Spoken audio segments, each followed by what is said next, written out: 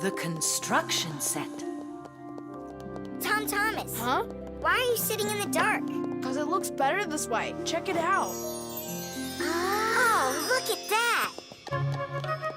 What a beautiful castle this is!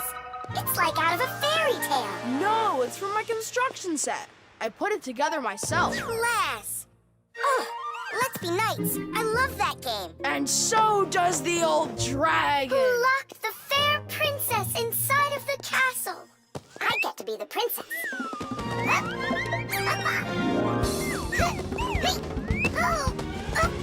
Oh, where's the brave knight who will rescue me from the evil dragon? Hang on, I'll save you, Simka. Nolik, you really don't look like a knight. You don't even have armor. Armor. Wait, hang on a second. A construction set lets you build lots of different things from a set of parts. Put them together like this, you've got a house. Like this, a car. Or like this, a spaceship. The parts might be made of metal and connected with screws. Some construction sets have plastic parts you click together. Other sets are models where the pieces are glued together. You can also find magnetic sets. Touch the parts together and magnetic attraction makes them stick. Beware, dragon!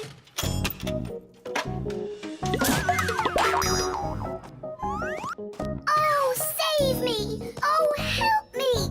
Where's that knight already? And where's the castle? The planet has been attacked by robots, and they have destroyed the castle. And they've kidnapped me. And are you still a princess? Of course I'm still a princess. Oh, save me, brave knight. Right.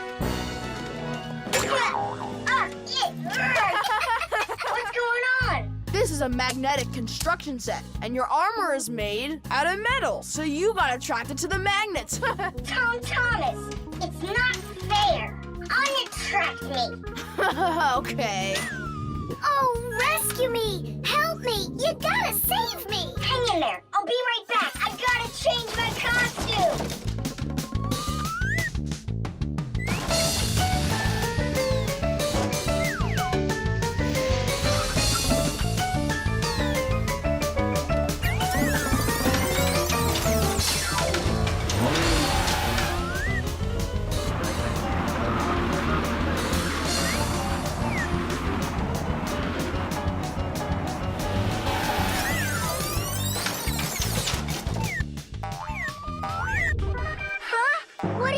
Thing. A wicked wizard has trapped me inside of a crystal ball. And now only a brave knight. I already did the knight. Well, you gotta be him one more time. All right, but this is the last time. And don't change anything.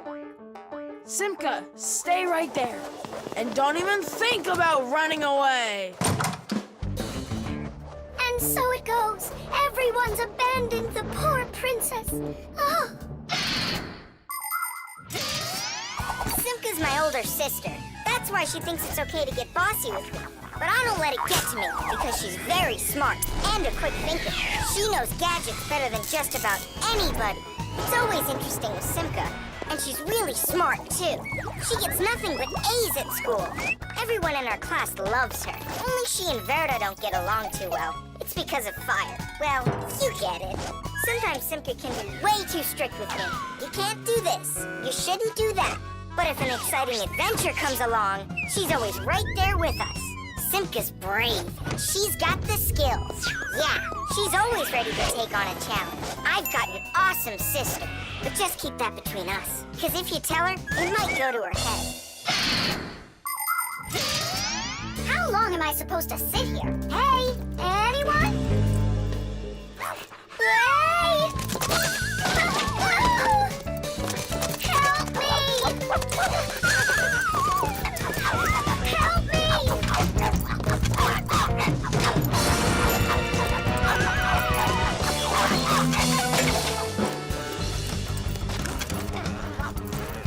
Chewsocka, you give that back.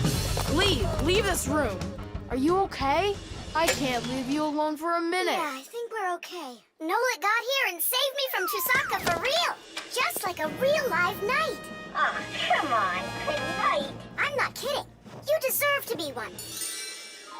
And to protect every living creature from pesky Chewsockas everywhere. I promise. Oh, valiant Fixie, I now pronounce you to be a knight. Sir Nolik. Hooray! Hooray! Hooray! Kitty!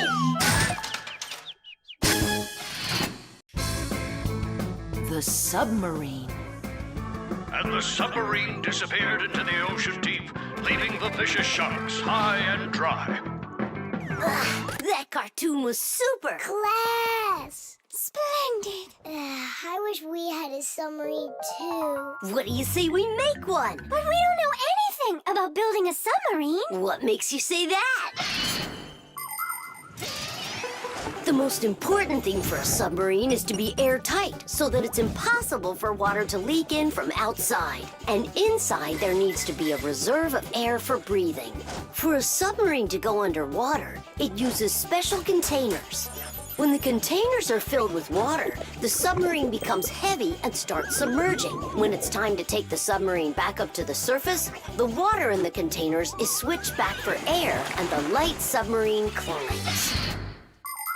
And what are we going to make it out of? Out of, broken toys. And where are we going to sail her? In the aquarium.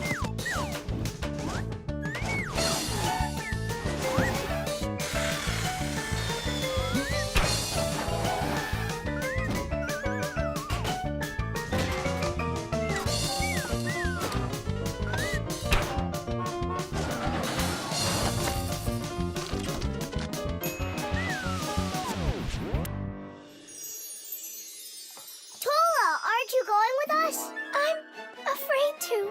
How come? What if water fills up the submarine and then we drown? Or those huge fish gobble us up? Come on, Tula. That's silly. Nolik's little and he's not scared of this. Yeah! Well, all right. Cast off the lines! The who? Unhook the rope, it means. Ah! You should have just said that. Are you ready? Time to take her down. We're sailing! It's just beautiful in here. There they are, the vicious sharks. Time to scare them. Turning right. Go after that one. You can't escape from us. Please stop it. Come on, come on, come Stop on. torturing the fish. It's terrible. What? What was that? I don't know.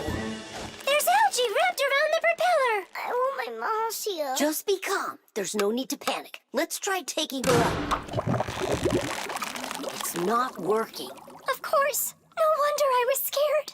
And so what do we do now? How about we open the hatch door? No, we can't. The water would pour into here, and then we would all drown. Well, in that case, I don't know. I need to come up with a plan. Yeah. The world's first practical submarine was built almost 400 years ago in England. It was made out of wood and couldn't dive very deep at all. Inside the vessel, rowers sat with oars, so it couldn't move very quickly either. About 200 years later, the oars were replaced with a propeller. But the propeller on that submarine could only be turned by hand, making it a slow submarine as well. Any good swimmer could easily outrace it. It was only with the appearance of electric motors that submarines started submerging to great depths and moving through the water at very high speeds. Today's modern military submarines use nuclear reactors for power. These submarines can stay underwater for months without resurfacing.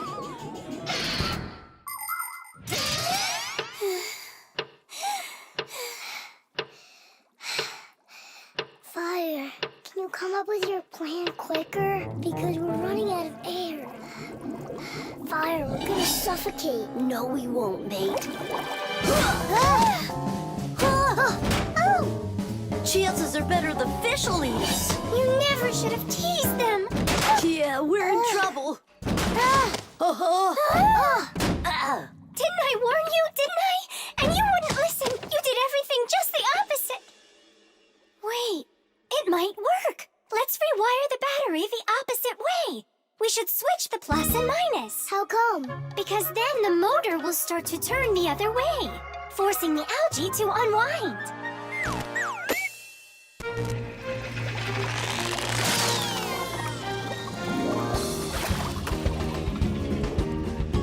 Yeesh! Hey, quit it! We won't bother you anymore, all right? Peace. Thank you so much, Tula. You really saved us. It's just because I was the one that was most frightened. No, it's because when things got really scary, you kept your cool about you. Wouldn't it be splendid if next time we built a helicopter? The toilet.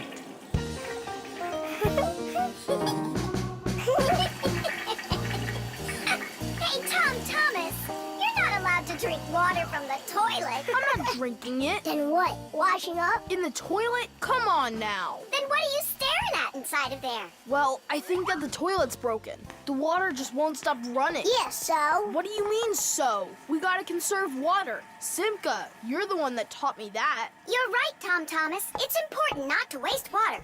But the problem in this toilet isn't where you were looking. Then where? Here in the tank, not the bowl. Almost all toilets have tanks that are used for storing water. This water is flushed into the bowl when needed. Water flows into the tank through a water valve that has a float attached to it. As the water level in the tank rises, so does the float.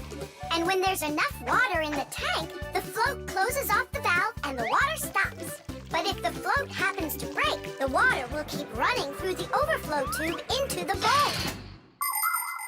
We'll be back soon. Look at this. I can't believe how beautiful it is. Ha! I see what's wrong here. This float that we're standing on, it got disconnected for some reason. That's why the water keeps pouring out. I see. And it's going down that tube into the bowl. Well, what's the problem? It's the float. It got disconnected. Can you get it back on? Nope, sorry. Without Papoose, we can't fix it.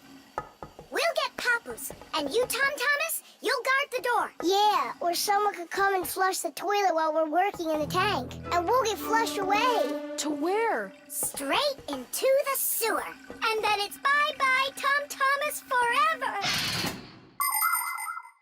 The sewage system is a huge network of pipes that run underground. This is where the dirty water from sinks and the waste from toilets is sent. The sewage pipes then carry this dirty water to sewage treatment plants, where the water is cleaned before it is dumped into a river or the sea. Before the first sewage systems were invented, people would just dump their waste right out their windows onto the streets. Oh, the smell in the cities was just awful. Even the first sewage systems didn't put a stop to this terrible smell. This smelly problem wasn't solved until the invention of the modern toilet. At the bottom of the toilet is a bent pipe called the siphon that's filled with water that keeps the smell from getting back into the house. Don't ask me why, but no one goes through that door. It's a secret, Chewsocka. Tom Thomas, ready to eat? Not now, Mom. Not even a cookie? All right. Here's what I need you to do. You guard the door so no one flushes the toilet. And that goes for you, too. Oh, it's terrible how much water's getting wasted. It's a good thing you noticed it. It was Tom Thomas who spotted it. Well, let's get to work. When your TV has broken, when your cell phone has broke, your laptop's barely working, the candles haven't struck. Don't ask us where we're going, for it's known far and wide that any kind of problem is clearer from inside. 1, 2, 3. Inside we'll be all day and night. We fix things right. Papoose, wait.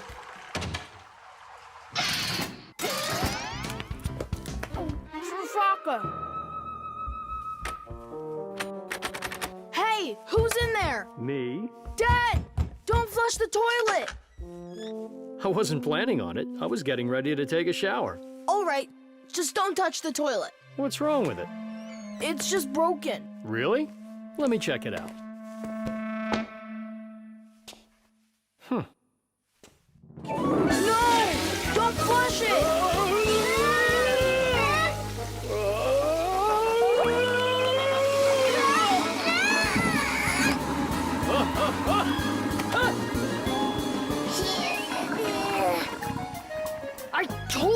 not to flush it! Dad, why? Ugh.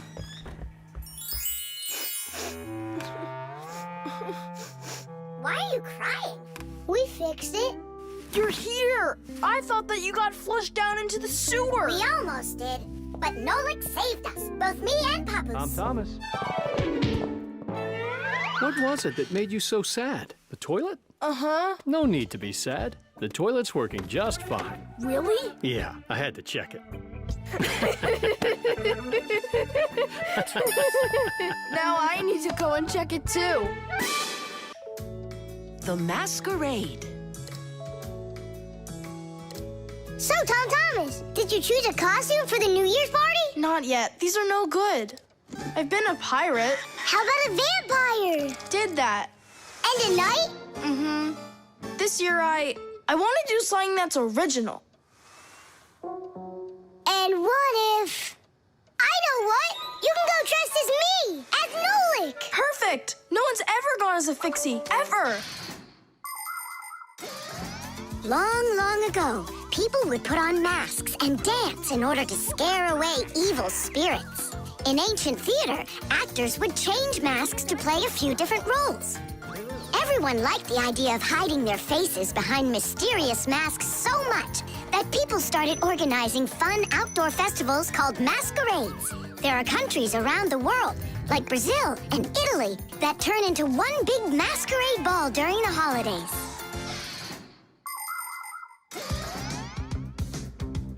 Hey there, what are you making? A costume for a masquerade! Can you guess who I'm going as? Yeah, but why does it have to be Nolik? 'Cause I came up with it. Fired be a much cooler costume. That's not true. Stop arguing. I can go dressed up as you and you. Now we're talking. Smart Fixies wear glasses. Your glasses are too small to even fit on his finger. They don't make glasses just like yours. What a cute Fixie. Splendid. Not bad. Only if I were you, I'd add a backpack to your costume. Any Fixie who's fashionable is wearing it. And maybe add my curls to it, please? If you don't, then our feelings will be hurt.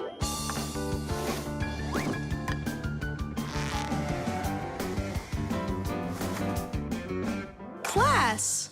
Did we cover everybody? Oh, we didn't include Simka. And where are we gonna find room for her? What can I do about it? I already gotta get going. Then let's just not tell her. See you later, Tom Thomas. Thanks, guys. Tish! What have you been doing all this time while I was busy loading up the confetti? We were doing our homework. And looking at this magazine? And talking. Yeah, all of that and more. That's gotta be the worst lying ever. Tell me what you're hiding. Have you lost your minds? Sorry, but there was absolutely no room left on Tom Thomas. That's not what I'm talking about. What is the #1 rule for Fixies? Well, what did we promise? We won't let out our secret. Right, but you just let it out. Now everyone will know. Tom Thomas wouldn't tell anyone about us. I hope he doesn't. Well, maybe. Everyone will figure that he's dressed up like some nutty candy. What kind of nutty candy has a backpack on and glasses? We're in real trouble. I thought the glasses looked sharp. So what are we gonna do now? Call the professor, right? Or we should call Grandpus or Papus. Ah! Don't panic. Let's wait till Tom Thomas gets back. There are many different types of masks, and some of them are very important. Medical masks are used by both doctors and sick people to reduce the spread of illnesses. Oxygen masks help people breathe. Fencers, hockey goalies, and boxers all use masks to protect their faces from being hit. The blue glass in a welder's mask is used to protect their eyes from dangerously bright light. Sea divers wear masks for swimming underwater. Without a mask, it would be very difficult to see the beauty of the underwater world. The masks that people wear at carnivals and parties, well, they're just for having fun and putting everyone in a good mood. or as a disguise so that no one recognizes you right away.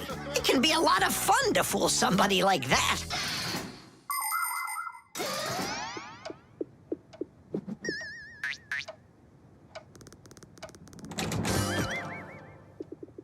So how was it? It was great. They had a contest for costumes, and I won. Hooray, that's all. Say bye to us. I hope you won't be upset, guys, but I couldn't tell anyone that I was a fixie. Here's all I could think of. Grand prize for best costume, robotic toucan. Hey, come on. Do you think we look like toucans? Yeah? Yeah. Yeah. Yeah. All right there, Fixie Toucans. We've got work to do. Oops. Happy New Year. The pyramid. Tom Thomas, can I open my eyes? Not yet. Hurry, will ya? That's it. I'm ready for the contest. Ta-da! Wait, that's a pastry. This is a pastry, Nolik, but this is an Egyptian pyramid. Oh, wow. Doesn't it look just like an anthill? Sure does. I remember when Grandpoo's told us that inside of those is a labyrinth and a mummy of a sparrow. No, a pharaoh. The Egyptian pyramids are simply amazing ancient structures. The biggest one of them is the Great Pyramid of Cheops. It's more than 4,000 years old and over 100 meters tall, like a 40-story building. How it was possible to build such a giant way back then is still a mystery. There were no hoisting cranes in those days. Some people believe that the pyramids were built by aliens, but I have a feeling that they couldn't have been built without the Fixies' help. So, is there a labyrinth in there? Of course. Show me. You joking? I just put it together for the contest. No way I'm gonna break this apart. Hey, isn't that a way in? Where are you going? I'm just gonna look at the labyrinth. And the mummy. Mummy, what are you talking about? Well, which way now? Stop, you'll get lost. I won't get lost. So, I think I'll go this way. And then this way. Come back, Nolik. I was already here. And I was here. Oh. I did get lost. You were right. What? Hey there. Do you know where Nolik is? In there. He went mummy hunting, and he got lost. Mummy, whoa. A real one? Class. Don't! Nolik, yoo-hoo. Are you in here? No! Then where? Who knows? Who builds labyrinths like this anyway? Hey, nobody asked you to go in my labyrinth. Who you talking to in there? Digit, Fire and Nolik are inside, and I need to go to school now. Nolik! Fire! Well, I, for one, have never gotten lost in a labyrinth because I know the rule for getting out. You need to always keep your hand on the wall. I can find them for you. Where are you guys? Over here!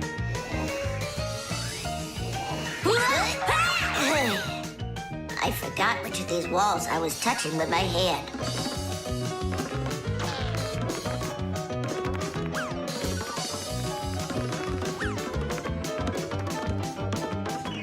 Did you find him? No, and I got myself completely lost in here. Tom Thomas, you've got school today, don't you? Yeah, I do. Only I got a pyramid full of fixies. It's like an anthill. Mm-hmm. The first one wanted to go mummy hunting. The second one went looking for the first one. And the third for both. We're lost in here! And I've got school to get to. Wait, maybe you could just try to shake them out. Good idea. I was joking. You have string? Watch. This way you don't get lost.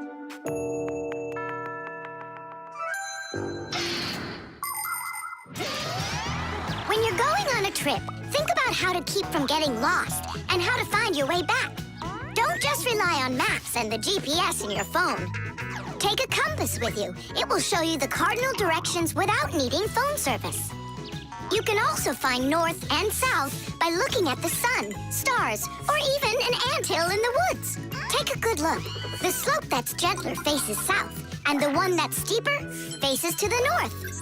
And if you find yourself walking through a labyrinth, don't get lost. Just walk with one hand always touching the wall, and eventually you'll get out. Another way to get through a labyrinth is to tie a rope at the entrance and unreel it along the way. Then you can follow its path back out.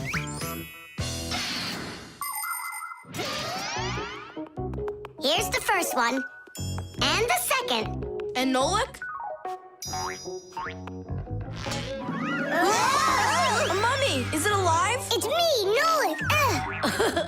But I couldn't find yours. That's because there's none in there. What? You mean I got lost in there for nothing? You were in such a hurry, you didn't listen to what I said. But without a mummy, how can you win? Oh, then maybe you could be my mummy. No, thank you.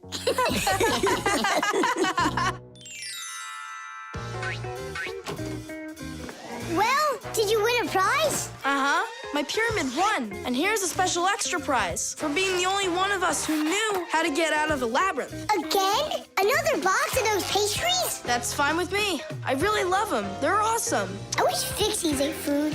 What a shame. Then I'll give some to your mummy. The program. All right. Let's check in. Say good morning. Good morning. Lift your arm for me. Lower your arm down. It works. Excellent. Hi, Professor Eugenius. Hello, Fixies. Nice to see you today. So what is it you're inventing today? I'm improving the manipulator. Now the device has sight, hearing, and even a voice. Good morning. Oh, wow. If this thing had a brain, it would be just like a human. But it does have a brain. See how Professor Eugenius attached a computer to the mechanical arm? The computer's a brain, you mean? Well, not quite. The computer's just a piece of metal. Good morning. What makes a computer intelligent are the programs inside. Imagine that you came home from school and found a note from your mom. Change your clothes, eat lunch, clean the dishes, and do your homework. That's about what a computer program is like. It's a set of commands that a computer carries out in sequence, one after another. Programs are also called applications. There are a lot of them in computers, tablets, and phones. It's the computer programs that make these devices so smart. There we go. I have tweaked the program. Let's see. Now the manipulator, upon my command, is going to wash this dirty mug. Manipulator, a dirty mug. Now, eliminate the problem. Executing. The problem has been eliminated. I don't think it understood what you said. Let's try it again. Clean up the shards. Don't understand. Well, just sweep the floor. Don't understand. How about rid the laboratory of any foreign objects? Understood. Executing. I see 2 foreign objects. Hey! What are you doing? Hey! Stop it right now. They're not foreign objects. They're my friends. That's better. Another foreign object. I'm not foreign. Another I foreign belong object. here. Foreign. I belong here. Foreign. I belong. Foreign. Enough! Stop it! Down!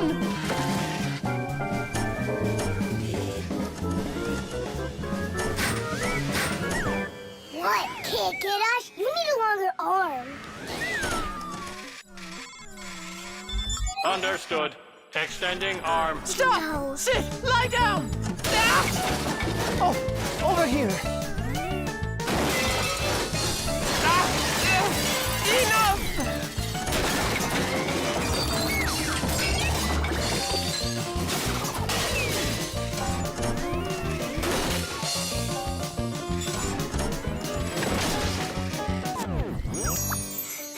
Your program doesn't seem to be working right. For sure, it must have some glitch. Modern devices often work under the command of different computer programs. And these programs can malfunction. For instance, a car alarm might go off for no apparent reason. Or a computer stops following your commands and starts doing strange things on its own. Or your phone freezes up and doesn't respond no matter how many times you poke at it. If this happens to one of your devices, it's recommended that you restart it or turn off your device and turn it back on again. Sometimes it helps and the device comes back to life. But if that doesn't help, you may need a repairman to figure out if it's a problem with the program or with the device itself, so he can fix it. How are we gonna stop this thing? Oh, we need to disconnect the manipulator from the computer. That's brilliant. I'll distract him and you pull the plug out.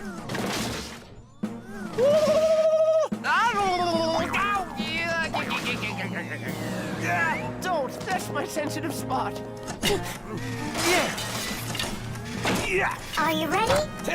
And 1. Ow! And 2.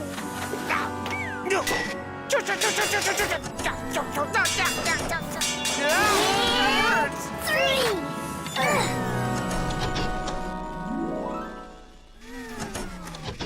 Taste!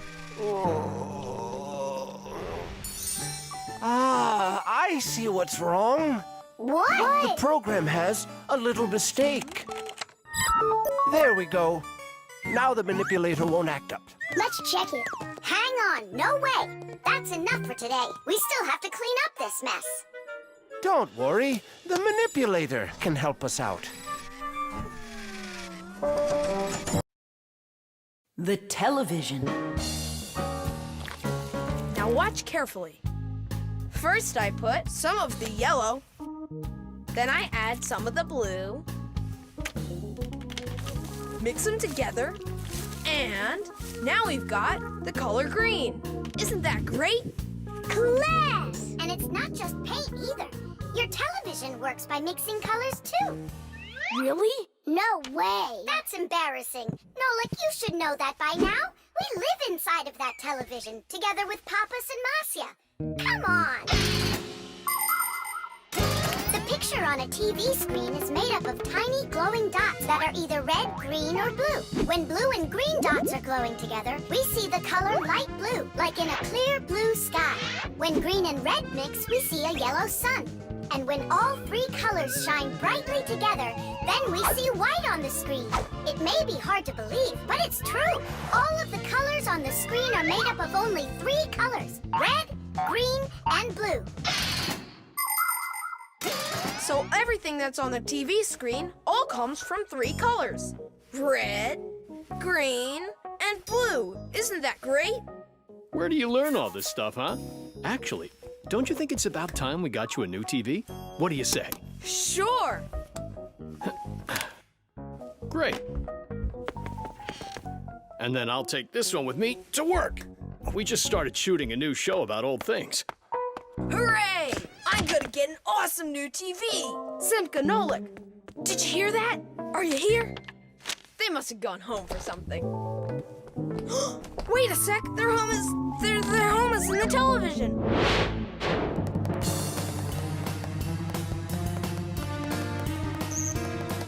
This was such a nice home for us. It's okay. We'll move into one of the other TVs here. The one in the living room? Why not? It's a nice new one with a huge flat screen.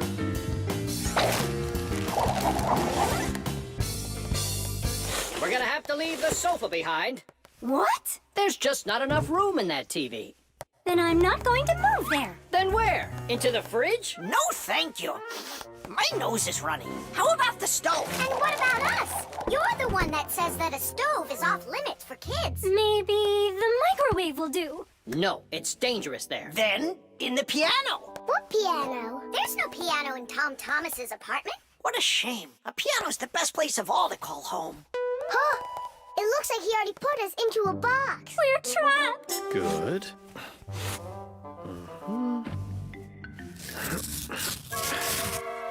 Dad! Hey, Dad! I changed my mind. I really don't want to get a new TV. Why don't you want a new one? I'm just used to this one. You're a junk collector. Uh-huh. Just like you, Dad. People have always dreamt of seeing things that are far, far away. All of us have heard fairy tales about crystal balls and magic mirrors. But the magic of television began only 100 years ago. The screens on the first TVs were so small that people had to attach magnifying glasses to them to make the picture big enough for watching. Ever since those first TVs, both the outside and the inside of this amazing device continue to change. Bulky picture tubes have been replaced by electronic chips. Screens have grown wider and wider as TV sets have changed from big heavy boxes to flat light screens that can hang on the wall like a picture. And someday, real soon, it's quite possible that TVs will be made to roll up like a rug and people will be able to carry them anywhere. All right, I'll put it back. But under one condition. If it breaks, we'll buy you a new one right away. Yeah, sure. We'll never let it break, right? Never, ever!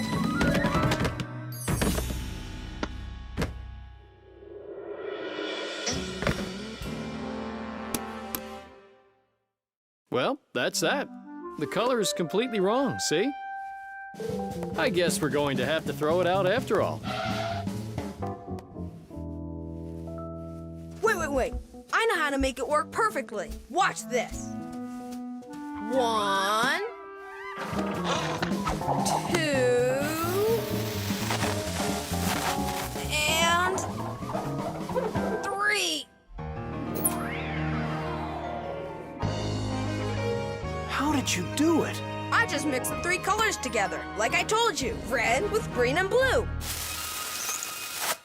Teesh! The parrot. Adisa, do you want a cracker? Wow, Thomas, who is that? Simka, Nolik. This is Adisa. My dad brought him from Africa. I can't believe it! You've got a real parrot! Can he talk? My dad said that he can, but I haven't heard him yet. Well, let's see if he can. Okay, say, Adisa's a good bird. No, he should learn my name. That would be awesome. Adisa, say, Nolik. That's my name. He doesn't want to talk about you, Nolik. Maybe he doesn't know how to speak human language.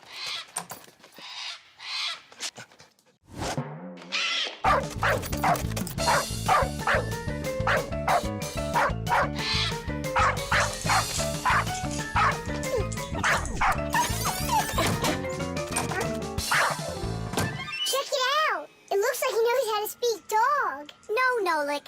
He doesn't know any languages at all. Then how can he talk? Parrots can repeat many of the different sounds that they hear. For instance, a dog's bark or the ring of the phone. Parrots can also mimic words or even whole sentences of human speech. But parrots don't understand the meaning of the words they are saying. They just repeat them like a music player. Hey, hello. Hey, hello! That's why you won't be able to have a real conversation with a parrot, even if it's the kind of parrot that can talk. All right, then let's have him repeat something. Hey, Adisa, Tadish, it's the Fixies' special sign. Say it. Fixies have a special sign. Tiddies. My dad is back. Let's hide, quickly. Hi there. Well, how's it going? You two talking to each other yet? I can't get him to say anything at all. You can't? Adisa, how are you? Adisa's a good parrot. He wouldn't say anything before. He's used to talking around me. Adisa's a good parrot. Nolik, that's my name. Whose name is Nolik? No, he was saying he's got no luck in this game. What kind of game? Let's hide, quickly, hide. We were playing hide and seek. With the parrot? Uh-huh. Fixies have a special sign. Fixies have a special sign. What? Fixies? A special sign? No. It was physics. It's a special science. That's what we're studying about right now at school. You know how special physics is. Wow, that's impressive. Well, keep up the good work, son. Whew.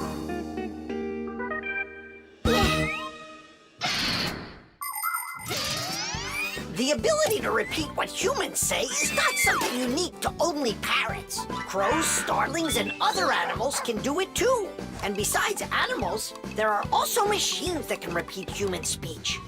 For instance, when you call somewhere and hear, "Leave your message after the tone," what you're hearing is a voicemail machine using a recorded voice to answer the call. Another example is the voice on trains and buses that is used to announce the stops. Those voices are usually recordings that are repeated over and over. Today, there are also artificial voices on computers, tablets, and smartphones that can read text and say it out loud. But even if a machine knows what you are saying, it can't know why you are saying it. Only people can figure that out. And Fixies, of course. Huh? Tom Thomas, you're a hero. You really wiggled your way out of that one. And Adisha, bad parrot. He almost gave up our secret. Be careful with that parrot. I get it. Adisa, listen, you. Forget everything we said.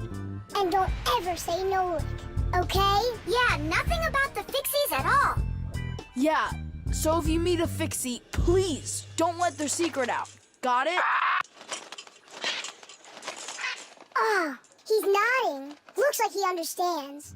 Let's get out of here so he'll forget about us as soon as possible.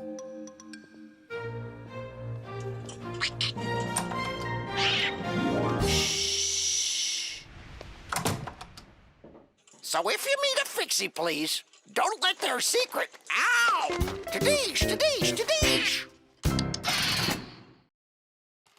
The toothpaste.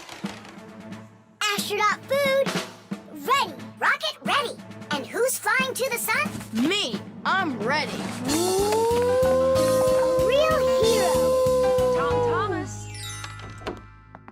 Did you see? There it is.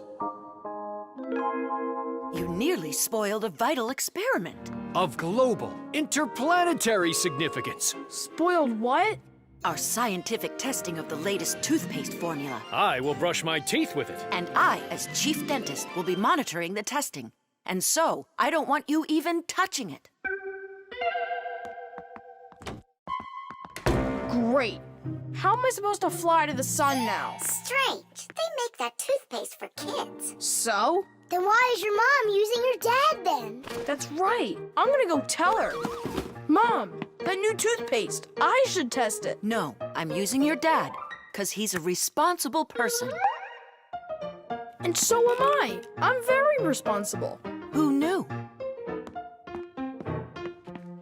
Your room's a total mess. I had no time to clean it. You didn't water the plant. I forgot. Did you brush your teeth? Yeah, for a whole minute, too. You're supposed to brush your teeth for 2 minutes, in the morning and at night. Sorry. Great toothpaste, honey.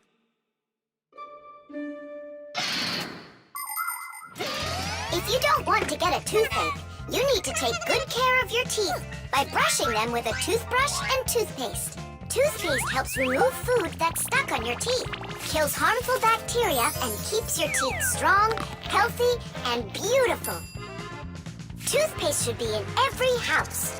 Adults should use toothpaste made for adults, and kids should use toothpaste that is healthy and safe for younger teeth. It's important to make sure you're using a toothpaste that's right for your age.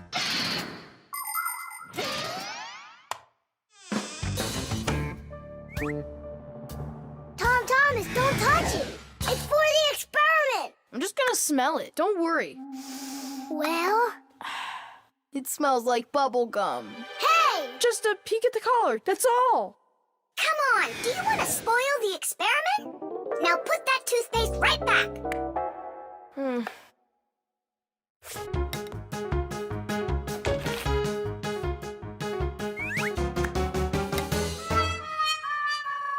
Again?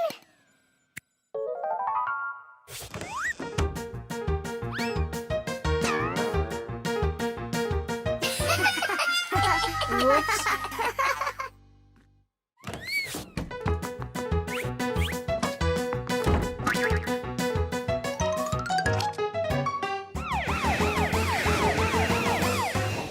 Well now, so we caught you again. I want to try this toothpaste so bad, but how? Well, What if you...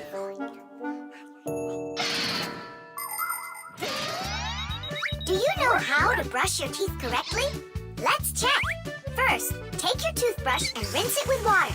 Then squeeze on a bit of toothpaste. A small pea-sized drop is all that you'll need. Now 1, brush the outside of your front teeth up and down.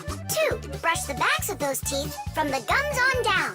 3, open your mouth real wide and brush the teeth in the back. These are the teeth that you use for chewing. Go back and forth, over and over.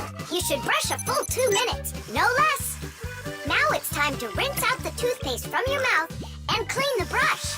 That's right, the brush needs to be clean too. And please, don't be lazy. If you brush your teeth 2 times a day, they'll stay in great shape for many years to come.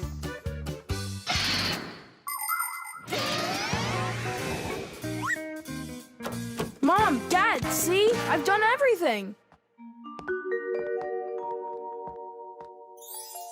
Well done. And I promise that I'm gonna brush my teeth the right way, as long as I need to, and... And twice a day? Only let me be a part of your awesome experiment. Please, would ya? Well, I don't know. I think we could try it. Oh. What? Well, we also have this foam for teeth. Who's gonna test that? Me! A real hero.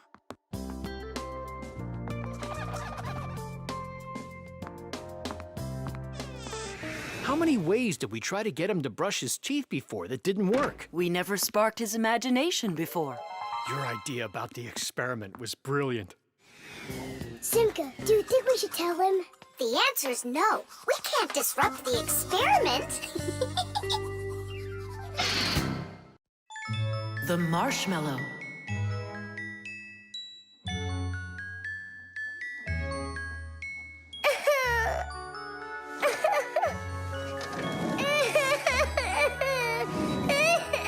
Fixies, why are you so sad? Christmas is just around the corner. Maybe it'll be a lot of fun for you, but not for us. Why's that? Marcia and Papoose had a quarrel. Over what?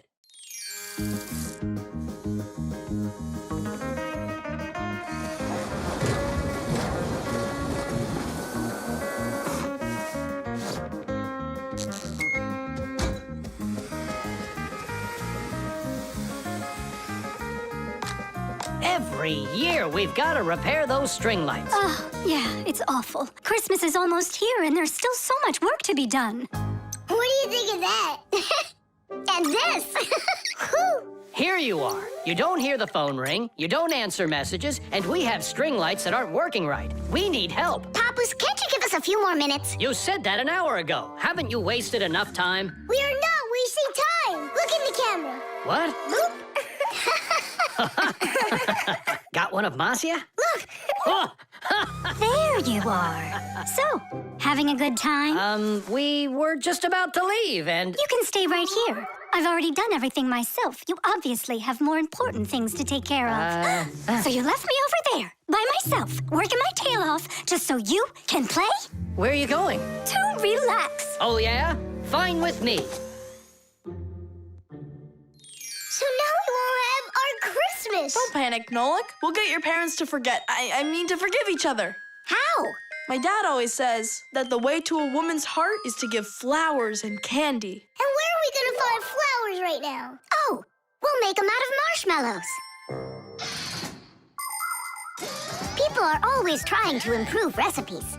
The French used an ancient Egyptian mallow root recipe to create the marshmallow, a fluffy dessert that can decorate a cake or be roasted on an open fire. In Russia, pureed fruit and berries were mixed with egg whites and sugar and then whipped together to create their own fluffy dessert, zefir. Some ingredients have changed over the years, but these old desserts are still popular. What will they think of next?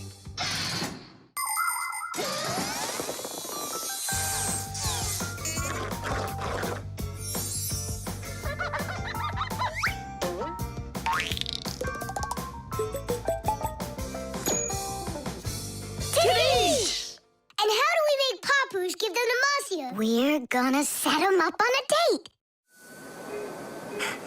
Marcia's calling for you. It's urgent. Tom Thomas's, monitor isn't working. I thought she handles everything herself now. Papu's, you're always so kind and love helping others. Come on. All right. No, no, and no. I'm relaxing, I told you. But Tom Thomas won't have time to make his mom's card if you don't go. And then she'll end up without a present. Fine, I'll go. But I'm only going for his mom's sake. Sweets aren't just for eating. They can also be used to decorate a Christmas table. For instance, it's very easy to make this Christmas tree out of marshmallows. Make a row of marshmallows at the bottom of a plate. 1, 2, 3, 4, 5, 6, 7. The second row has 6 of them. The third row, 5. Then there's 4, 3, 2, and a special one on top. Add breadsticks at the bottom as a trunk and sprinkle the plate with some sweet confetti.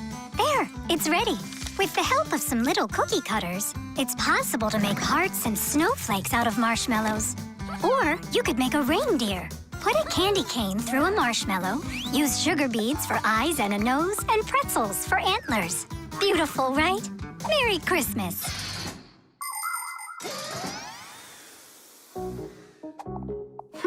I don't get what's going on. The monitor's working. What did you call me for? I didn't call. And you've got nothing for me to do here. No. Ah, then I guess you came to apologize? No. You know what? I have had enough. Well... Huh? What's it say? For Masya? For me? Yeah, for you. That's so sweet. I hope you can forgive me for yelling at you. I'm just tired. No, I should apologize. It was bad of me to leave you alone. And where are the children? It's almost Christmas. There you are. Come here. Papu, Masya! Woohoo! Oh, my sweetie. Hooray! Merry Christmas!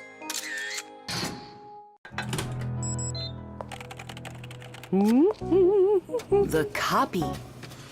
Elisa! Don't worry, I found it. No, I didn't find it. Elisa! Elisa! I hear you. I'm coming, Professor Eugenius. Have you seen this umbrella anywhere? Looks like the professor lost his umbrella again. More than one? Look at all those flyers. Nolik, they're all copies of one flyer. Elisa prints lots of them so she can hang them up all over town. A copier is a device for making multiple copies of a single picture or document. An image that needs to be copied is placed on a piece of glass under a lid. The photocopier shines a bright light on it so it can take a clear picture. Then the image is printed onto paper with the help of special ink and a rotating drum. This way, you can make identical copies over and over again from one original until the ink or the paper runs out. What happened, Professor Eugenius? My briefcase. I can't find it anywhere. Oh, you're so absent-minded. First it was the umbrella, now it's the briefcase. Oh, is that for me? I don't do it on purpose. Well, we'll find your briefcase. I'll go design a new flyer for that, and I'll print those out, too. I just remembered. Remembered where you left your briefcase? Not that. This morning, I forgot to drink my tea. So we need to find your tea as well. It's so dark inside of here. Quiet! Elisa's coming out. We have to hide.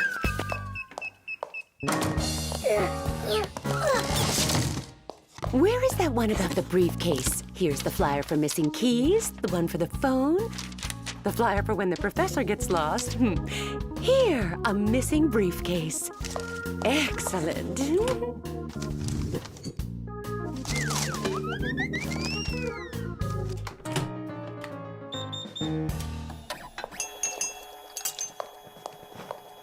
Looks like she's gone for now. And where is Nolik?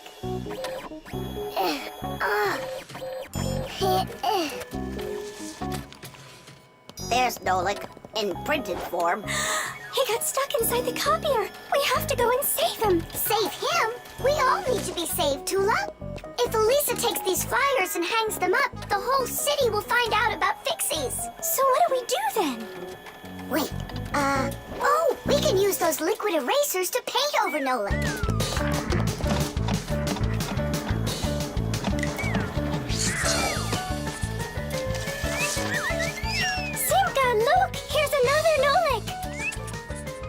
Here comes another one.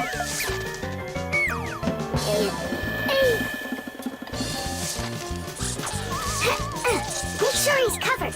And here. Not everybody has the opportunity to enjoy seeing the paintings of the great masters. But thanks to copying technology, these pictures are well known all over the world. Young artists and sculptors can learn their craft by studying and copying the great artwork of the past. It's good to have copies of important documents, just in case. What if the original of a document happens to get destroyed? At least there will be a copy. Copies are generally very helpful, but not all copies are good. Some copies called forgeries are bad. A forgery is a copy of a picture, document, or even money that is presented as the original. Making forged copies is illegal. You can even be sent to jail for making copies like that. And a little bit here.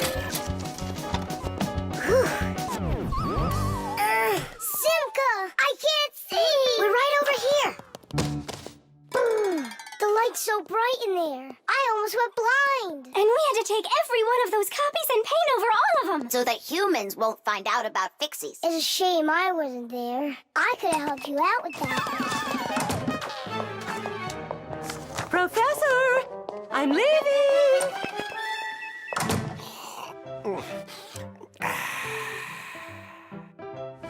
There they are.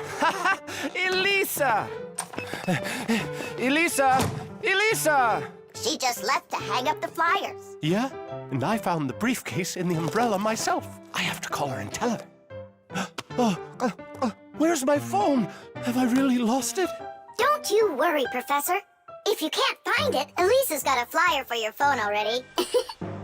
What's important right now is that Elisa doesn't go missing. The heart. where's my pack-a-mat?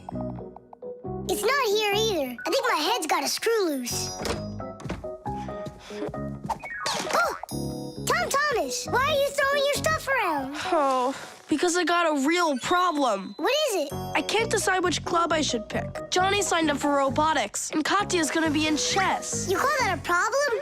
Go with Johnny. And why not Katya? Then go with chess. But they don't have robots. My mom told me I should listen to my heart. Do you know how to do that? I found it. See you. Gotta go. Nolik. Simka can tell you. She knows everything. The heart is the main pump of a living organism. It's a unique muscular organ with a multitude of blood vessels attached to it. The main function of the heart is to continuously move blood throughout the body. The human heart pumps about 6 liters of blood every minute, even though this pump is not that large. Make a fist. Your heart is about the same size as that. To make sure your heart stays healthy, you need to strengthen it with plenty of exercise and a healthy diet.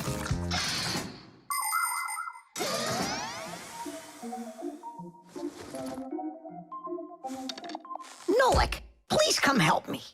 Why me? Tool is stronger. Huh? Interesting. And do you know what is meant by the word heartlessness? Well, I think it's some kind of human illness. May I?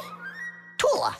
Heartlessness is when a human or a fixie leaves someone who has a problem behind. Huh?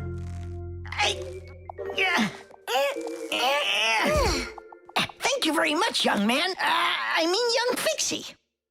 Heartlessness. Does it last forever? Of course not. We just need to help one another more often. Uh-huh.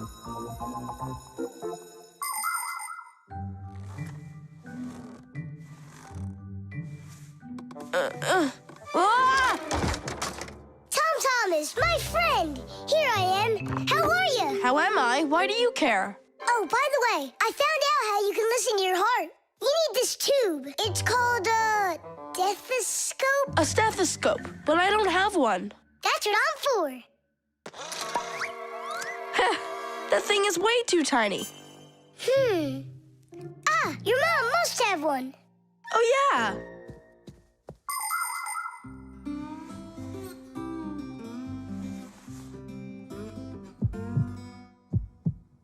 Well? It's beating. Loudly. And what is it saying to you? Not a word. And now? It's beating.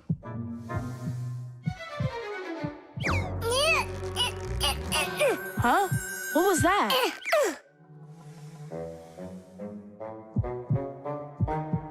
This is just absurd. A heart can't talk. You know what? Why don't you just try again?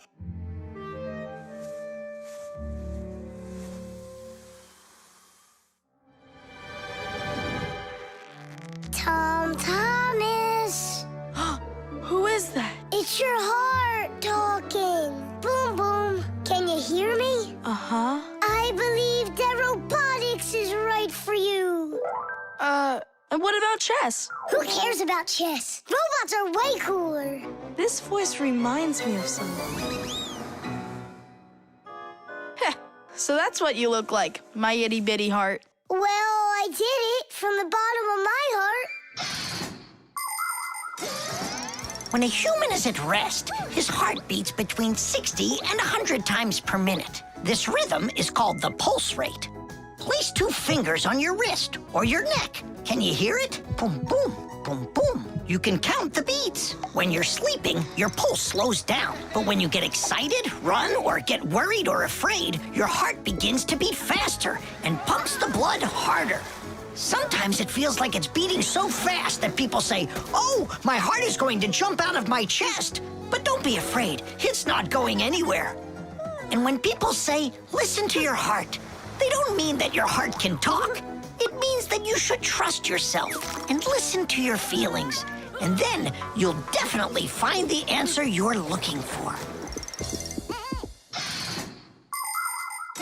Looks like at the end of the day, I'm heartless. I couldn't help my friend at all. Nolik, but you helped. You really did. I finally figured out which club I want to join. Robotics, like I told you? Not that. I want to learn medicine. Buttered bread.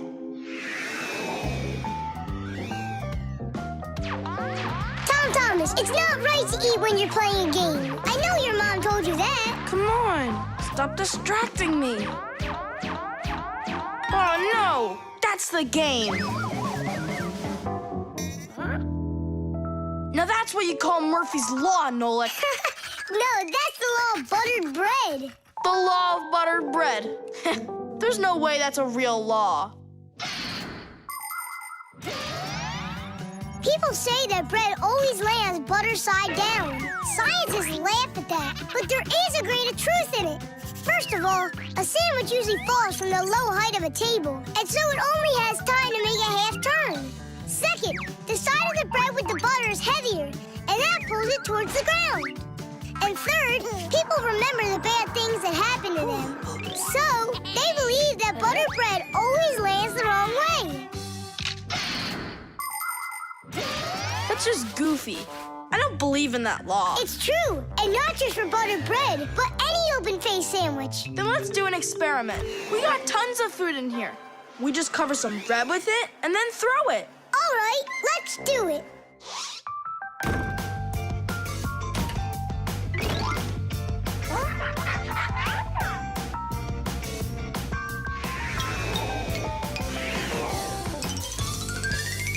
Didish! Well, jelly side down. Uh-huh. And the cheese went down. And the chocolate spread's out of luck, too. The bologna didn't do any better. Do you believe me now? Not yet. Let's keep going. We should try some other methods of throwing.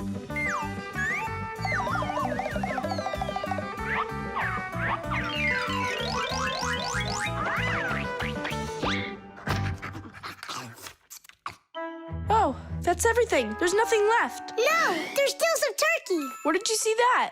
Here it is. Take some from this plate instead. Your mom already cooked it.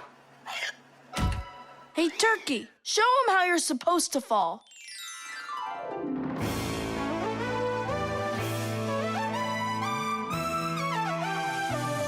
Aha!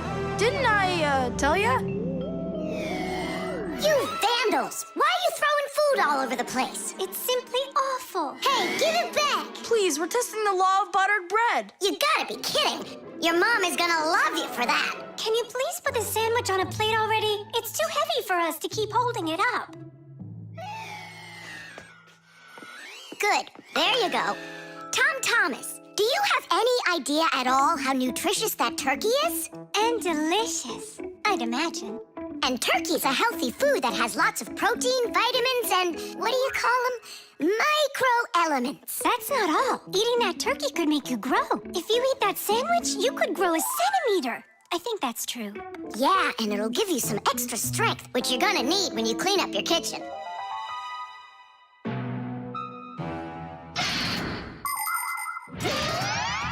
Humans eat food not only to make them strong, but also to grow and develop.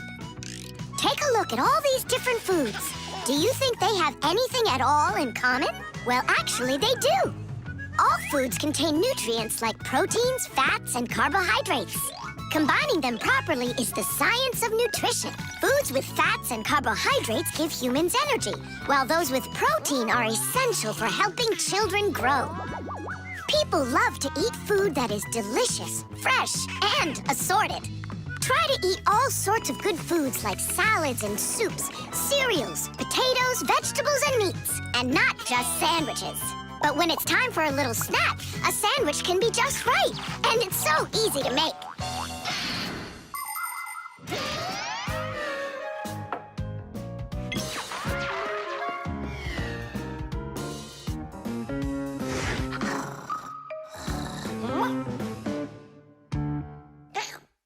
What happened to all of our bread? There's only one slice left. I made an experiment. A real one. I see. Well, science requires sacrifice. And there's no doubt that scientific experience is way better than playing with the phone all day, right? Mm-hmm. Can I have another piece of turkey? I don't know why, but I'm really hungry today.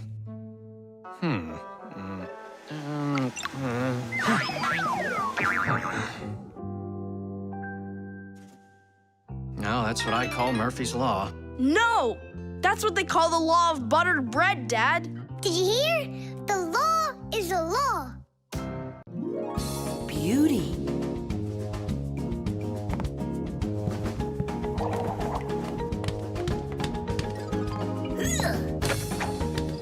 Okay, come on.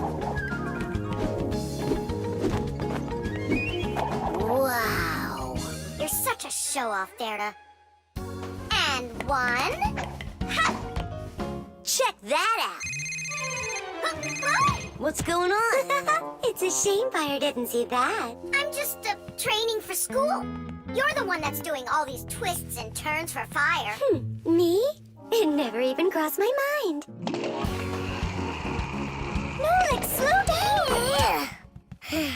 Tua, why don't we go and play some chess? Don't you think that figure skating's beautiful? Turn me. How cool! Why did you yell like that? I just got a pair of tickets to see the one and only Vector. Splendid! And who's going with you? Actually, I don't know. I haven't thought about it yet. What's there to think about? Just invite the most beautiful girl in our school, right? Yeah, not a bad idea, my friend. Woo-hoo-hoo! Did you hear that? The most beautiful one will get invited. Well, I'm not even interested. And you know what? Neither am I.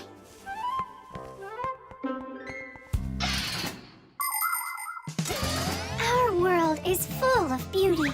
There seems to be no end to the beautiful plants and animals, and the gorgeous mountains, forests, and lakes. But even that's not enough for people. They create their own handmade beauty, too. Artists paint beautiful pictures. Composers write beautiful music. Architects create beautiful buildings, and fashion designers make beautiful clothes. Not even scientists stay out of it. They create beautiful ideas. These ideas can be the basis for the creation of new technologies that make people's lives better. Everyone has their own idea of what's beautiful. There are as many opinions as there are people, but everyone tries in their own way to be beautiful, both people and fixies. help me, Tula. How can I become beautiful? Huh, I don't know. Go and ask Verda. Look at her, she's got it. What has she got? What's the most beautiful thing about her? Oh, well, her hairpin, her hairstyle. The green looks great on her. Green looks great. Aha. Okay, see you later. Tula. Huh? What's your opinion? Fire, do you think he likes Simka? Looks like he does. Is it because she's a redhead? Orange. Now I get it. Well, is that close to her color? Not really. It needs more green. What makes a person really beautiful? Fancy clothing? Bright nail polish? Dyed hair? Those don't make you look your best. Here's a much more reliable recipe. First, wash up and comb your hair. See? You're looking more beautiful already. Now change those dirty and wrinkly clothes for clean ones. Huh? That's even more beautiful. And finally, if you eat less sweets and get plenty of exercise, then you'll surely become a handsome boy or a gorgeous girl. Fire, What's up? do you think you could get an autograph from Vector for me? You got it. I love his song so much. So do I. Especially that one that goes... Computer, computer, computer, you are super. I play my computer and turn it up real loud. I play it all morning, all day, and through the nighttime. But no, that's not allowed. I had no idea you were such a fanatic. You know, I'm not gonna get you his autograph. Why won't you? 'Cause you'll get it yourself. You know what I got? An extra ticket. I thought you were gonna take the most beautiful girl. All of you are beautiful, and you're the most fun to be around. Let's go. Stop! Hang on! Oh, Simka? Or is it Verda? Where are you going? What do you mean where? To the concert. Verda? No, Simka. Or vice versa. I'm so confused. Come on, Tula. Can't you recognize them? This one's Simka, that one's Verda. Let's go or we'll be late. Blondes are always the lucky ones. Yeah, I guess we should have made our hair blonde like Tula's. The Rock. Tom Thomas is back! Hooray! So, how was your camping trip? Super! You've got to check out what I found. Rocks? That's just half of it. Wow, is that a screw? It looks kind of strange. Because it got petrified millions of years ago. Screws weren't around then. They came much later. And how do we know that? It could be the first one discovered. And maybe it's not just some screw. Know what I'm saying? Are you saying that we might be looking at a fixie? Fixies believe that their ancestors came into being not that long ago, right when humans started inventing complicated devices. But what if that's not true? Maybe millions of years ago, before the dinosaurs, there were a different kind of fixies that inhabited the Earth. And maybe there were people then, too. And fixies weren't hiding from them. They were friends who they helped with everything.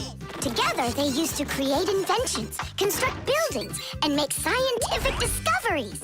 But then there was some horrible catastrophe, and this whole civilization disappeared. And what if someday scientists find traces of that civilization? Then ancient fixies will be discovered as well. That would be so cool. My imagination ran away with me.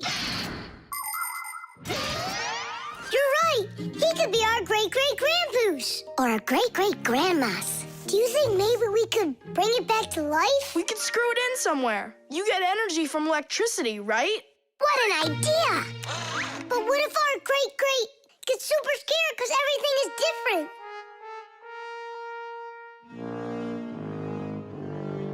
We can build him a prehistoric world to wake up to.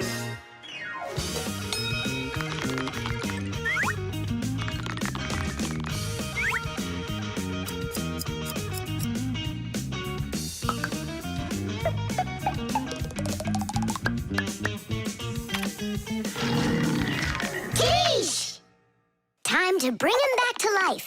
And you, Tom Thomas, disguise yourself.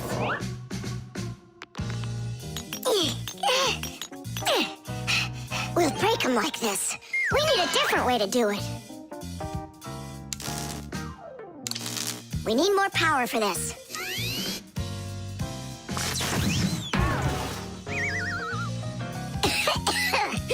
There wasn't any electricity back then. That's why shocking him won't work. Oh, our great-great ancestor, who came to us from an ancient home, be released from this stone. Be free! Why is it always so difficult with relatives? Wake up! Wake up! And what if...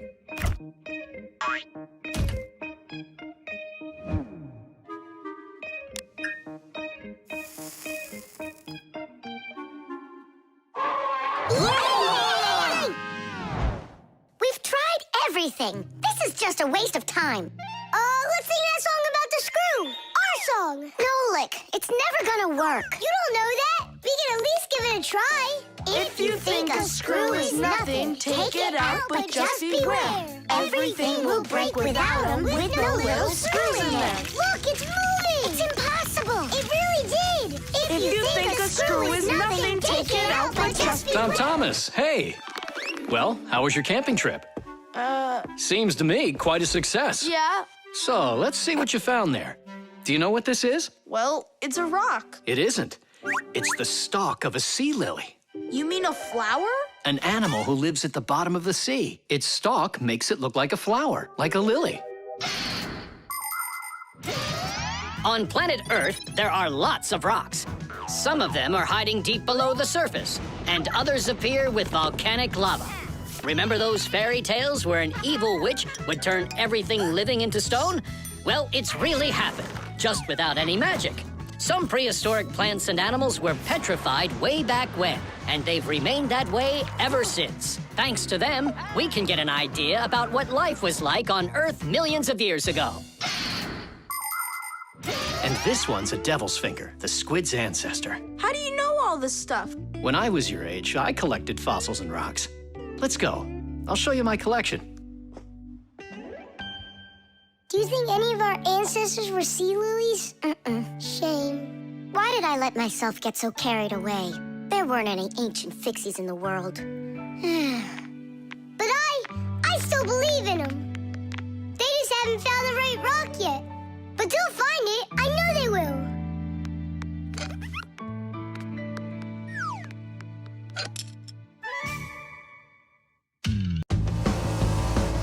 The virus. Tom Thomas! Pass him on the turn! Good job! You're almost there! Now put the pedal to the metal!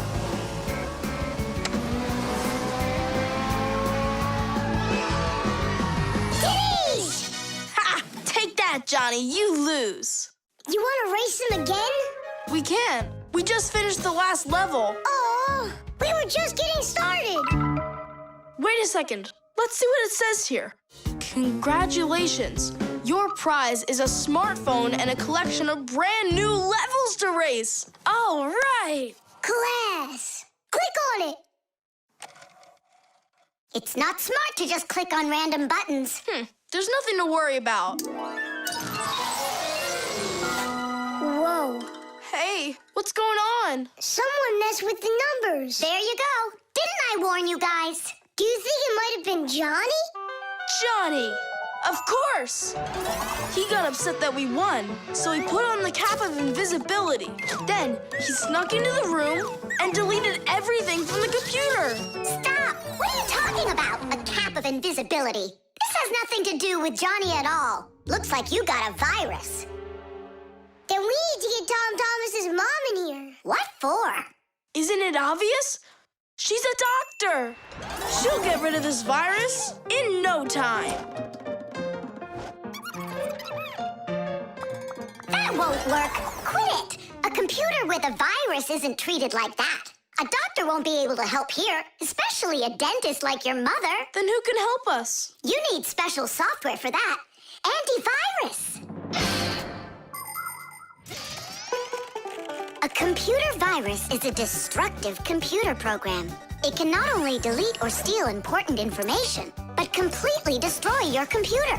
And the scariest thing about this virus is that it spreads very quickly and can infect the other computers on the network, very much like a human illness. To find and stop these viruses, you need to use an antivirus program. Antivirus programs also protect computers against new infections.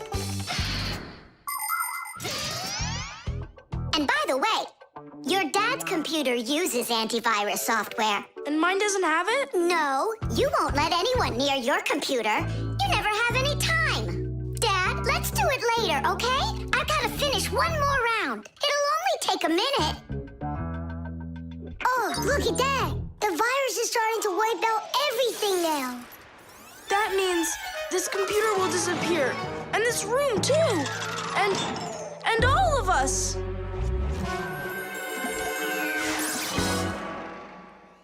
Stop! Quit panicking. We have to save the computer right away. Tom Thomas, your dad has a box with antivirus software. Bring it.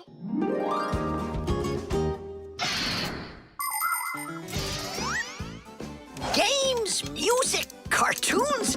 There are so many interesting things on the internet, but just like in the physical world, you have to follow some rules when you're online. First, you should only visit websites that you know. Sometimes a destructive virus could be hiding behind a pretty picture, and there are plenty of scammers on the internet. That's why you should never give anybody you don't know well your address, or send an SMS so you can download a free game. If you happen to get a letter or a text from a stranger, you should show it to your parents right away. Only communicate with people that you know. And don't just sit all day playing on the internet. There's still nothing better than going outside and playing with friends in the fresh air.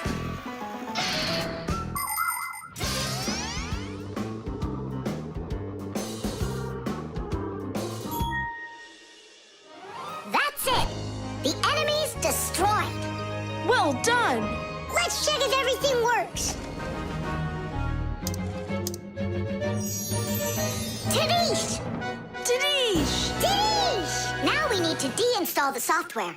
How come? There's no need. No, we have to. That program should only be installed by an adult. Otherwise, your parents will figure out you got help from Fixies. Sorry about that. All done. And here comes my dad. Dad, will you install this on my computer, please? You need it right away? How about a bit later? No, we can't keep putting it off. There you go. Now your computer is protected. How come you became so responsible all of a sudden? Oh, Dad, you don't know what kind of viruses are out there roaming the net. You're so right. The telescope.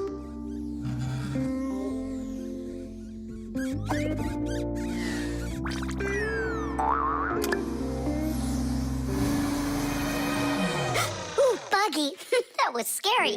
Is Nolik with you? He said he was gonna help us out.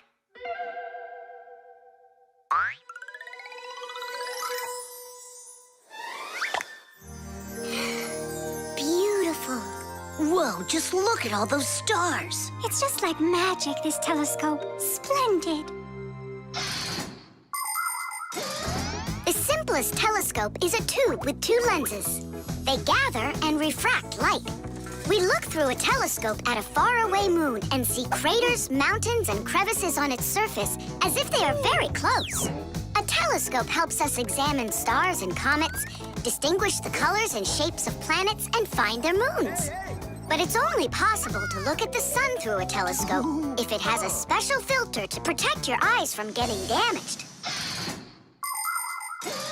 But what's really cool is that it spins. No, really. Well, should we get going? Aren't we waiting for Nolik? He'll catch up. I'm gonna leave him a note. Nolik, we're in the computer.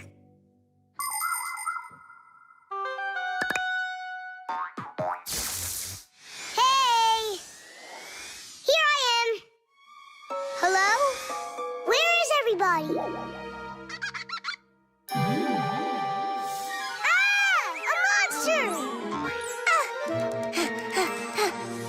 Simka? Ah! Somebody help me! He's in the telescope. 8? She was here a minute ago. The only thing left of her is her fixie tag. A huge monster, enormous, with sharp teeth and jaws like that. Mamma mia! And horns on its head? It's got everything. Ah! The monster! I know you are, but what am I? What's all the screaming about? You aren't eaten. What do you mean eaten? By the monster that was after you. The monster attacked fire. An unfortunate left turn. Fire! Did it want to eat you? Who? The monster. It's enormous, with jaws like that. Yeah, and horns on its head. And what about tentacles? Oh, yeah. I think I know who that is. It's a Fixie Eater. He's gonna eat us. But fixie eaters, they don't exist. For real? It could be from another planet. This is our sun, and the Earth isn't the only planet revolving around it. But people couldn't even imagine that idea until the telescope was invented. Then astronomers could finally see how our solar system is organized. The closest planet to our sun is a small planet called Mercury. Then comes the planet Venus, then our Earth, then Mars, Jupiter, Saturn, Uranus, and Neptune, the furthest planet. Is it possible that life only exists on Earth? So far, not even living bacteria has been found on any of the other planets, let alone human life. But we'd like to believe that deep in space, someone is looking through a telescope, and just like us, dreaming of finding their outer space brethren.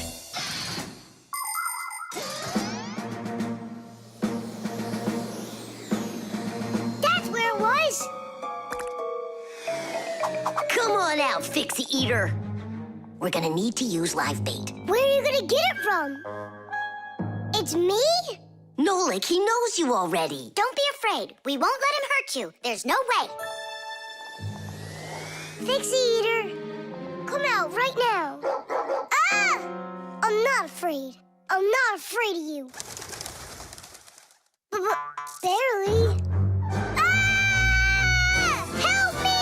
Ah! Catching fire! I gotcha. It's Buggy. That's who you just caught. Then where's the Fixie Eater? Did you see the monster? Look at those jaws. Just like the monster. Nolik, show us where you saw the Fixie Eater. Up there. I saw him through the telescope. Buggy, could you please go up to that corner over there?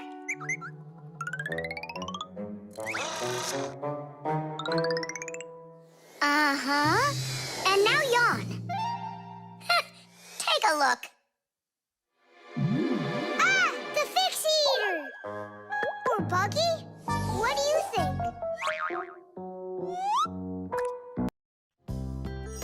The star. And so, this is our solar system, and it consists of... Friends, you're not going to believe it. I found, I discovered an unknown star. That is superb, colleague. Yeah, and today, journalists will visit the laboratory for an interview. Who's going to be interviewed? If you weren't late, you'd know that. I had to do my hair. They're here. Everyone hide.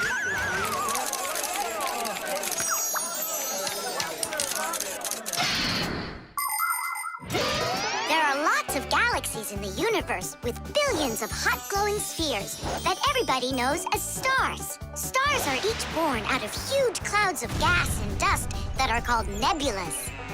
We see stars in the sky as tiny dots, but that's only because they are very, very far away. The closest star to our planet is the sun.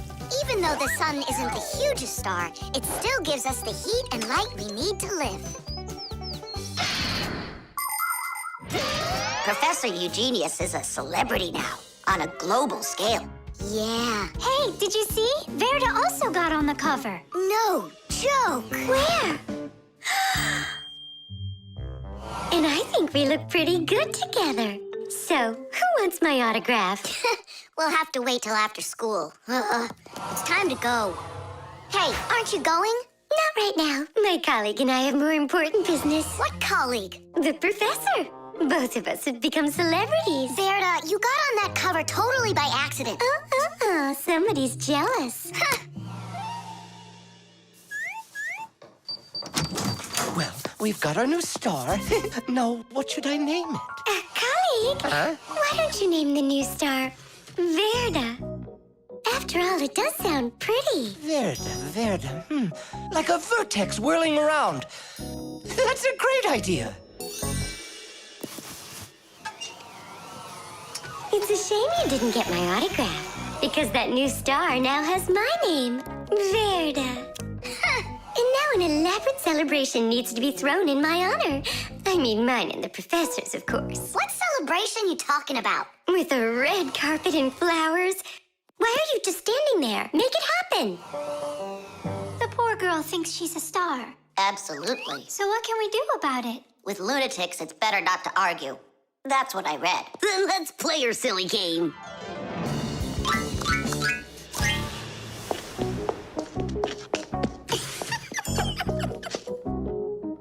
Your Majesty, your red carpet awaits. Then unroll it. And the flowers? Am I supposed to do everything myself? Of course not. Here, Your Highness, your crown. All right, now we're talking. I am a star. She's totally lost it. He's coming. Finally, my dream is reality.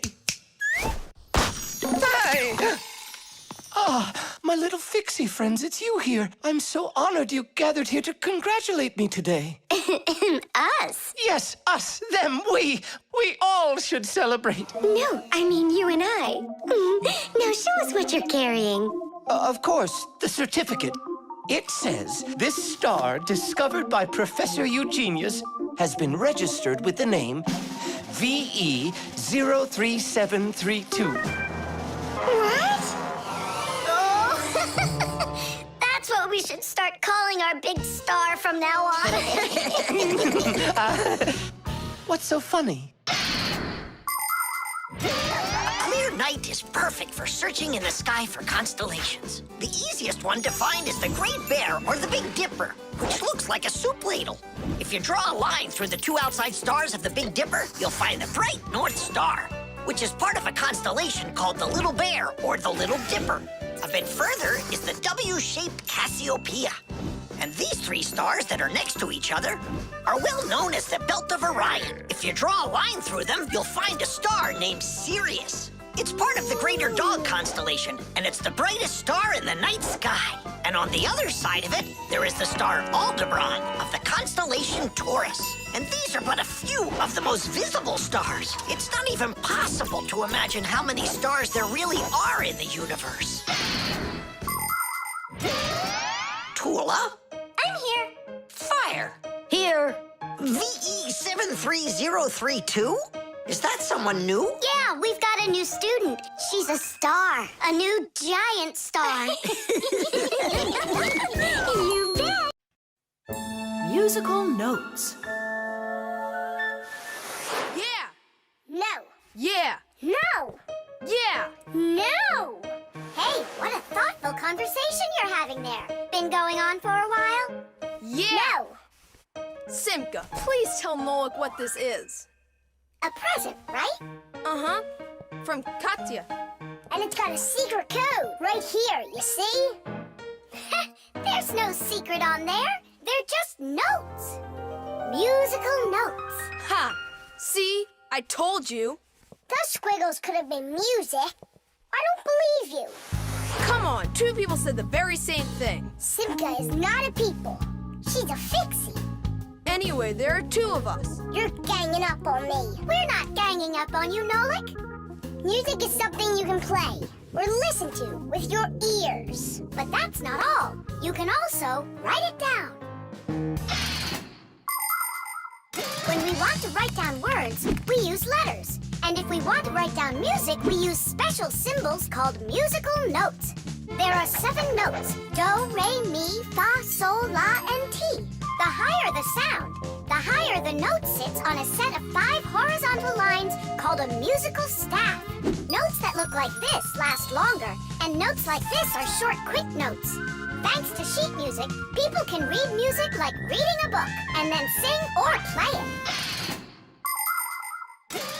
Until I hear you play me what you say is there, I won't believe you. On what? You know that we don't have any instruments. Try using spoons to play it. You think you're being funny? Hey, stop arguing. I know how we can play this song. We can use water. Water? Let me get this straight. Are you trying to play the music, or are you trying to wash it? That's right. Pour it in there, Tom Thomas. Some more. Hear how the sound changes? Uh-huh. Stop. Now, start pouring water in this next glass until you hear the note called T. Stop. You got it. Now pour here? Yeah. We still have one note left. And what do I do if my mom comes home? What do I say I'm doing? That you're learning to play music while you're washing the dishes. That's it. That's the high do. Now we have all the notes we need. Do, re, mi, fa, sol, la, ti, and do. Class. Go on, Tom Thomas, play. How about we all play it together? Musical sounds can be produced in a variety of different ways. Violins and cellos are played with a bow. When the bow is rubbed against the string vibrates like it's shivering, and that produces a beautiful sound. A guitar also has strings, but they make sound when they are plucked. And inside a piano are special hammers that hit the strings when the piano player presses down on the keys. Instruments like trumpets, trombones, flutes, and pipes make sound when air is blown through them. That's why they call them wind instruments. There are even instruments that make sound when they are rubbed by a wet finger. Try wetting your finger and carefully moving it around the rim of a wine glass. With a little bit of practice, you'll hear a lovely sound.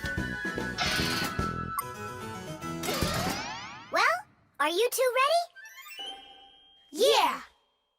Great. All together now.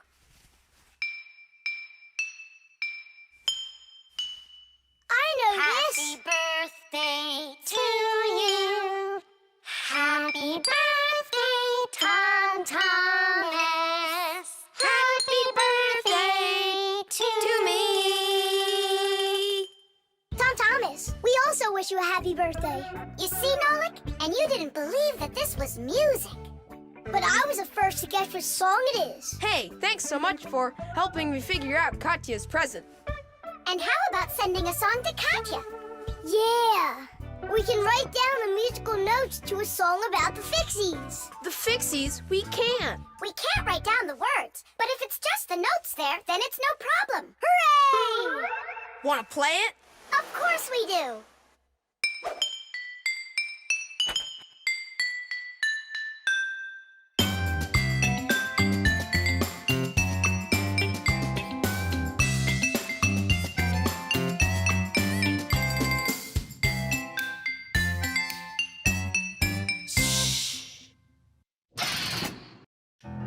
The time machine. Oh, wow! What kind of device is that? Maybe an alarm clock? No, this is a time machine. Beep, beep, beep, beep, beep. Time machines, they don't exist. Whoa! What a shame. I learned that, studied that. Well done, Tula. What did I just bump into? What do you mean, what? Into a time machine. But I thought time machines aren't for real. Of course they are. You get in and take off for the future. Or the past. Splendid. Lots of us would love to be able to travel in a time machine. Maybe to go back in time and fix a bad grade, or to get a peek into the future. Of course it would be interesting, but time travel isn't possible, and thank goodness. Just imagine how mixed up everything could get. Someone brings back a dinosaur from the past, while someone else brings aliens from the future. No one would need to invent anything. Appliances would sit unused, and Fixies would have no work to do. It's awful. So you've got no idea of the answer. I studied this, but I don't remember. Too bad, because tomorrow we've got a hard test. Make sure you're prepared. I'm sure I'm gonna fail. You're gonna pass. You studied all of this, right? So you just need to stop worrying so much, that's all. I wish I could. Poor girl. How can we help her? Hey, I know how. This morning, Tula believed that thing over there is a real time machine. Sounds like an anti-scientific plan. Stop worrying. It's simple. We'll send you to tomorrow. You'll sit down, take the test, and come right back here. I wish I could go. It's like a dress rehearsal. The main thing's not to worry. Then what do I do? You just pull on that wire and you'll get them back. Well, time to go.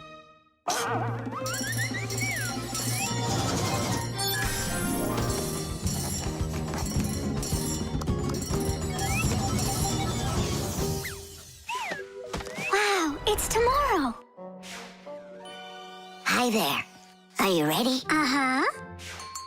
Grandpa's got sick, so I'll be giving you your tests.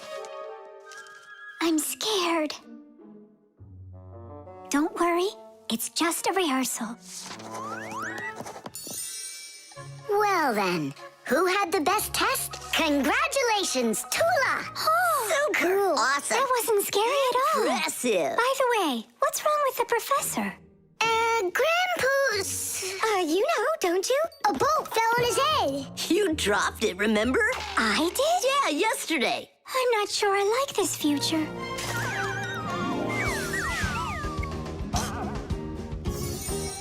Well, how did it go there? Later. But if you meet a fixie, please don't let their secret out. Oh, leave this on until tomorrow. What is this? Come back! No! If I do, I could hurt you. Me? What for? Wouldn't it be incredible to travel into the future and see what you will become?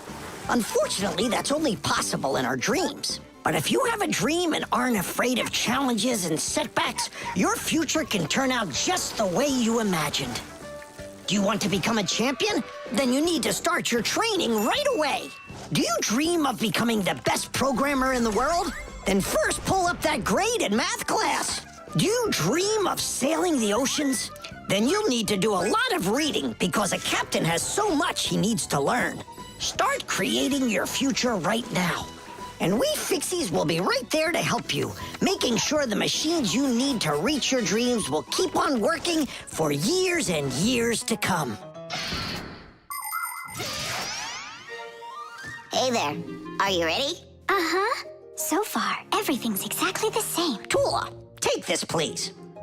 It worked. And pass out the tests. You may begin. These questions are different. Who had the best test? Congratulations, Tula! What am I worried about? I know everything is going to be fine. Tish! Well then, all of your test results are great. Only none of you could guess what this device is. What do you mean? Isn't it a time machine? No, it's for automatically watering plants, that's all. You see?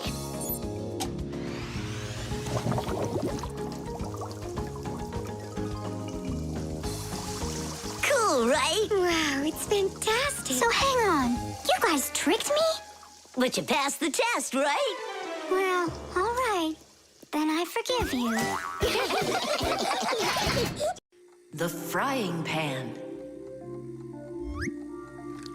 Woohoo! Can you do this? Easy! How about this? And voila! I could be on skates and still do it. If I was on skates, I could jump 10 times in a row. Well, I could do 100 with my eyes shut. Then let's see 'em. There's no skating rink. There will be. What will there be? A skating rink. Where? In the frying pan. Uh-oh. All right, my bragging buddies, go get your skates. Fixies love playing sports. You might find Fixie adults working out with weights, or maybe working on a gymnastics routine. Fixie kids love having fixie board contests or taking part in parkour competitions where they have to run, jump, and hop over all sorts of obstacles. These kinds of competitions usually take place inside of sophisticated appliances. Orienteering is held inside these appliances too. That's when Fixies use a map to follow a complicated route. And the route is quite exact. You can't make one wrong turn. But the Fixies' favorite game has got to be hide and seek. Nobody can compete with them in this game. You don't believe me? Watch.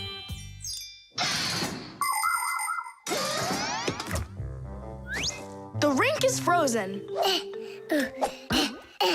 So, who's first? Nolik, come on.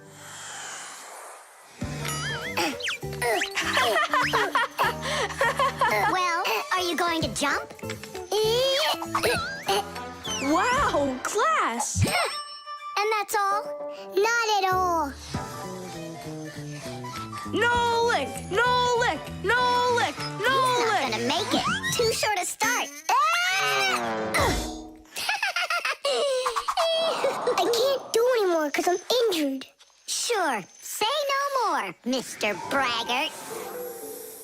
Then it's your turn, Simka. Now watch and see how it's done. La la la la la la la la. Oh, wow. Nolik, you never had a chance. La la la la la la la la.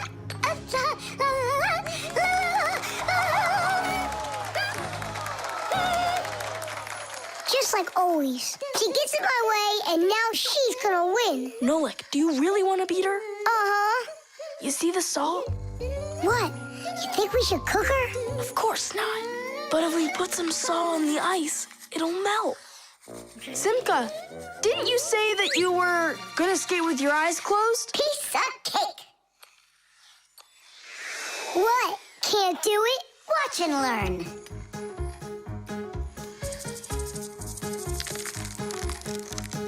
One.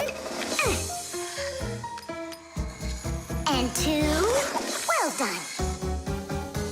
And three.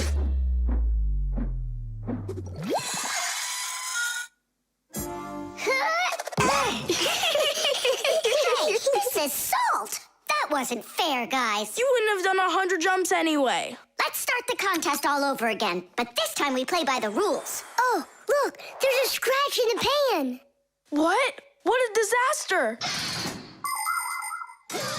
You can cook just about anything in a frying pan. Meat, fish, vegetables.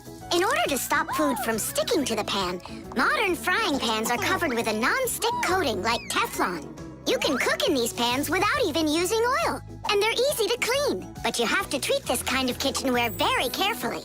It's better not to use metal spatulas or forks that can scratch it, because you shouldn't cook food in a pan that has scratches on it. It can be really dangerous for your health.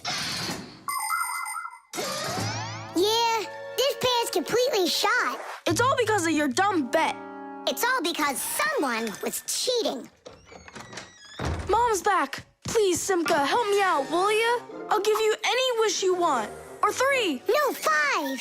5? I can help you. If you guys jump up and down 100 times on one leg. We could do 200. Tom Thomas, what do you say we make those crepes?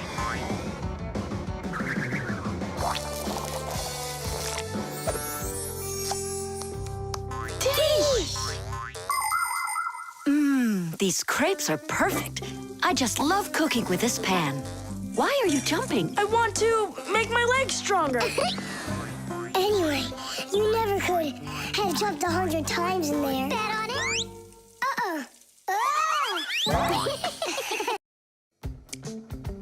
Water. Hi, I'm all ready. Nolik? He's gonna stay home like we agreed. Uh-huh, see you soon. Who's that? Nolik, it's you. I gotta go. I'll go with you. No, we've got an important job. Little kids aren't allowed. Why can't I help you? Because this work is very demanding. Only it's boring. And you're impatient, so you'll bother us. Huh? But I am patientest. Patient some? I mean patient. Like totally patient. Prove it then. How? water filter. You have to count how many glasses of water it cleans. How many do I need to count? If you can reach 100, I'll believe you're patient. Why do they need that filter? Why not just drink water out of the sink? Don't worry about it. You need to be counting. That was 1.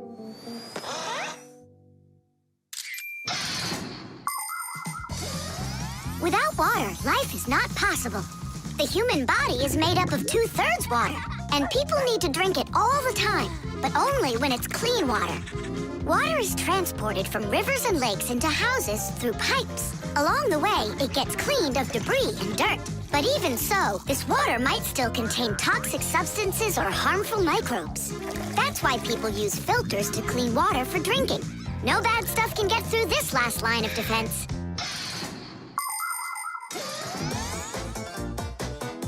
2. 10. Ha!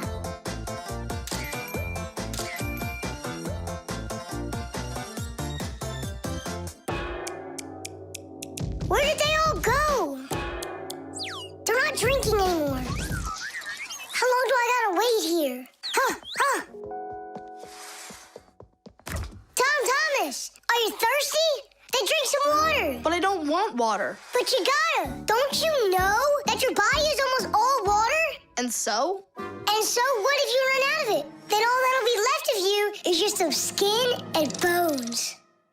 Oh, that's what my mom is always saying, that I'm skin and bones. There you go. That's why you need to drink water. Drink some more. And some more. Come on. That's all. I ran out of room. You have to have plenty of room left. Why do you care about how much water I'm drinking? Because I gotta count how much water's going through the filter. I really gotta. Yeah, and what? It's gotta go through me for you to count it? I'm totally full. What am I supposed to do? I've been waiting here in the kitchen all day, but nobody's drinking. What's going on? The filter is broken. You gotta call Simka right away. 415, 416, 417, 418, 419. Simka, it's an emergency! What? The filter's burning! You're really funny, Nolik. Simka, he's not joking. Something's going on over there. We gotta hurry.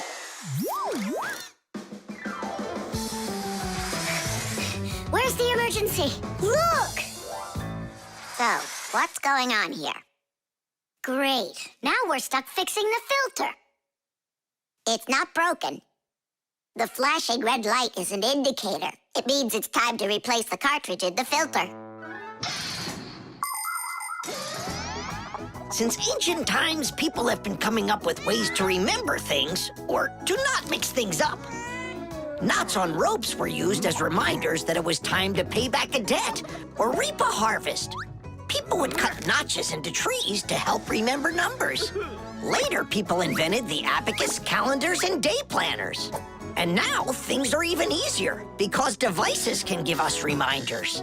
Alarm clocks help people get up on time. A loud oven timer can save a pie from burning. The green light of an indicator shows that a device is turned on and ready to be used. A red light shows the opposite. Today's smart appliances can tell their owners what they need to do. Without them, humans can be so absent-minded.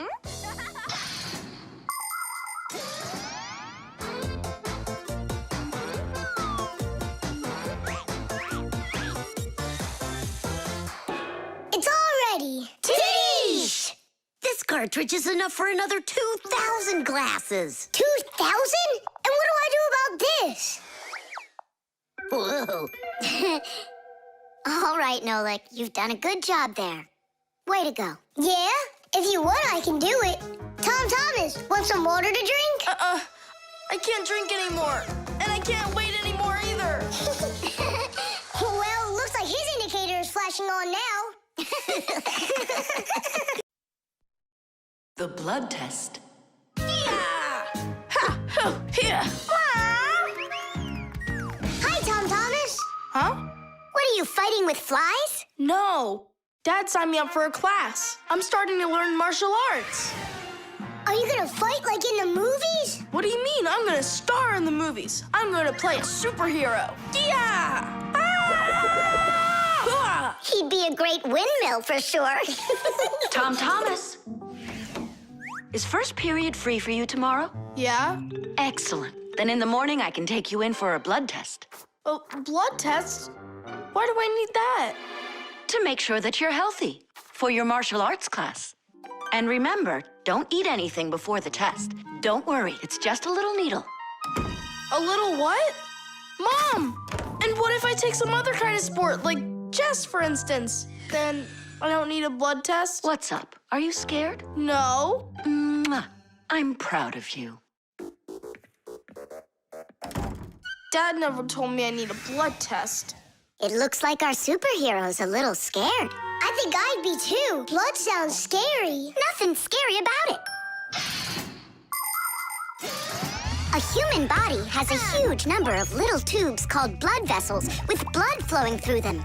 The blood carries oxygen and nutrients to the cells, takes away carbon dioxide from them, and protects them from harmful microbes. To be sure if you're healthy or not, it's often necessary to have a blood test. The most accurate results come from blood that is taken from a vein. The sample is analyzed to see if everything is all right, and if not, the doctor will prescribe a treatment.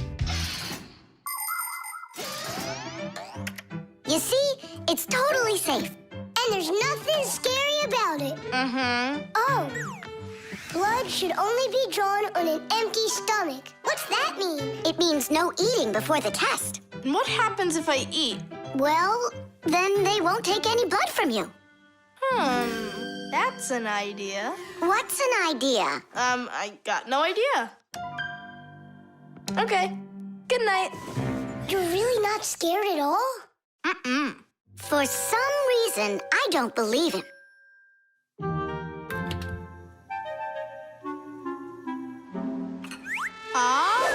Huh? Hey, what's going on? You're not allowed to eat. Give it back. Oh, my mom's coming. Oh. Tom Thomas, did you forget? You're not allowed to eat now. Do I have to have this test? Go on. Go get yourself ready.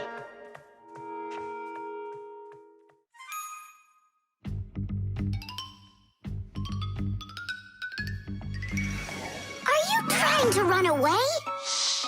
I thought you wanted to be a superhero. You're being nothing but a coward. I'm not a coward. You are. I'm not. You're acting like one. Anyhow, I'm not going there. Don't even think about it.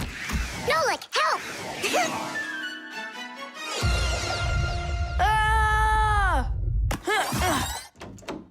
Ready to go? All right, Tom Thomas, get up. It's time. Well, thanks a lot. And from now on, we're not friends.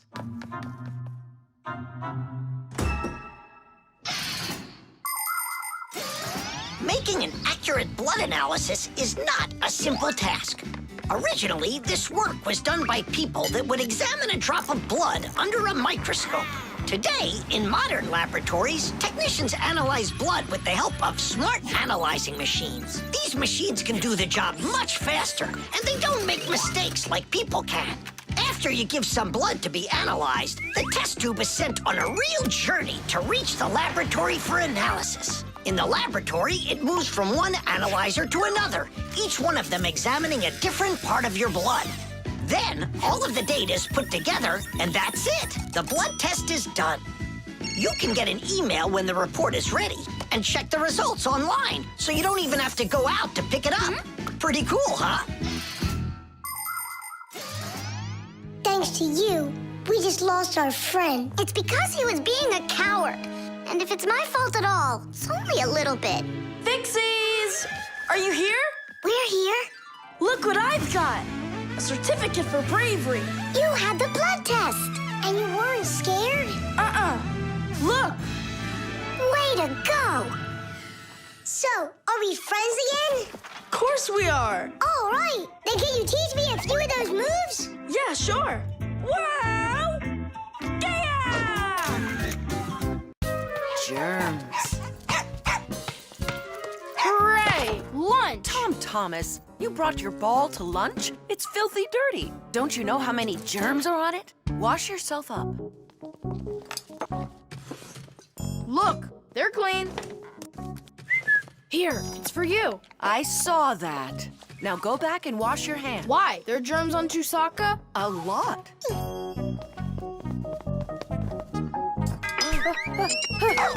Come on, give it back.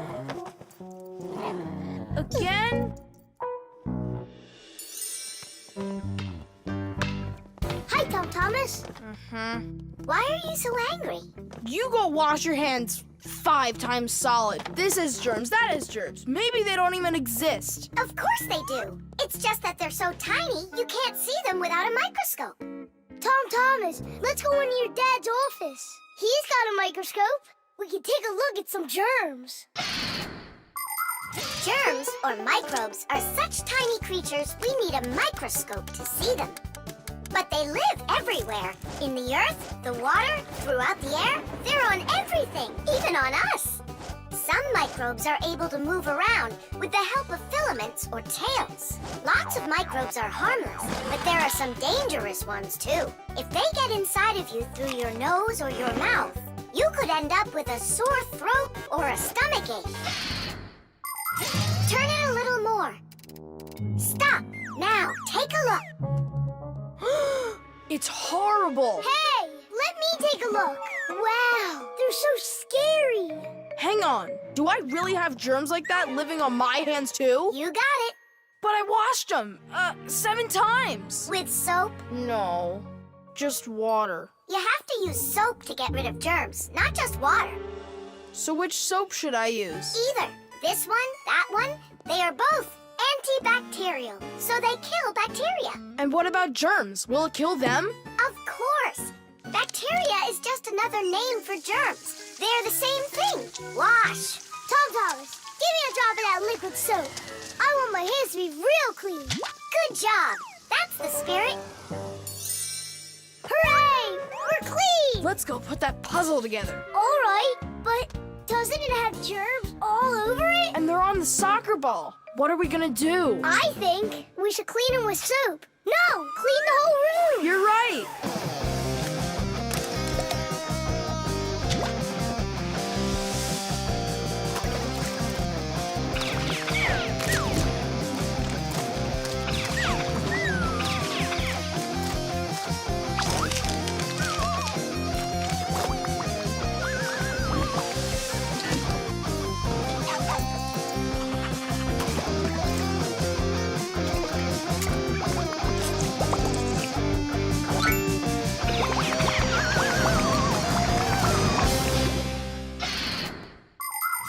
We are surrounded by millions of invisible microbes, including those that can cause an illness. But there is no need to be afraid of them if you follow these simple rules.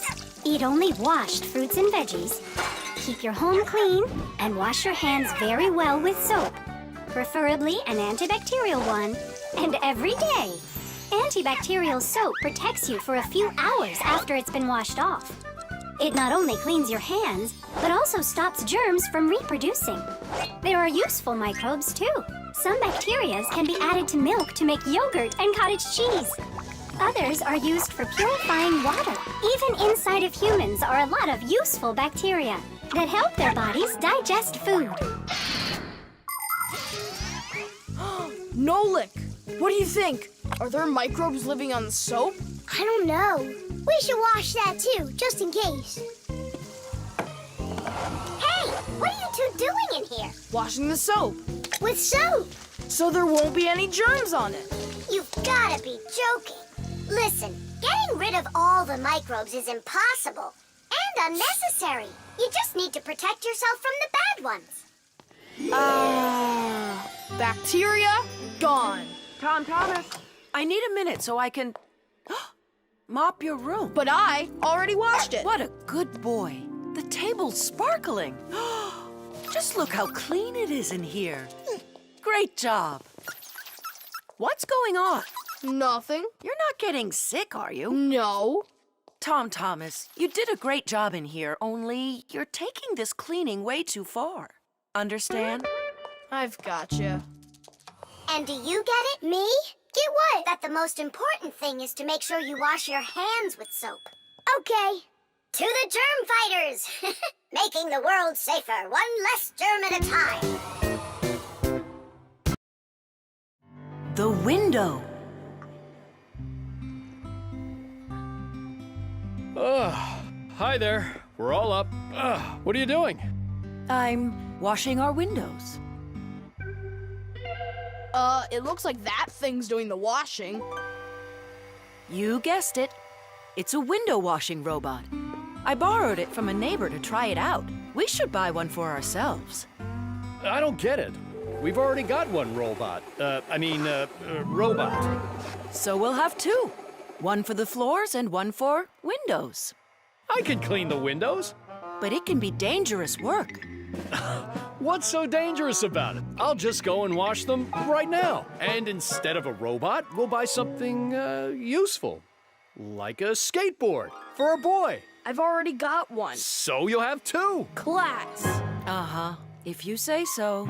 There just so happens to be a dirty window in your office. Let's see how you do with that one. Consider it done. Mm-hmm. And we'll clean the tiles with the robot. A window is much more than just a hole in the wall. Windows provide houses with light, ventilation, and views to the world outside. Modern windows are made with several layers of glass. Between each layer is a space that's filled with air. The air works as insulation to keep heat from escaping outside. Do you know how to tell how many layers of glass your window has? Just shine a flashlight at it. The number of reflections tells you the number of layers.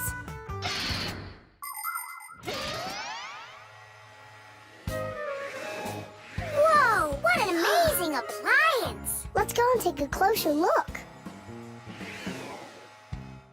You'll really buy me a new skateboard, Dad? That's what I said. But first, I've got a window to wipe. All right, robot, we'll show ya. Tom Thomas, Dad can show him himself. We really live on a super high floor. Yeah, but the robot isn't afraid of heights. I'll start from this corner. It'll take you forever that way. Admit it, the robot works better. We won't. We're gonna win this thing. Hey, what is he doing? I'm not sure.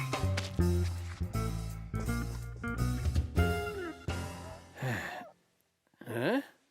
Mom! The robot made such a mess in there. It's impossible. Look. Good joke. Just wait.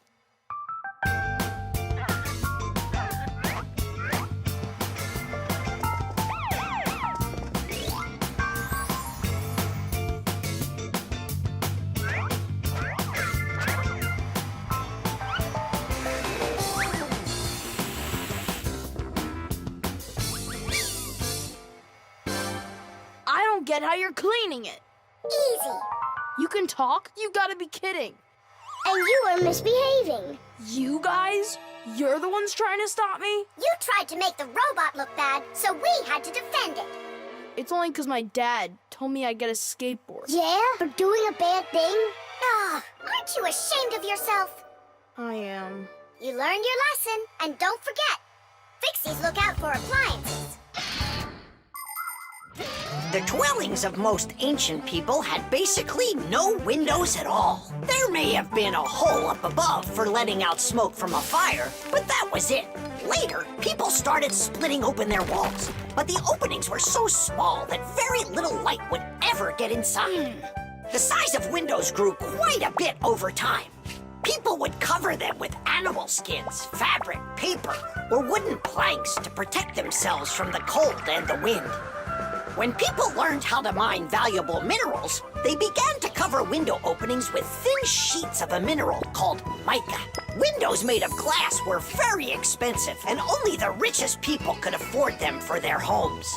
But today, it's hard to imagine a window anywhere not covered in glass. Everything's washed. And what about the outside? Forget it. I I quit. Would you wash the back with the robot? Yeah, consider it done.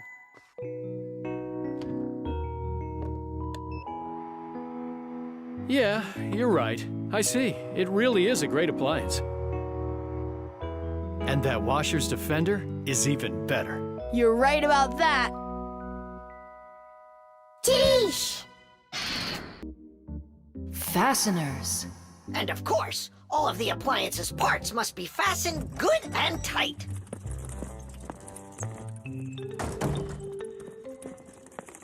What are you doing, colleague? Today, Elisa is returning from her vacation. And so, I decided before she gets back, I'll clean up the laboratory. Quite a noble initiative. Now, where was I? You were saying all parts have to be fastened. You're right. And what kinds of fasteners can you name? Fire? A screw? Mm-hmm. And what else? Another screw? That would make a total of 2 screws altogether. Simka? To fasten wood or plastic parts together, you can use nails. Nails are hammered in with a hammer. In metal or stone, you need to first drill holes for the screws. To help a screw hold better, it can be inserted into a special fastener called an anchor or wall plug. The difference between a machine screw and a wood screw is that wood screws have pointy ends. Machine screws go into holes that already have a thread, or into a nut. And what if there aren't any screws or nails around? Well, then a fixie can turn himself into a screw and screw himself in, like this. Masterfully done. Fire, think you can do it? Of course. Yeah! Nolik? Is it okay if I won't go? What do you mean you won't go? Wait, I started on the wrong foot. No, I guess it was the right one. Don't be scared. You've done this 1,000 times. Uh-huh. You're right. You had to make sure the appliance was turned off first. Yeah, I should have. This time it's not going to happen to you. It's all under control. Go on.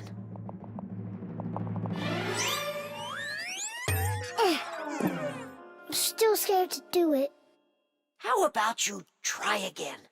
And who came up with this dumb screw idea? According to legend, the screw was invented in ancient times by the great Archimedes. Using his screw-tight mechanism, Archimedes built a special machine for getting water out of a canal. In ancient Rome, people used wooden screws in presses to squeeze the olive oil out of olives. Screws were also used as parts of drills or as lifting jacks. But the use of screws as fasteners did not begin until the 15th century. Soon thereafter, screws became so popular that today it's almost impossible to find an appliance made without one. And if one of these little screws should fall out, we Fixies will come to the rescue. Because we don't just turn into screws when we need to hide from humans. We're always ready to do it when help is needed. Nolik, let's try it together. Don't be scared. We're here with you. Ready?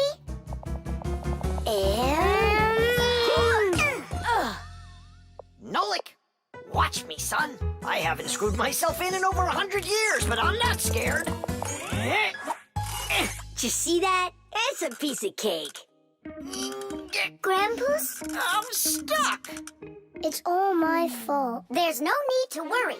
Professor Eugenius, can you help us unscrew Grandpa's? I'll be right with you. It got a bit rusty. It's probably old age. I know what will help. A drop of oil.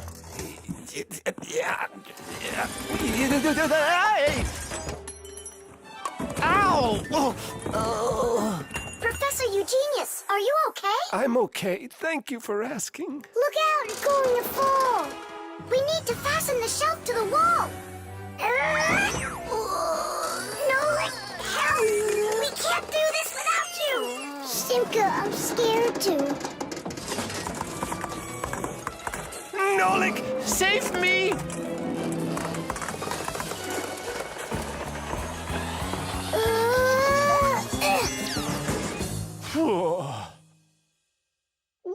going on out there? No big deal, colleague. I just got a little bit buried. Will anyone unscrew me? I wish I could. And we're holding up the shelf.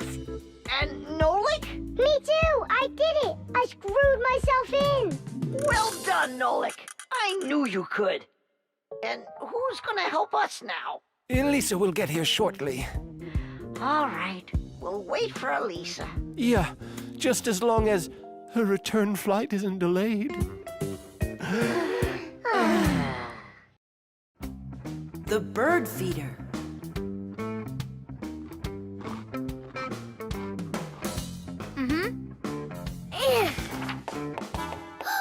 Did you hear that? What? Oh, again. Outside the window. There. Huh, a little bird. He's beautiful. Uh-huh, only he looks sad. Just wait till he sees what I'm gonna do.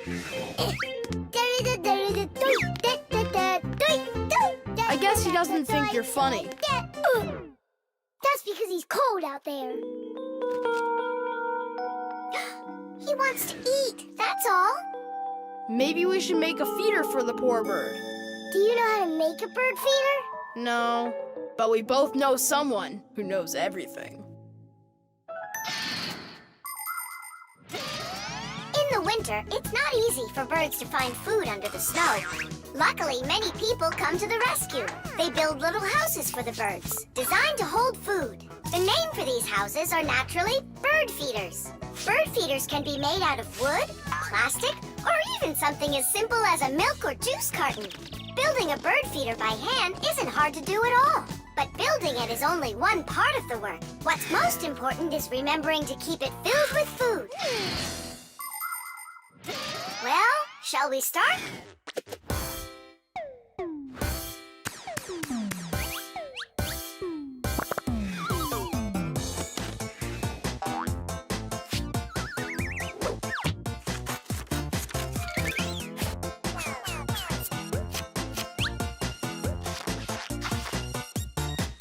The bird feeder is ready! And what are we gonna put in it? I got an idea.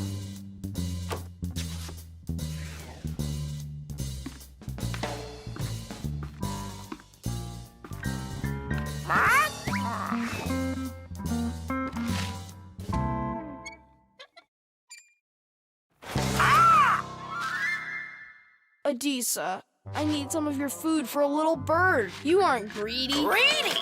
Greedy! Greedy! I didn't know Adisa is greedy. Adisa's greedy! You need to learn how to share. Adisa's greedy! What, like there's not enough food? Not enough food! Not enough food! Not enough food! Not enough! Wow! Now there's 2 of them out there.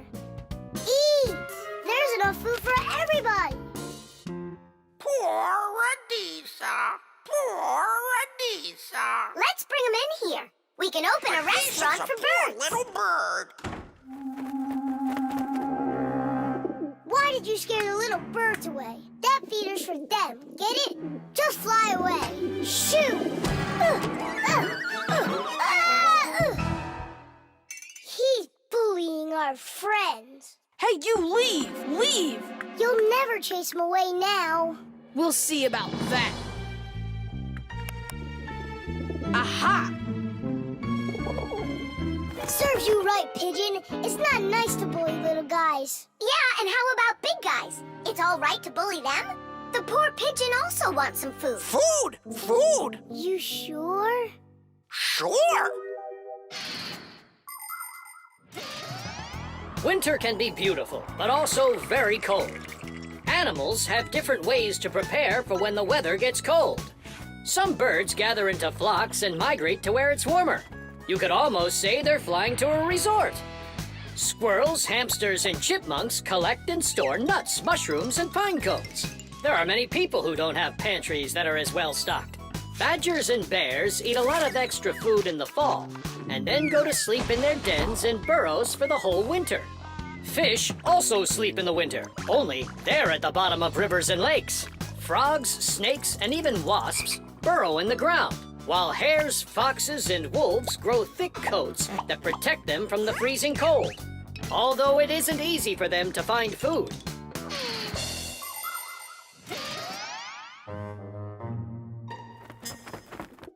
So that will be your feeder, and that new one will be for the little birds.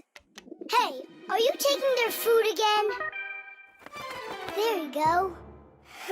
But those little birds, they'll probably never come back here. Look, Nolik! They came back!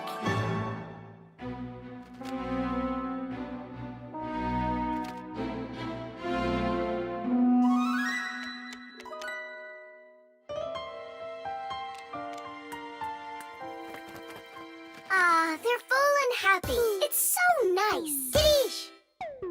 Tadish!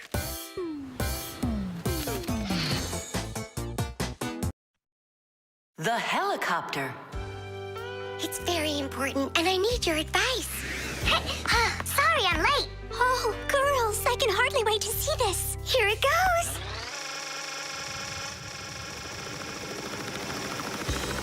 Hey there! Where did you get a helicopter? Professor Eugenius threw it away, but we fixed it. Come fly with us. Hop in. There's no way. We're busy. Doing what? Something important. Go find somewhere else to fly. You got it. No problem. Now back to our job.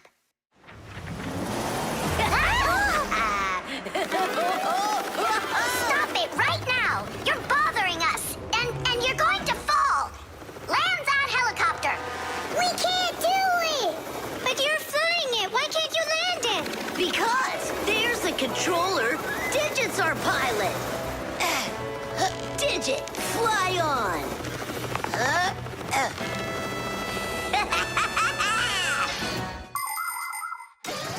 Helicopters fly with the help of propellers. The biggest one is called the main rotor blade. When the engine turns it, the rotor pushes the air with such a powerful force that it lifts the helicopter up off the ground. Of course, helicopters can't fly as fast as airplanes, but they have the ability to easily land on a small patch of ground. And unlike airplanes, helicopters can hover in the air for a long time and even fly backwards. Digit, turn us to the left. No! Turn right! And higher! Digit, Fire and Nolik are being dopey, but you're smart enough to know it's dangerous. Just land it. Hang on. This is one amazing rotor-driven machine. Leonardo da Vinci himself had a design for one, and now look who's controlling it. It really is impressive. You're a total ace on that controller. And so smart. And brave. The girls really like boys like that. That's how I roll. Sure, yeah, you're great. Now land it. Digit! Oh! Ah! The wall! Nolik, don't panic. We're gonna have to jump. Whoa! What about me?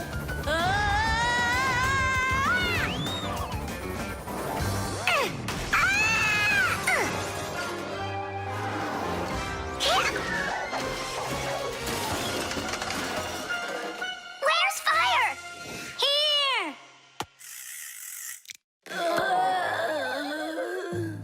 You could have crashed.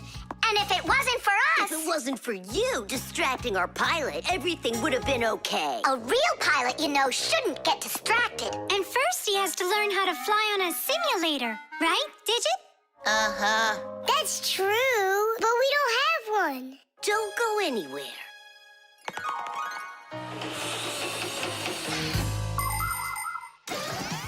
Airplanes, helicopters, trains, and even cars are complicated machines that can be a challenge to navigate. And if you don't watch what you're doing, you can easily end up having an accident. That's why future pilots, train operators, and drivers all take comprehensive training classes that include learning how to fly a plane or drive a train using simulators. This, for instance, is an exact copy of a cockpit, only without wings and with screens for windows. You pull the controller, and the cabin moves the way it would if you were actually taking off. And on the screens, the Earth is racing under the clouds. It takes your breath away. Commercial pilots are required to take part in many simulations like this before they're allowed to pilot a real airplane. Our pilot simulator is ready to go. Oh, wow! And I'll be the first one to try it. Here we go. Kids. Right, Digit? I'm only going over there just to take a look. You know how those two can behave.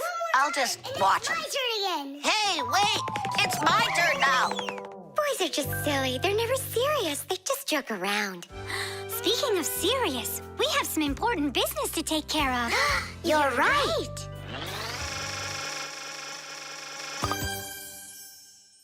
I can't figure out where I should put them.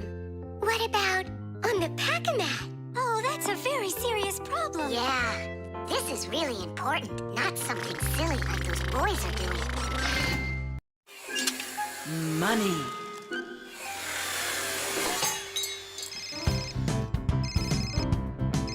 Hello? Uh-huh. Fire, can you help me, please? Sorry, Verda. I need to go to, the warehouse right away. But I helped you yesterday, didn't I? Well, I helped you the day before that. Yeah, well, what about last week? I helped you 3 times, remember? Well, You helped one another when it was time to. I don't see why you have to count. Of course not, Tula. You ask for the most help from all of us. I do not, Verda. Look how Elisa helps Professor Eugenius. And she doesn't argue with him. Of course not. She's in love with the professor. Actually, it's her job. And for helping the professor, she gets money. Money. That's a smart idea. Money constantly moves from one hand to another. A person does his job at work, and in exchange, he gets money for it. He can use the money to buy things he wants, like clothing or food. Or he can pay somebody else for their work, like getting a ride from a taxi driver, a haircut from a hairdresser, or a computer repaired by a technician. All people take part in this circulation of money. But unlike people, Fixies don't use any money. We do just fine without it.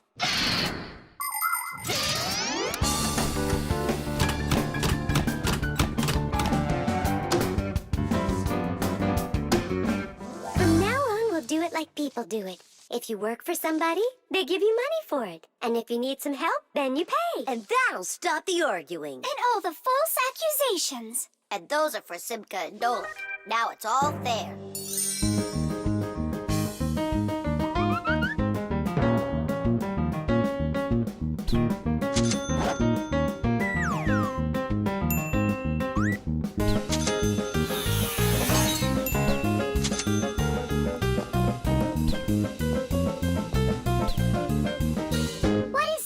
Money. What are we supposed to do with it? You don't know? You pay for someone to help you.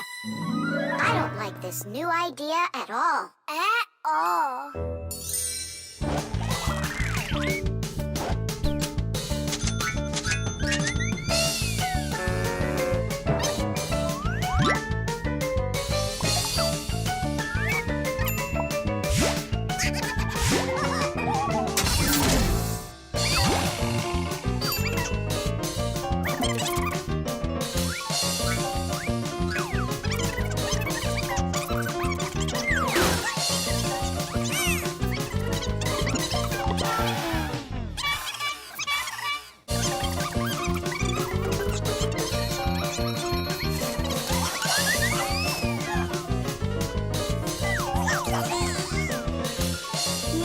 Give them our money, so they'll stop arguing. I've got a cooler idea. Hey, who needs money around here? 'Cause we've got it.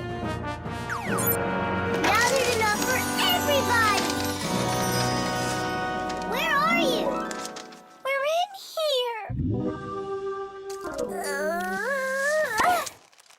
This is all your fault, Fire. And your fault. No, it's the money. That's whose fault it is.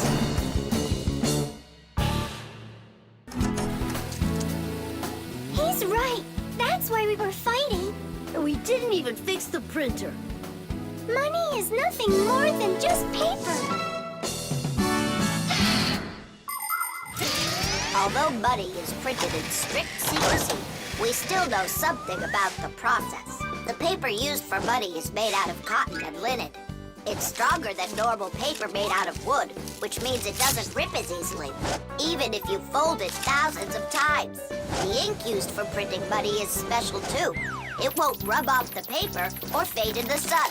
And that's not all. The ink has secret additives that can only be seen if you look at the money under a special light. This helps protect people from fake money.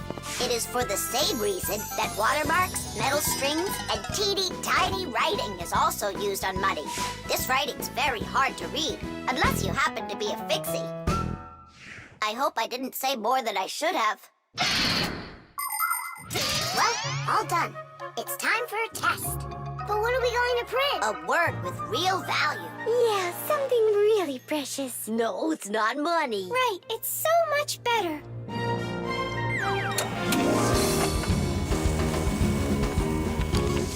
Friendship! Teach! The movie. He fakes left. He shoots. Ha! Class! And can you do it backwards? Yeah, sure.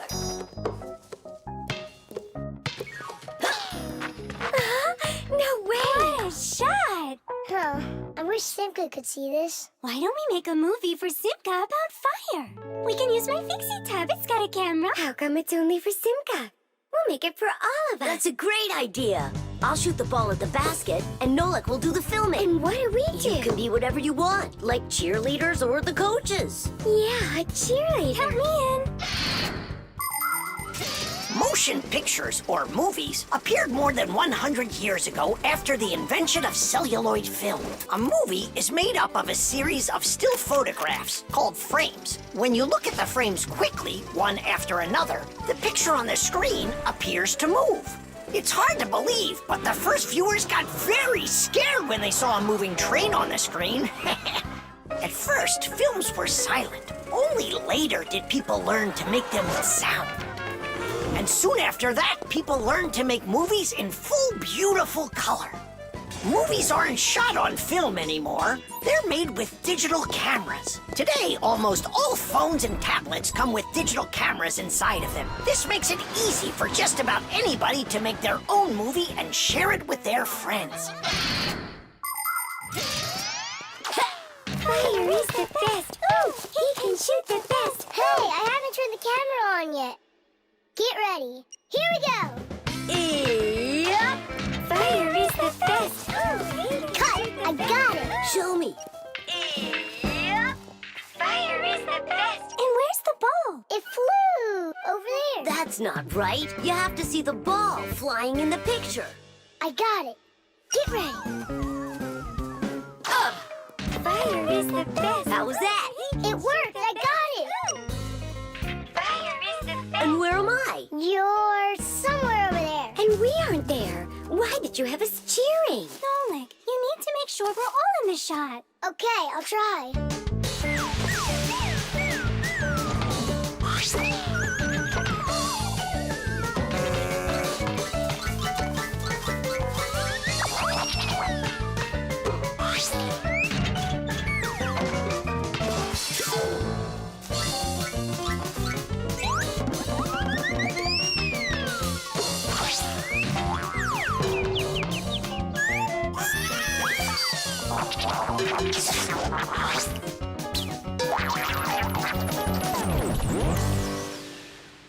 How about I shoot the ball and Fire films it? No, Nolik. It's better if Fire takes the shots and you do the filming. Fire can't even hit the basket. You try to hit the basket when everybody's bothering you.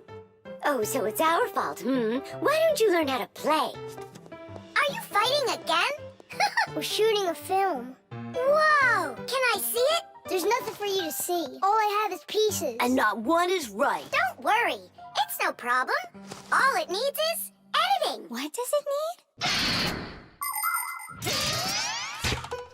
Movies are not usually shot all at once, just a piece at a time. And each of these pieces can be shot several times with the camera in different places. Then there's plenty to choose from. After you're done shooting, you can take all of the best shots and put them one after another to make your movie. This process is called editing.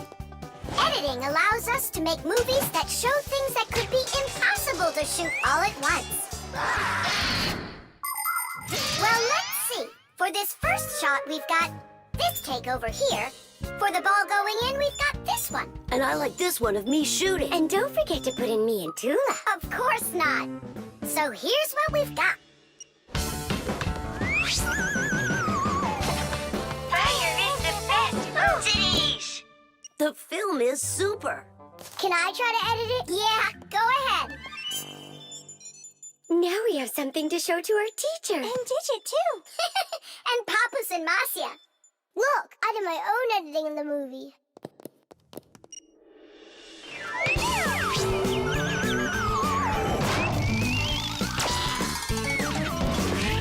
What was that? That's not true. It is so. With editing, it's just not fair, Nolik. Fire was able to put it in 100 times without any editing. You sure didn't. Hey, guys, don't fight.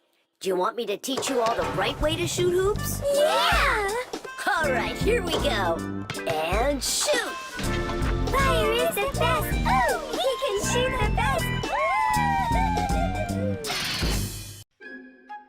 The coffee maker. Tadish! Hi there, Tom Thomas. Are you ready for school? Uh-huh. And you? I'm helping Masya today for school. 3 more patients?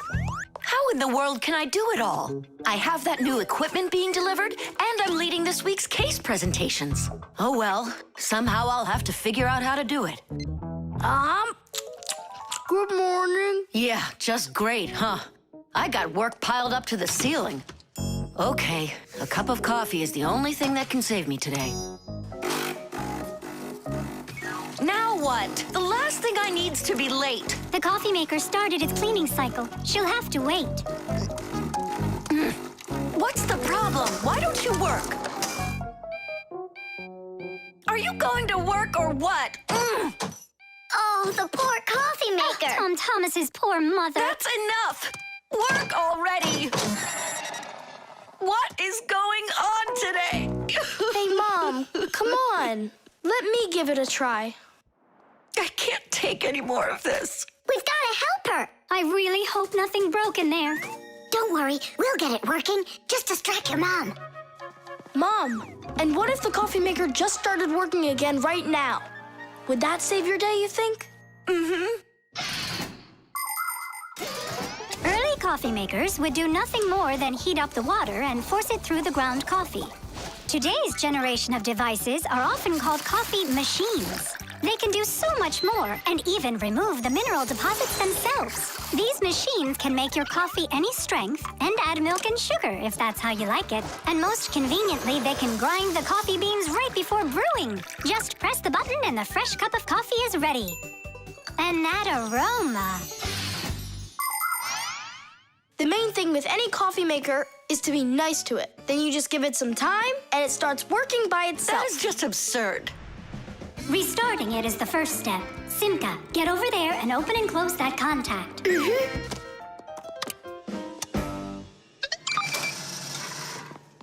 You see? That's what I was talking about. A coffee maker isn't alive. It's a machine, that's all. Then how come you hit it like you did? But if you're really nice to it and you pet it, then she'll purr. Hear that? It liked that a lot. Coffee maker, blink to us when you're ready to start working. Turn on the display. See that? It answered us. It behaves like it's really alive. Well, coffee maker, make coffee. It's impossible. Tish! Time for a little surprise. Just don't give up our secret. You fixed it somehow. What's your secret? It's simple. If you handle appliances with care, then they'll take care of you.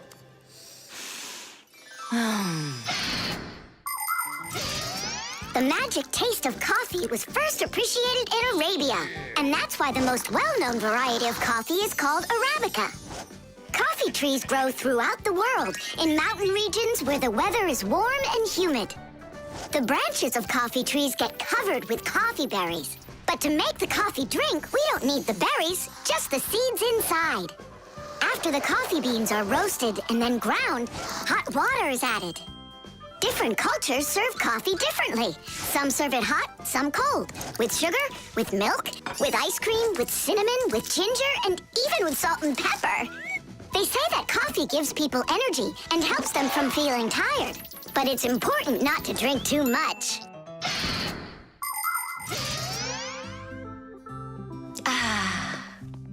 Tom Thomas, you're a powerful wizard. She believes it. It's remarkable. I can't believe an ordinary coffee maker can be so emotional. Poor thing. Forgive me, huh? And that's not all. If you take care of your coffee maker and you're nice to it, it can even sing a song. Oh, my dear Augustine, Augustine.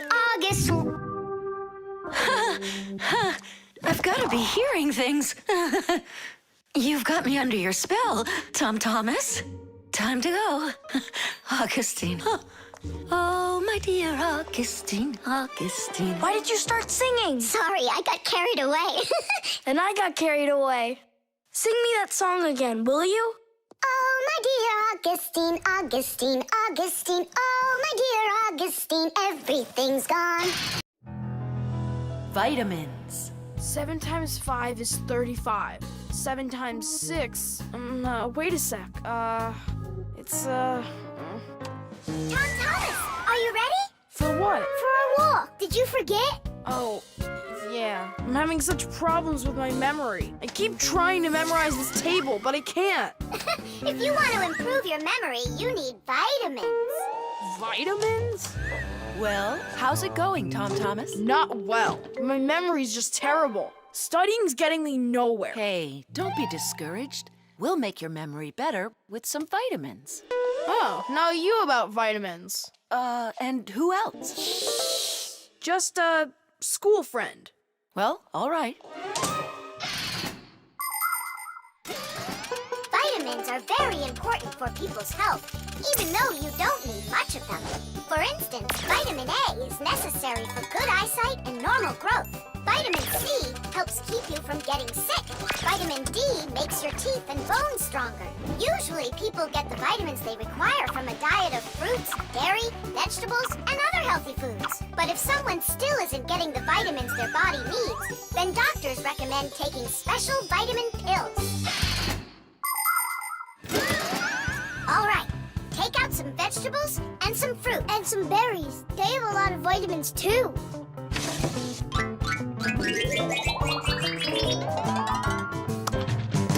Forget about it. We're strengthening your memory with vitamins. And you'll study the multiplication table at the same time. All right, then. There are 3 cherries in each pile. Tom Thomas eats 5 piles. Go on, eat. So, here's the question. How many cherries did Tom Thomas eat altogether? I don't know. What'd you say? I said I don't know. Try counting those pits, then.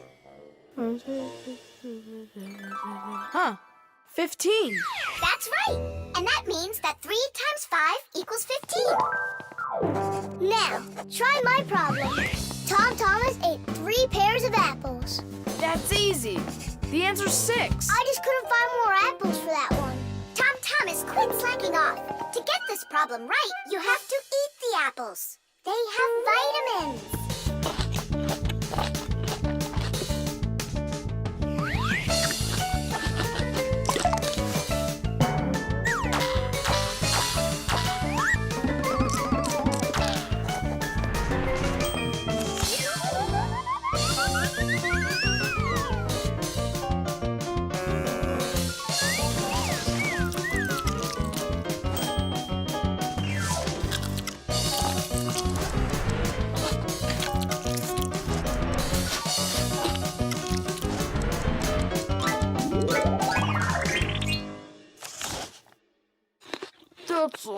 I can't eat anymore. Keep eating. They have vitamins. Anyhow, we don't have enough carrots for me to learn how to multiply by 9. All right, then. I'll help you. To multiply 2 by 3, all you need to do is just add 3 2's together. It's much harder to multiply a number by 9. That takes too much time to add. That's why at schools they want you to memorize the table. But there's a simple way to multiply by 9 without the table or a calculator. Let's say you need to multiply the number 3 by 9. Put your hands face up in front of you. Now, find the third finger from the left and bend it down. So what do we see? There are 2 fingers to the left of the bent finger and 7 fingers to the right. 2 and 7 means that the answer is 27. You got it? Great! Let's do another problem. What is 7 times 9? Here are 6 fingers, and here are 3. That's right! The answer's 63. Thomas, did you eat all of that? But you're the one that told me you need to eat vitamins. That's why I got these vitamins for you. That little? What do you mean, little? There's enough in this bottle for a month. Go ahead, try one. They're very good for you. They taste good, too. Right. Better than an onion. Or a radish. Can I have another one? No, that's enough. You shouldn't take more than 1 vitamin every day. I remember where I saw this. I saw the same kind of bottle with a green lid over at Katya's. Speaking of memory, let's check your multiplication table. Let's say that you and Katya are each taking 1 vitamin a day. So, how many have you eaten after 9 days? The answer's 18. Well done. It's getting better. Vitamins really work.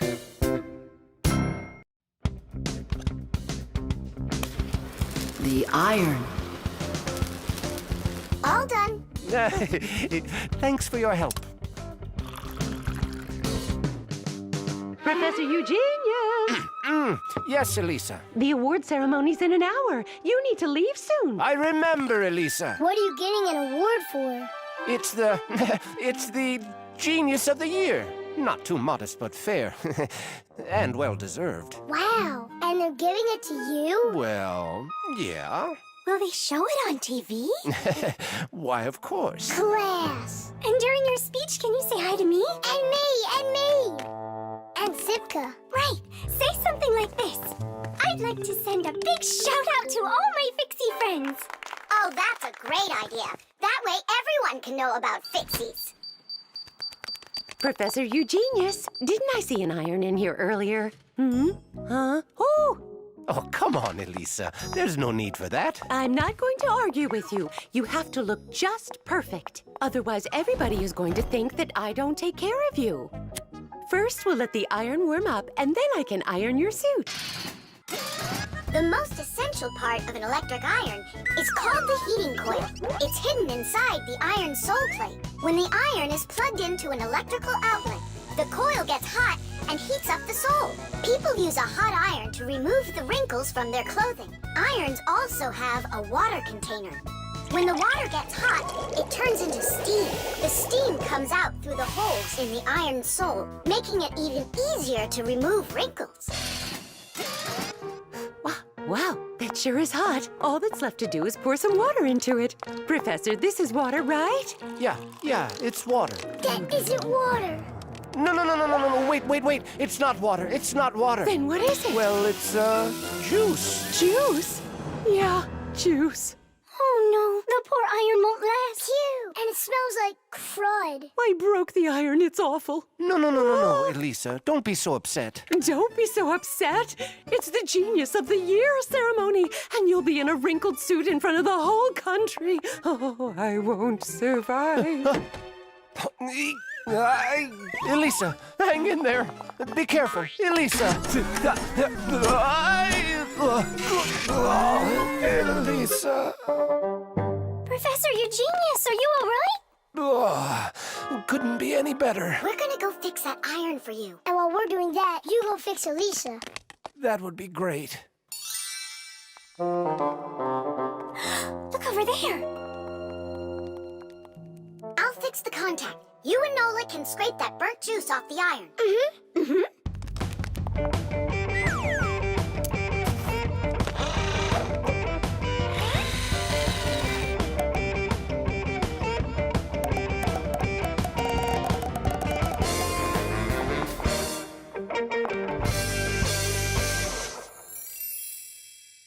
Elisa, Elisa, please wake up.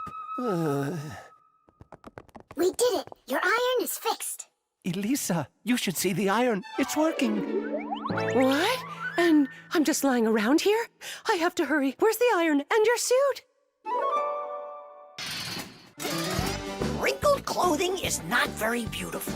And that's why, since ancient times, people have been trying to find different ways to get rid of wrinkles. For example, long ago, people would put their wrinkled clothing under a heavy, flat rock. In ancient Rome, people used to beat their crinkled garments with a metal hammer.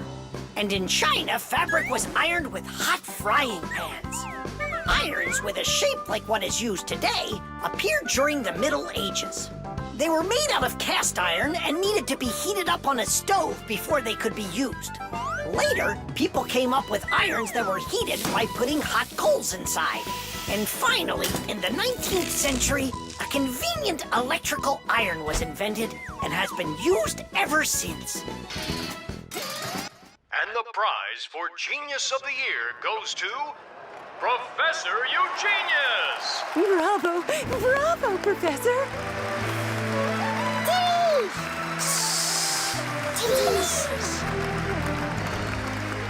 I thank you. I give my sincerest thanks to you. And may I take this opportunity to send my greetings to to all the Fixists. Just give me the prize. Oh, that was quick thinking. Brilliant! He is just astounding. Perfection from head to toe. Well, practically perfect. The spider. Chewsocka, Chewsocka. Tom Thomas, what are you doing? I'm petting Chewsocka. How come? 'Cause it makes her feel good. Just don't rub her fur off. You're just jealous, guys, 'cause you don't have any pets of your own. What do you mean? We've got a pet. Yoo-hoo, Buggy! Buggy! She was in the vent the last time I saw her.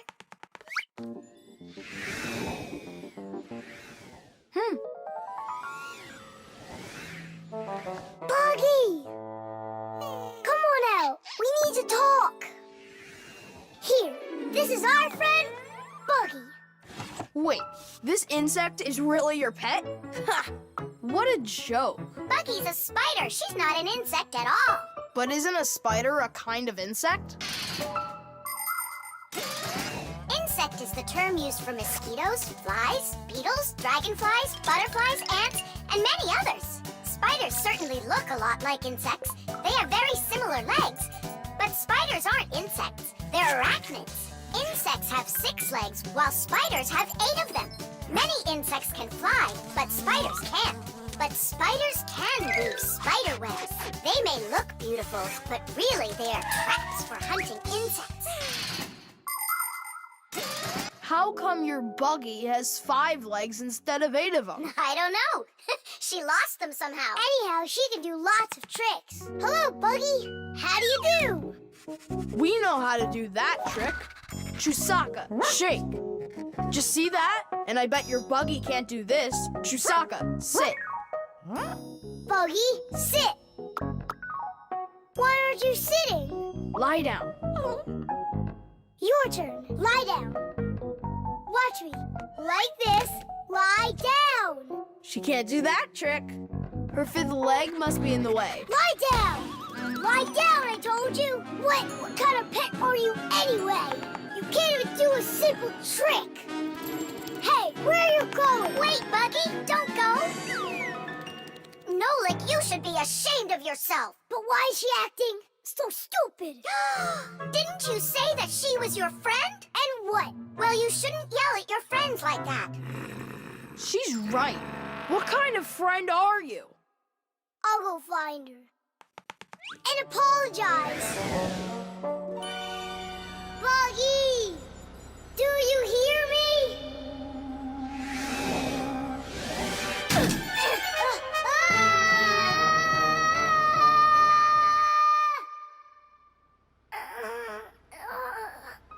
Where am I?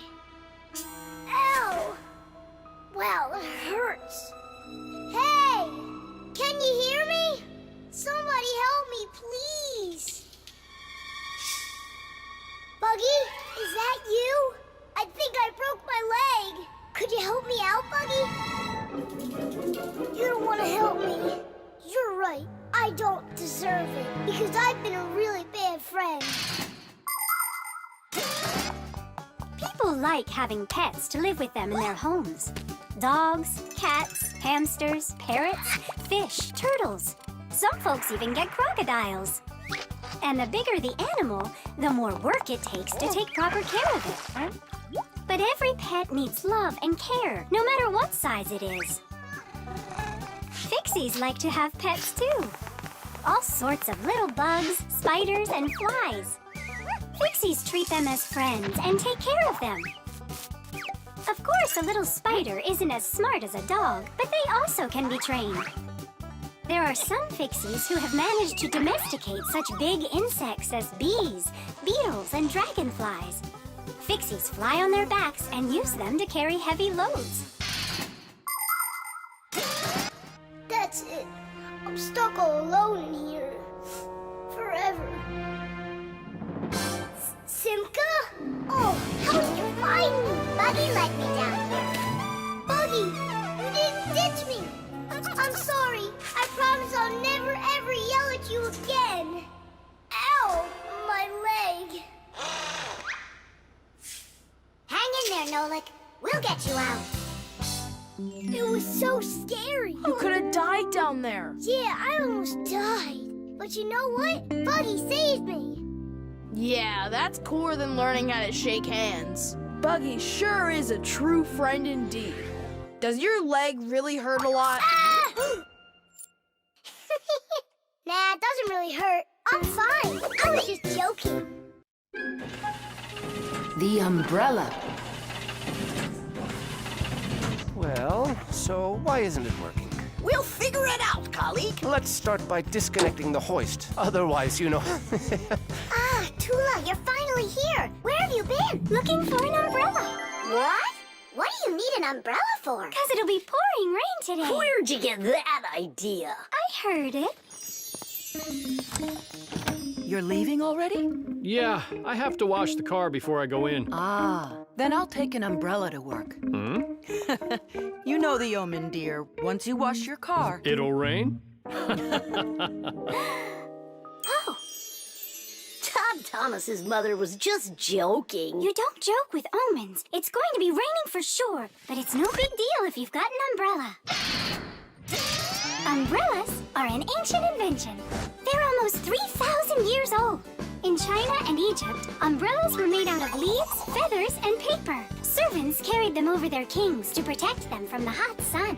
When umbrellas became fashionable in Europe, people started using them as cover from rain. The most convenient are folding umbrellas. Their design is simple. The edge of the fabric is attached to ribs. When you open an umbrella, the ribs spread out in all directions and stretch the fabric over your head. Automatic umbrellas can open very quickly. Just press the button and it pops right open, keeping your clothes dry as if there was no rain at all. An unopened umbrella can be used as a cane. And if the umbrella's handle is also collapsible, then it can be stored in a bag when it isn't needed. Well, the contacts are normal. And all of the wires are in place. Then what's the problem? I don't know. We're gonna have to test it. Tula, put away your umbrella. But the omen calls for rain. Ah, one omen doesn't count. Manipulator, get me a screwdriver. Understood. Executing. Oh, the manipulator's joints are creaking. See? That's an omen of rain, too. It's an omen that it's time for a little oil. Want to help me? Just a sec. I'll help you.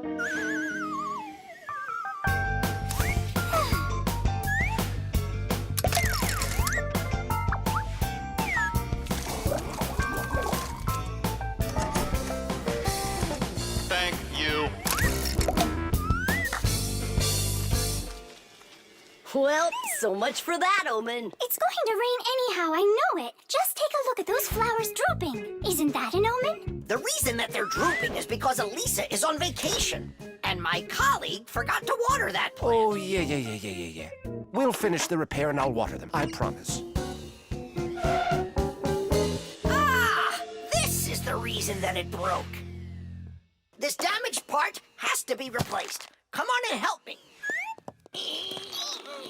I'll get a replacement from the warehouse. Fire's flying low, isn't he? And what? When birds start flying really low to the ground. Fire isn't a bird. But he's flying low, didn't you see? Tool, give me a sledgehammer, would you? And put away the umbrella already. Look, there isn't a cloud in the sky. That's because it's morning. You have to know this, Owen. When there's no clouds in the morning, then in the afternoon, it's sure to... We're standing inside with a roof over our head. It can't rain.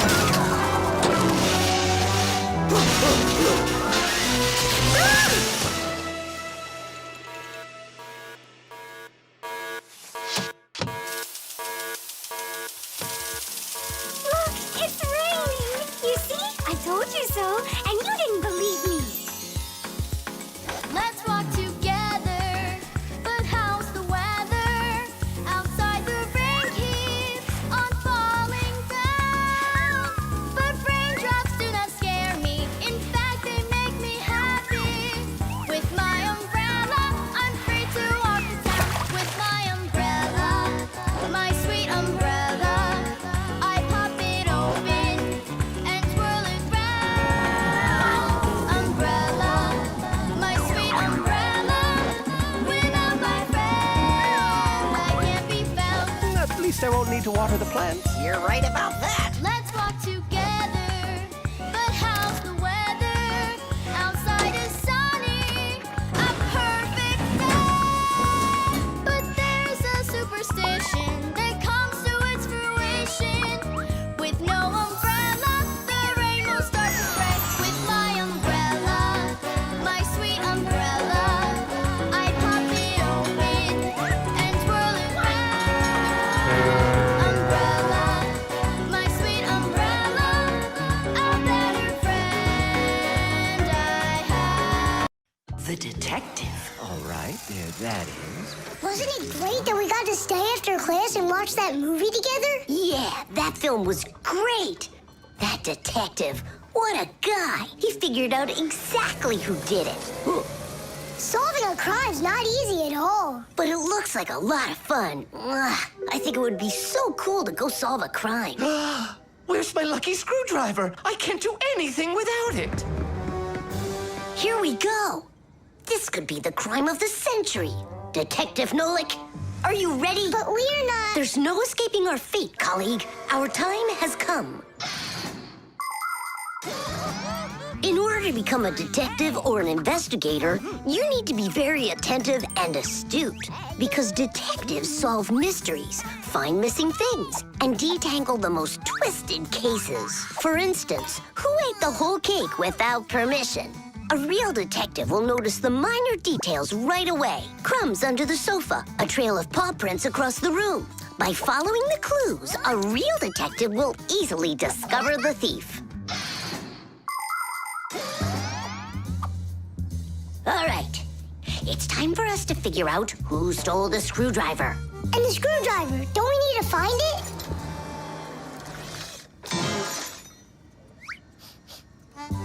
Not now. First, let's find the thief. Oh, look at that. It's Digit. Digit. Why are you back at the laboratory? Our school classes are over. I want to talk to the professor. I came up with the coolest thing to make. What cool thing? It's a secret. That's a bit hard to believe. All right now, suspect. What were you doing after school? What do you mean, suspect? There must be some mix-up here. You're trying to dodge the question? You want to change the subject on me? That's it. I'm leaving. No screwdriver, no experiments. Well, you want to take over for Eugenius, and that's why you stole his lucky screwdriver. You're under arrest.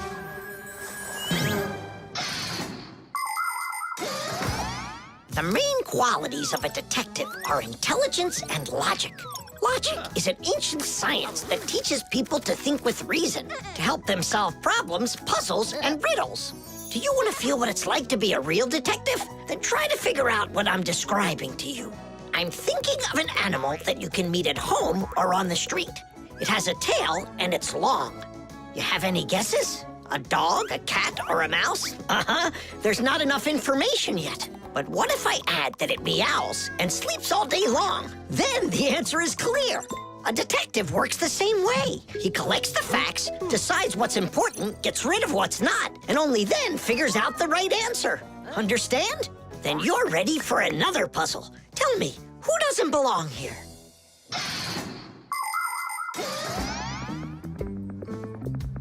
Are you gonna talk? What funny mustaches you got there. Oh, it's a party, right? Mm-hmm. They arrested me. Is this a game you're playing? Tula, you believe that a lucky object can bring good fortune, now don't you? Well, yeah. And what? Now it's clear. You helped Digit steal Eugenius's lucky screwdriver. Yeah, because you like lucky stuff. Arrest her.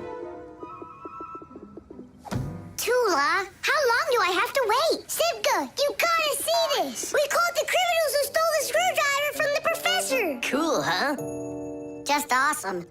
Let's go, Tula. She stays here, under arrest. Yeah, I got it. Come on, let's go. We're not joking around. Oh, and exactly what proof do you have? What proof do I have? Well,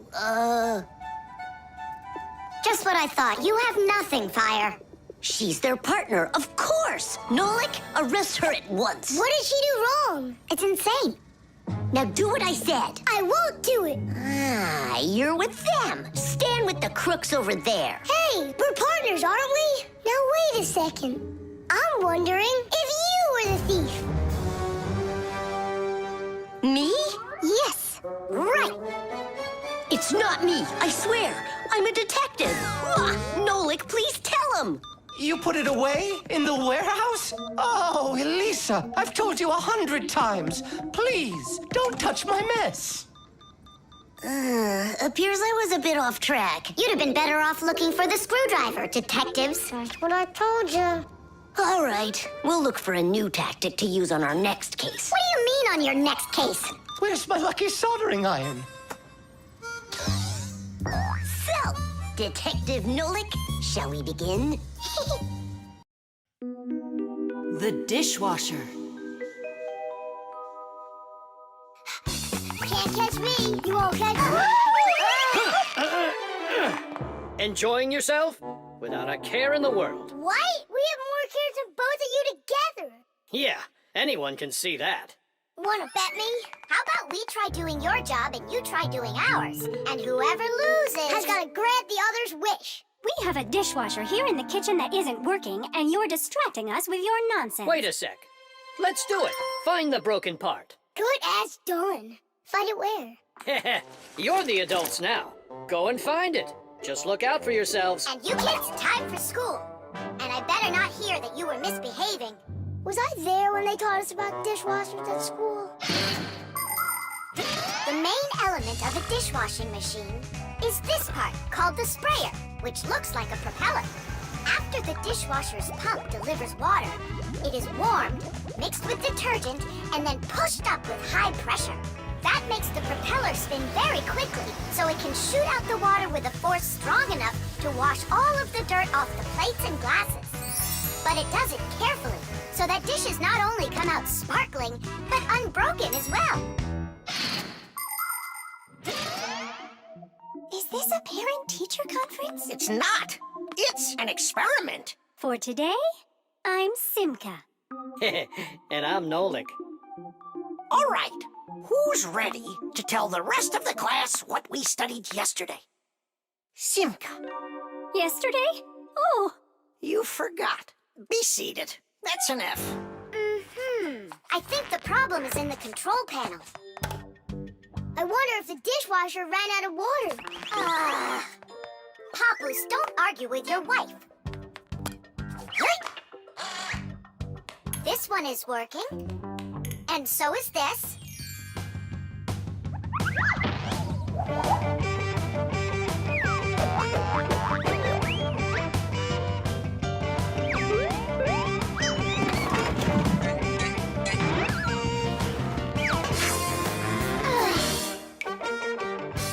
You know what? Why don't we just wash those dishes? But that would be cheating. No one will find out. The dishes will all be nice and clean, and bam, we're the winners.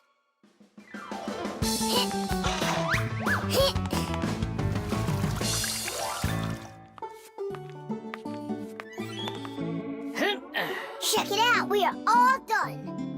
How come the indicators aren't lit? Fixies have to fix things. And what do you call this? And you, did you both go to school today? Of course we did. I mean Simka, got an F for her answer.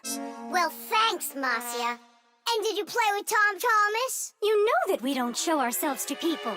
Tom Thomas isn't any human. He's our friend. Either you play with him, or you both lose, just like we did. No way. We'll play another round. The earliest kitchenware appeared about 7,000 years ago. Early people made these containers from stone or wood. Another kind of container for holding food was woven baskets. The baskets would be lined with clay for durability. Once, one of these baskets fell into a bonfire, and lo and behold, the wood on the outside burned away, while the clay was now hard as a rock.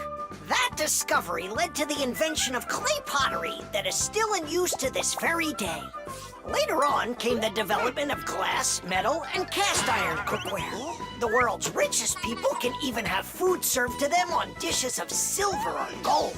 Today, kitchenware is not only a practical convenience, but it can decorate any home as well. Forget it. This is impossible. Let's just tell them we give up. Simka, how come this button is crooked and not sticking out? 'Cause the button got jammed. Yeah, Nolik, you figured out what was wrong.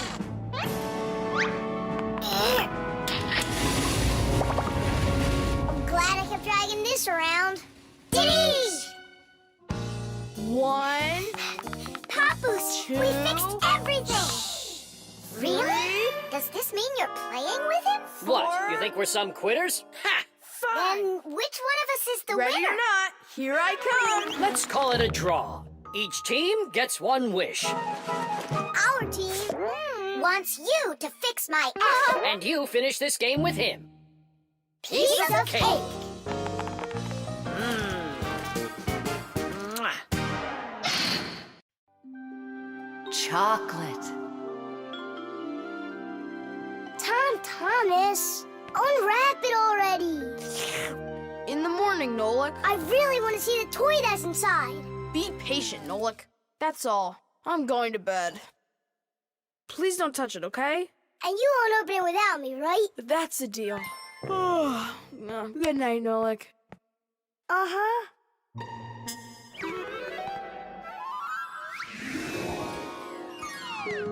And what are you doing in here? Me?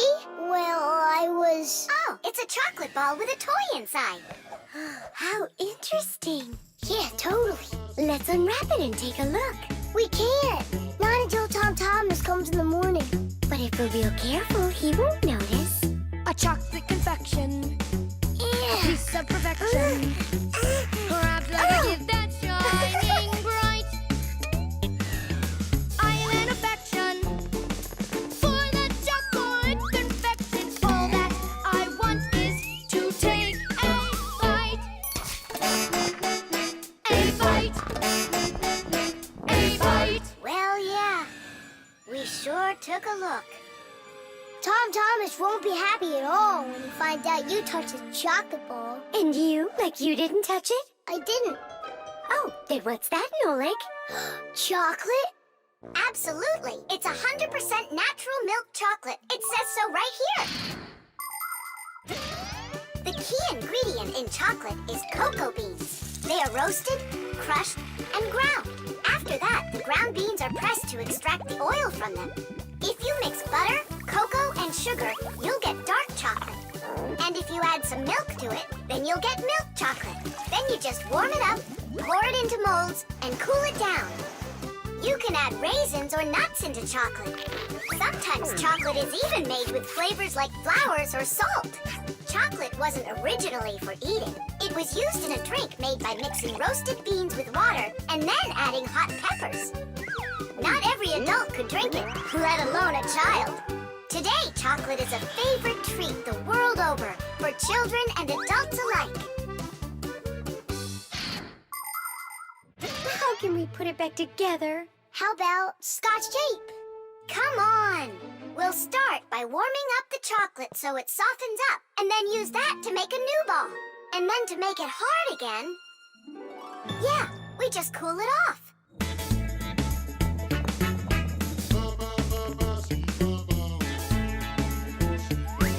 My chocolate confection has got an imperfection. Half of it's gone into thin air. But this is expected when chocolate goes unprotected. First you have got it, then it's not there. Not there. Not there. Titties! Done. Let's put in the toy. But we haven't even looked at it yet. Oh, it's so pretty. Tom Thomas is gonna love it. Oh, wait! Oh, what do you think of this idea? I've got a new confection of chocolate perfection. Safe in its wrapper, shining bright. Oh, what perfection! My brand new chocolate confection. I'll try my best not to take a bite. Hi there. Oh, what's that? A chocolate ball? You're lucky. Could there be a toy inside? Mm-hmm. But I can't take off the wrapper without Nolik. You really can't do it without him? I can't. I told Nolik I wouldn't. Your chocolate is gonna be delicious. Go on, you can eat a little. If you say so, I'll eat the chocolate. But we won't open the toy without Nolik. Good chocolate. Come on, don't you want to know what the toy is? We won't tell. All right, just a peek, and we'll close it right up.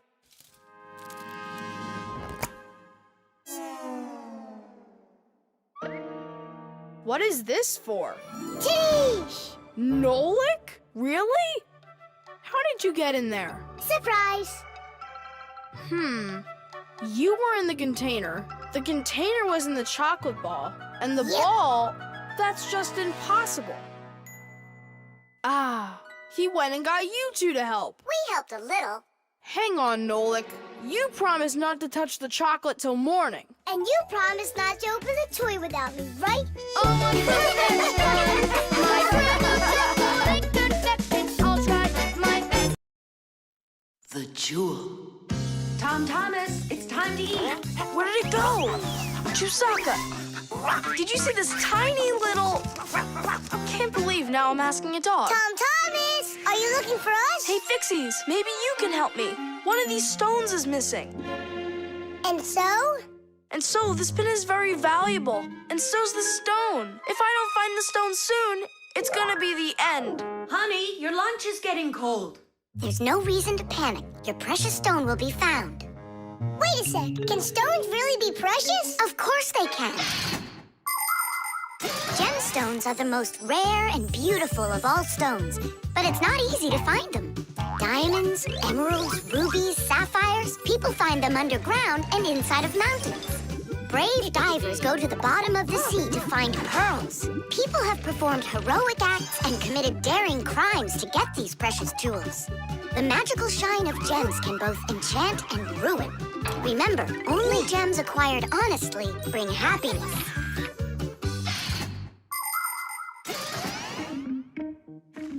I can't find it anywhere. Maybe Chewsocka took it. She saw that it was valuable and... You're right. Chewsocka, give us back the gem, all right? Give it back, we said. Why are you making Chewsocka angry? Because she has to give the stone back. What stone, Simka? One that calls a ton. Dogs are supposed to keep treasures safe, but this one eats them. Maybe you didn't look carefully. For example, did you check inside that flower pot?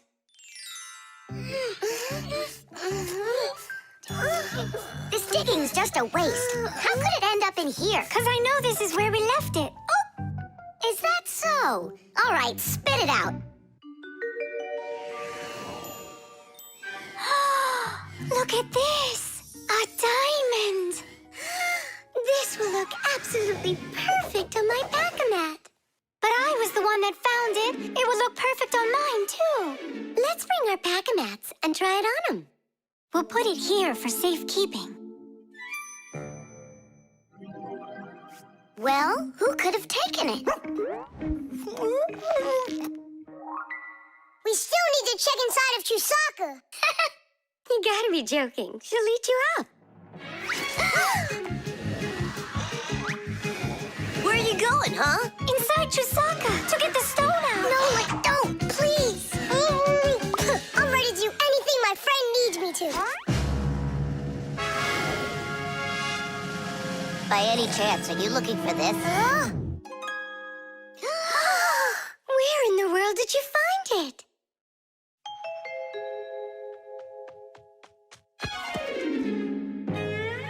I found a buried diamond. It looks like a diamond, but to be sure, we'll have to conduct a test.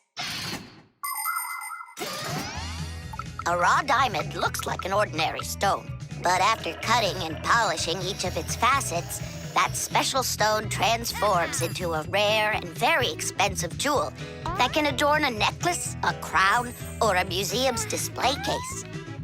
The truth is, only a small part of all found diamonds is used for jewelry. It's because a diamond is also the hardest rock on the planet. That makes it perfect for cutting glass. Diamonds are used in making strong drill bits and cutting blades. Many important medical instruments could not be made without them. With the help of diamonds, it's even possible to drill through a mountain when building a tunnel. That's just how valuable diamonds are. They can cut a pipe and go well with a dress. Isn't it pretty? Only it's not a... Tom Thomas! We found the stone! Oh. And now it's gone.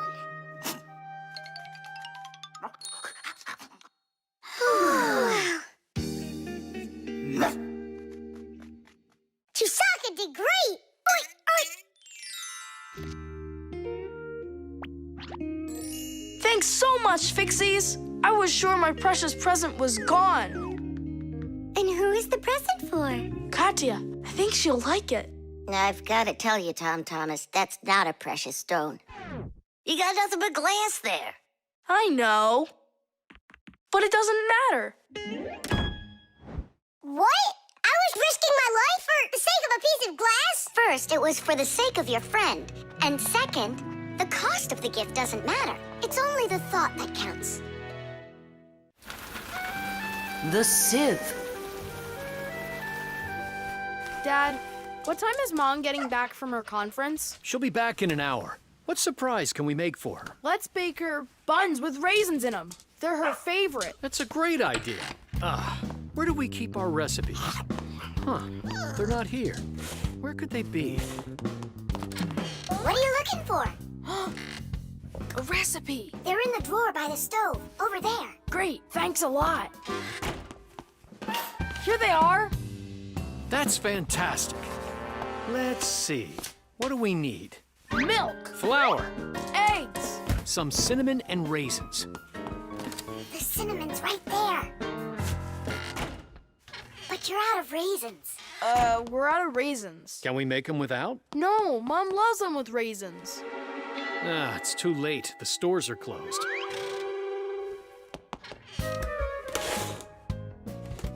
Cereal! We got cereal! And so? It has raisins, look! Tom Thomas, you're a genius! Why don't you be in charge of the raisins?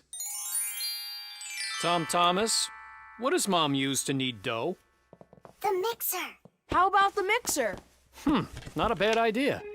I don't think you have enough raisins. But you haven't made the dough yet. It'll be really quick with the mixer. All right, Dad. We'll see who finishes first. Come on, faster, faster. Don't be so clumsy. If you think you're so good, then why don't you help? Fine, we'll help. Catch!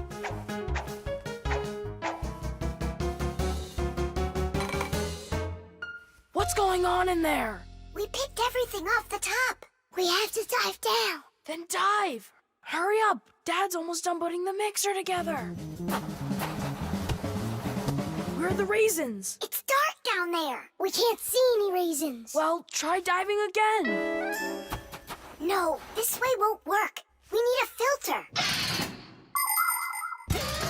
In order to separate seeds from the husk, air from dust, and water from harmful particles, we use filters. The simplest kind of filter is a metal netting. These kinds of filters are installed in washing machines and dishwashers.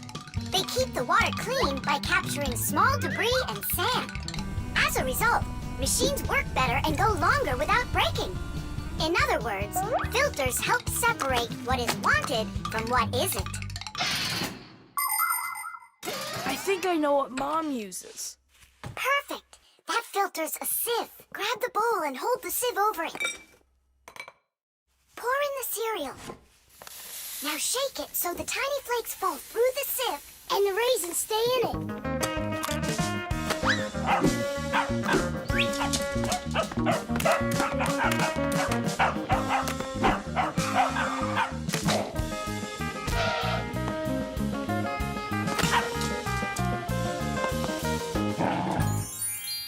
Dad's turning the mixer on. Then you need to shake faster. Dad, you're spraying the batter all over the kitchen. The mixer's too powerful. The mixer's fine. The batter's too liquid. You have to add flour. Add flour! Oh, right. How do you know all this? Shake it some more. No need. I shook all the flakes through it. Class. It really worked. Dad! What? Ready to put in the raisins? Look at you. How did you get them all out so fast? By using our sieve, Dad. Do you know the story about Cinderella? Her evil stepmother wouldn't let her go to the ball. Instead, she poured peas into a sack of cinder and ordered Cinderella to pick them all out. But what most people don't know is that it was Fixies who helped her separate the peas from cinder with the help of a sieve. That's right! Cinderella was friends with the Fixies. You can find evidence of Fixies in a number of tales. Don't Tom Thumb or Thumbelina remind you of somebody? How did these tiny characters make their way into fairy tales? It's quite possible that long ago, a Fixie who wasn't paying attention was spotted by a storyteller, and that became the inspiration for countless tales. All right, you can open your eyes. Ta-da! Beautiful. Whose idea was this? Tom Thomas. They're so good. What recipe is this? Tom Thomas found it. And you remembered that I love raisins. Tom Thomas sifted them out of the cereal. Well done, Tom Thomas. All by yourself? Shh.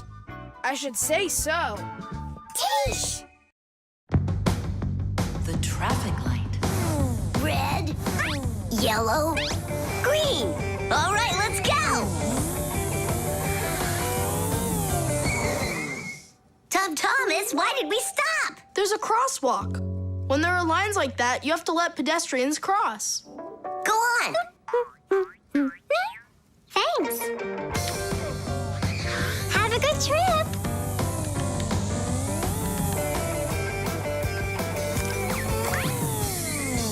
Why did we stop now? There's no crosswalk. But that's a crossing gate, Fire. You have to let the train pass. Wow, that is cool. Hi there, Nolik. Come on down. Check out this traffic light. It's new. Is that a real traffic light? Wonderful, isn't it? Yeah, it looks awesome. Nolik, where are you going? Stop!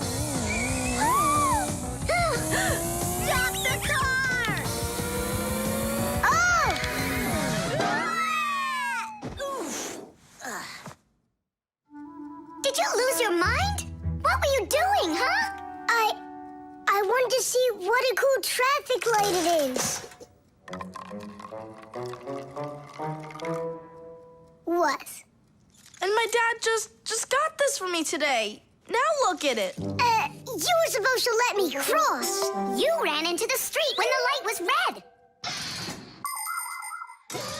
A traffic light is a street lamp that sends multicolored signals to vehicles and pedestrians so they don't get in each other's way when they're on the road. When the light is red, it means stop. You must stay where you are. A yellow light tells drivers, caution, prepare to stop. You are only allowed to start crossing the street after the traffic light changes to the color green. And even then, it's important to remember, look both ways before crossing. Got it? You can only cross on green, Nolik. Even really little kids know that. But the light was green. No, it was red. No, green. It was red. It was green, I swear. Maybe you're colorblind or something. Yeah, possibly. What does it mean if you're colorblind? It means you can't tell colors apart. So you don't know which one's red and which one's green. That's what I am. Right. You never mixed up colors before this. Okay. What color is that nightstand over there? It's red. And the plane up there? Oh, that's green. How about me, huh? What color am I? Greenish, bluish, brownish, gray. With polka dots. I'm what? It's true. He's colorblind. Poor kid. Told ya. Wasn't my fault. All right, we'll sort it out at home. And what are we gonna do with the traffic light? We can fix it, and we'll fix your car, too. All right, what color's the car? Purple? If you say so. We got work to do, so take a seat before you mix something else up. The road can be a dangerous place. There are so many cars and pedestrians on it, and all of them are in a rush to get where they're going. But be careful. Even if a driver notices a pedestrian on the road and brakes, it can still take quite some distance before the car comes to a complete stop. To avoid disaster, have respect for one another. If you need to cross the street, go to the nearest traffic light, crosswalk, or sign with a pedestrian on it. While you're still on the sidewalk, look to your left and then to your right, and see how far away any cars, motorcycles, or bicycles are. If they're close, then just stay where you are. If the driver is responsible and polite, he will stop for you if he sees you from a distance. If you want to make yourself more visible when it's dark, attach safety reflectors to your clothes, and then it will be safe for everyone on the road.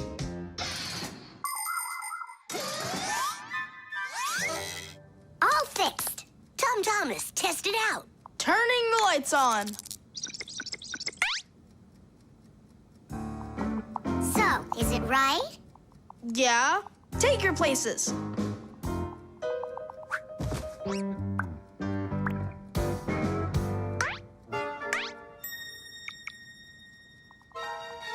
All right, let's cross. Ready, set, go! Stop! You got everything mixed up! The light is green in all directions! Ah! The game is up. You aren't colorblind, Nolik. You know what you are? You're a feigner. Me? Mm-hmm. Mm-hmm. Well, yeah. I got a little of it right in here. And once in a while it goes up here. What's a feigner anyway? Glue.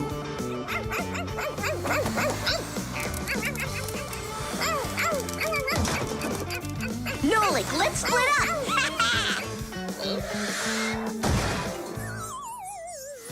We're one cool team, am I right? Nah. Why not? We're the mega super duper coolest team on the planet.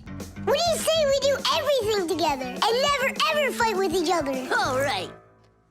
Children, if you look right here, you can see that the handle has broken off the professor's favorite mug. And it's our duty to fix it by gluing it back on.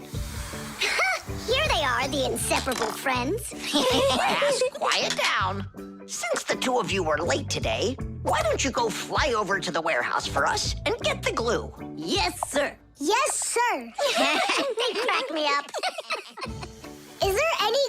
left in there? Nolik, try jumping on the tube a little. Great, there's plenty. Our super duper team has done some super excellent work. What's going on? Our hands are stuck. We gotta pull. This glue is sticky. With the help of glue, you can stick almost anything together. Paper, plastic, glass, rubber, wood, and even metal. The reason that glue works is because everything, even an ordinary sheet of paper, has a rough surface. Just look at those pits and ridges. If we take 2 sheets of paper, fill those pits with glue, and press them together, the molecules of the glue will start joining with one another. After that, all that's left is for the glue to dry. Now what? How about we fly like this? Good idea. Everyone will laugh at how funny we are. Heads up, everybody. Mission complete. Well done. Take your places. And put your hands on your desk. We can't do that. We got glued together. It's all right. Come on over here. We don't want you to take our hands apart. We're sure this glue's gonna make our friendship stronger, right? You really think friendship can be measured like that? Jump!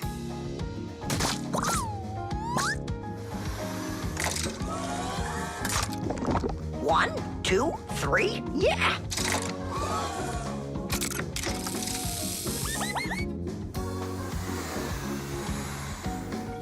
Tish! Tish!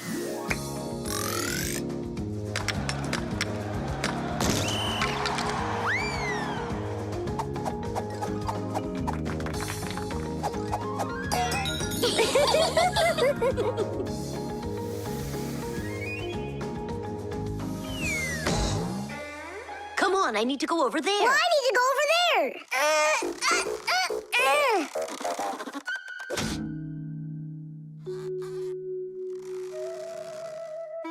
It's your fault we got into this mess. Mine? And who was the one that told me to jump? Enough! I'm done with your nonsense. From now on, you're not my friend. And you're not mine, all right?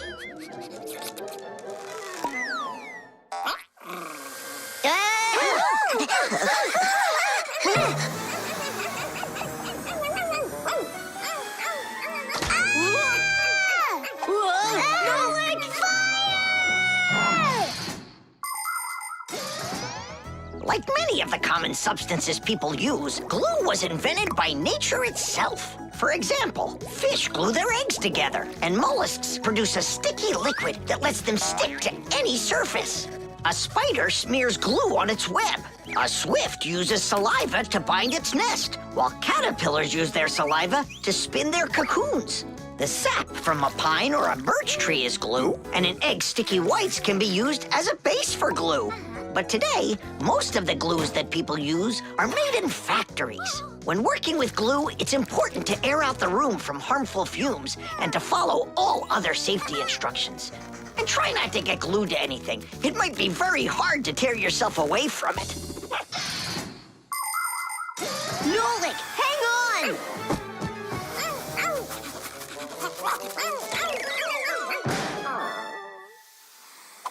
Fire! You just saved me! But how come we got unstuck? Maybe it was bad glue?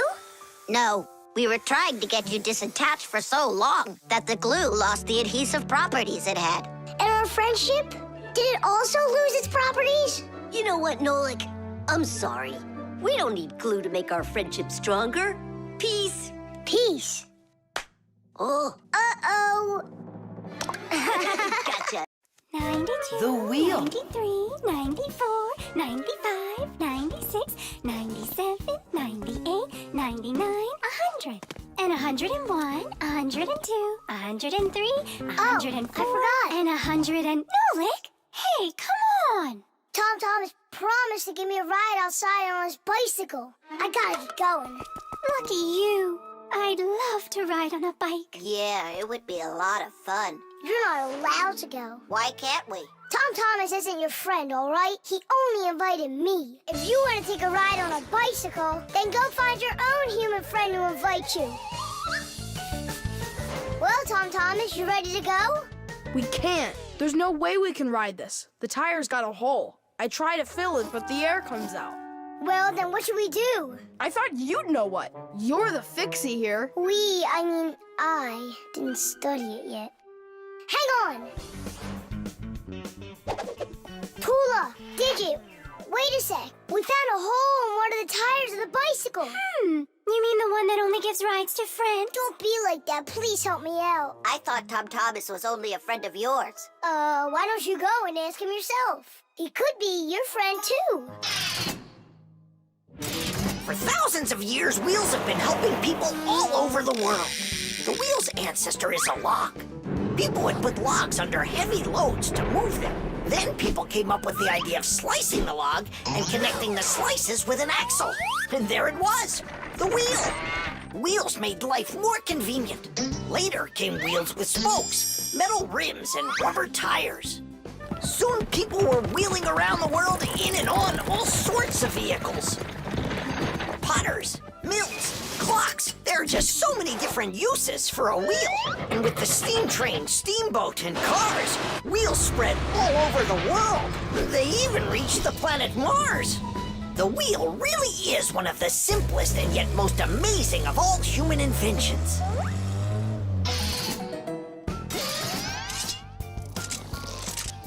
Whew, it's off. So what's next? Now you take out the inner tube. You mean this rubber thing? Yeah, that's your inner tube. There's a hole there somewhere. Pump it up, Tom Thomas. Then we can see where the air's coming out. That's not a good way to find the hole, Nolik. Why isn't it good? 'Cause the hole might be really tiny. Then how do you find it? To find it, we need water. How come? Yeah, how come? Now I get why we need water. There! See those tiny bubbles? Yeah, do you see them? That's the air from inside of the tube.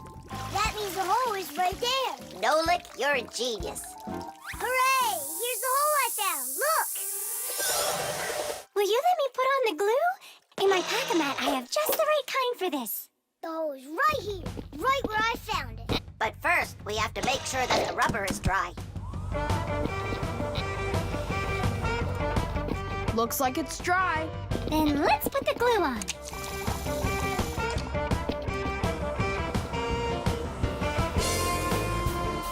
It's all fixed.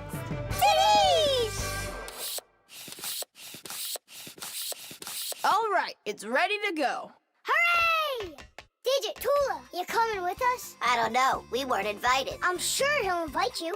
Right, Tom Thomas? Of course I will. We're friends, aren't we? Let's get going. See the wheel spinning round, through the cities and towns it is rolling. Spinning wheel, spinning round, spinning wheel, it just keeps on going. See the wheel spinning round, through the valleys and hills it is zooming. Spinning wheel, spinning round, spinning wheel, it just keeps on moving. See the wheel spinning round, on the road to the dreams we are chasing. Spinning wheel, spinning round, spinning wheel, it just keeps on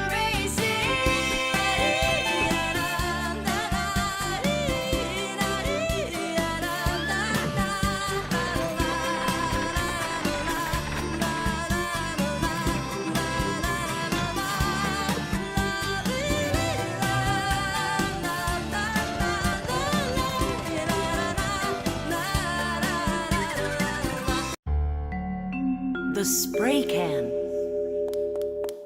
Uh-huh. Footprints, just like I suspected. Are those your footprints?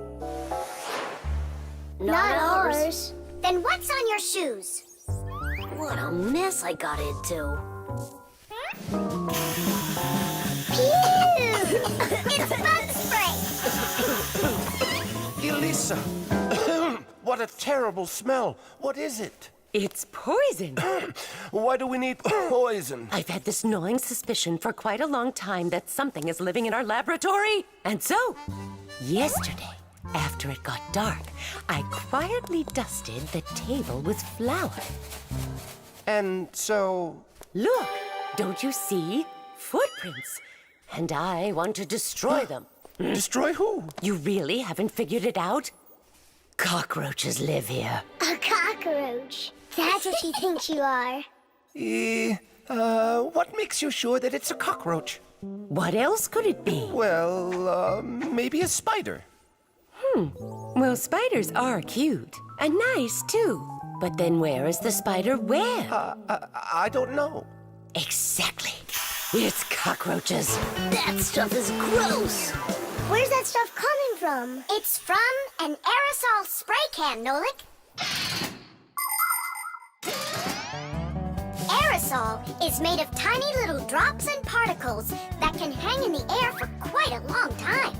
Dust, smoke, and fog, they are all aerosols. People learned to make aerosols long ago. For instance, they took a liquid that repels mosquitoes, poured it into a can, and injected some gas into it. Then, when you push the button, the gas forces the liquid to go out through a tiny hole, turning it into a bug spray. That spray will poison the Fixies. We have got to stop Elisa. Let's destroy the aerosol can.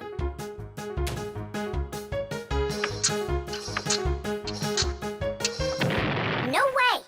We just can't do that. And what if we switch it with a can of whipped cream?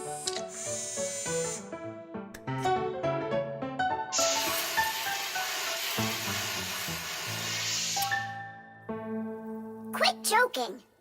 We've got to get Elisa to believe that it's a spider and not cockroaches. She thinks spiders are cute. You're right. Let's go get Buggy.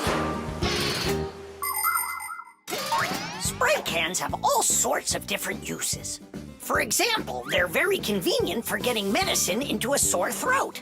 They can be used to fill the air with the sweet smell of perfume or to cover unpleasant smells with deodorant. Spraying paint from a can is also very useful. It applies the paint very evenly. Some spray cans are even used for food.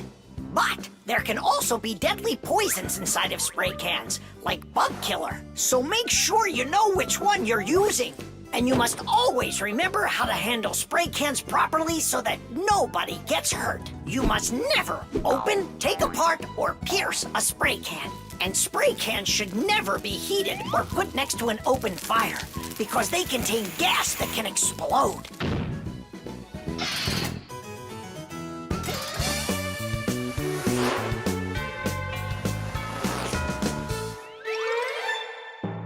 Buggy, hi there.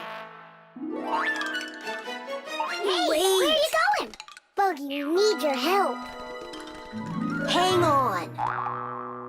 Buggy, don't be scared. We're your friends, right? Would you help us? Please? There are new tracks here. Well, roaches, prepare to die. Are you ready? Go ahead. Run.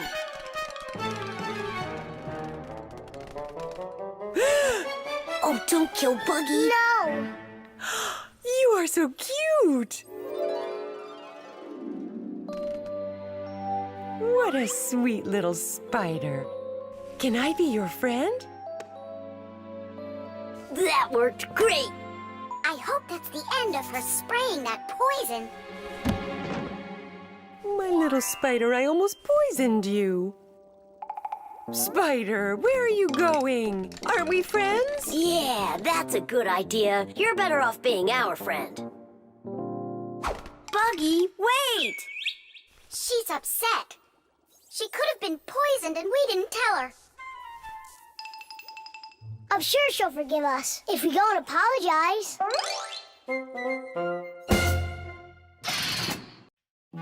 The exercise machine. Nolik? I'm not here. You haven't seen me today at all. What's up with you? There's gonna be this race and it starts really soon. It's the boys against the girls. Their team against ours. And what? And what? I'm the smallest one on the team. And I'll let everyone down. That's why I'm hiding. Because I don't want my team to lose. You can't just give up. You can learn to run faster if you want. You think? Of course. That's what exercisers are for. You need a treadmill to get stronger. Class! And where can we get one? We'll make it ourselves.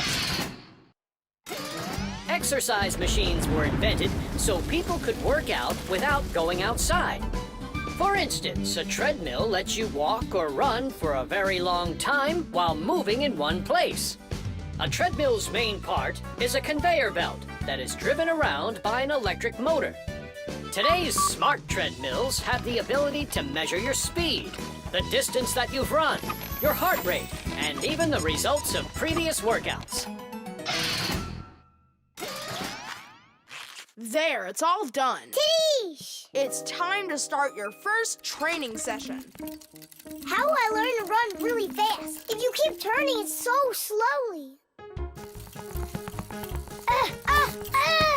Hey, that's a little too fast. Oh, sorry about that. I got it. That's what you call training.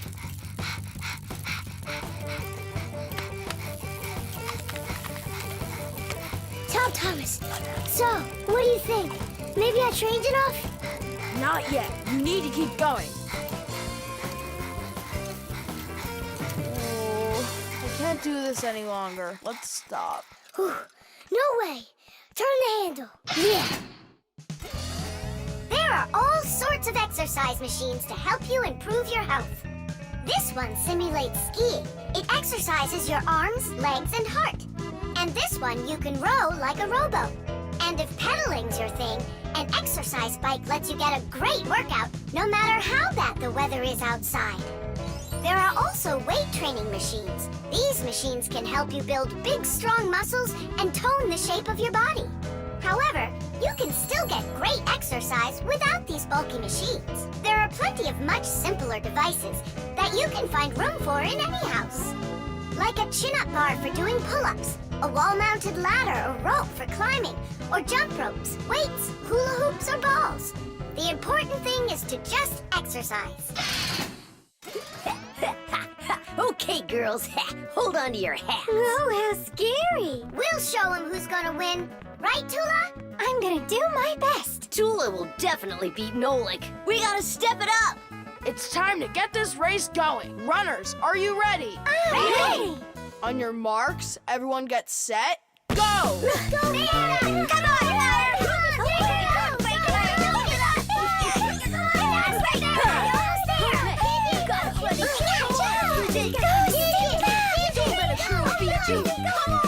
Come on, Come on, buddy. Get it moving. You can do it. Come on, DJ. Come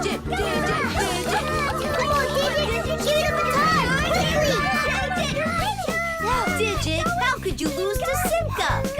Because her velocity is greater. Oh, now the girls are gonna win. Nolik will never catch up with Tula. Oh my gosh! Nolik! He appears to be gaining ground. Look at him! He's looking ahead! Go on, Nolik, go! You got it, buddy! Come on, buddy! Hey,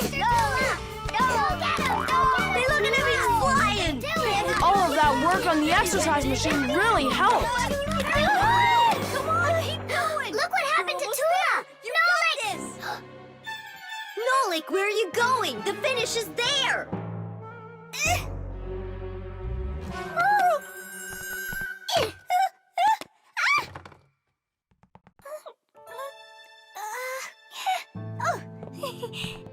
Thank you, Nolik. You're my hero. Come on, You can do it, Hooray! So, which team won the race? We did! It's a tie. Tom Thomas, that's just not fair. It was a tie. And a very noble one. All right, you just wait for the next race. Nolik's gonna win it big time. Now it's time for you all to get up on that winner stand. Oh no, all the first places are taken. For you, we'll find one. concrete. When will you be back from your fishing trip? Before dinner. So you won't have time to hang up the mirror again? If it's not one thing, it's another. We were just planning to hang it right now. It'll only take us 2 minutes, and then we'll go fishing. Papoose! Huh? What do you want, Nolik? When am I gonna go on a fishing trip with you? You know Fixies don't go fishing. But you promised me that today we would go and visit the aquarium. I was only planning on going there to clean it. So let's go fishing while we're at it. We'll pretend. Papoose, please. Okay, Nolik, but we'll just pretend to. Hooray! You're the best Papoose ever! Nah, those won't work. Why won't they? Because our walls are concrete. They're much too hard for nails. See that? It's gonna need to be drilled.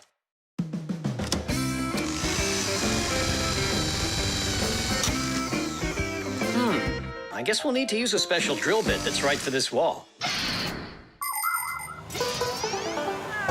Concrete is a very strong building material, made out of small stones, sand, cement, and water. When the concrete mixture dries, it becomes very hard, like a solid piece of rock. For building houses, bridges, and other large constructions, reinforced concrete is what people use.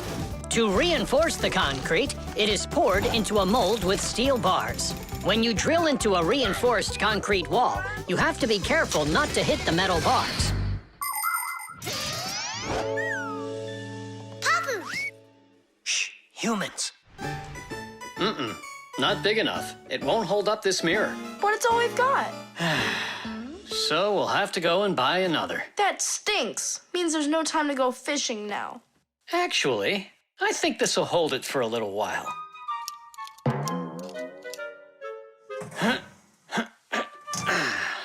That looks great. So, ready?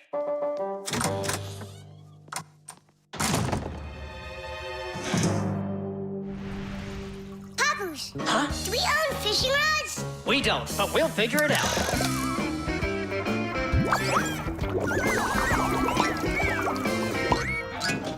I really don't like how that mirror's hanging.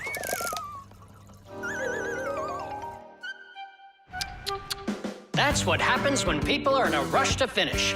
We're Fixies. We never do things like that. Papoose, we going fishing or not? Yes, we will, after we take care of this mirror.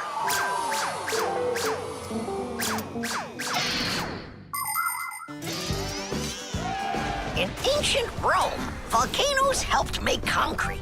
After they erupted, people would mix the volcanic ash with stones, lime, and sand. This concrete was used in many of the famous buildings constructed in that time. For instance, the Pantheon with its concrete dome. And this one is the famous Colosseum. It was also made with concrete. The Colosseum is almost 2,000 years old, but it's still standing strong. Later, when that land was conquered by other nations, people forgot about concrete and how to make it. Thank goodness that 200 years ago, they suddenly realized what a great material it is, and they reinvented concrete. It's true when they say, oh, everything new is well forgotten old. Papoose, hurry up! Haste is the mother of imperfection. It looks like I ran out of wire. Lousy timing. I've got to get to the warehouse. Warehouse? That means we're not going fishing. Nolik, a promise is a promise, and that means we go. This should hold for a little while.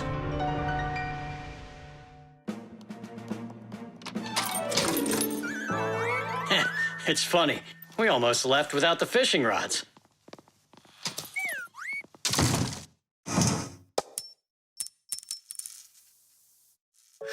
Don't panic. We did a good job of anchoring. Remember what I said? Haste is the...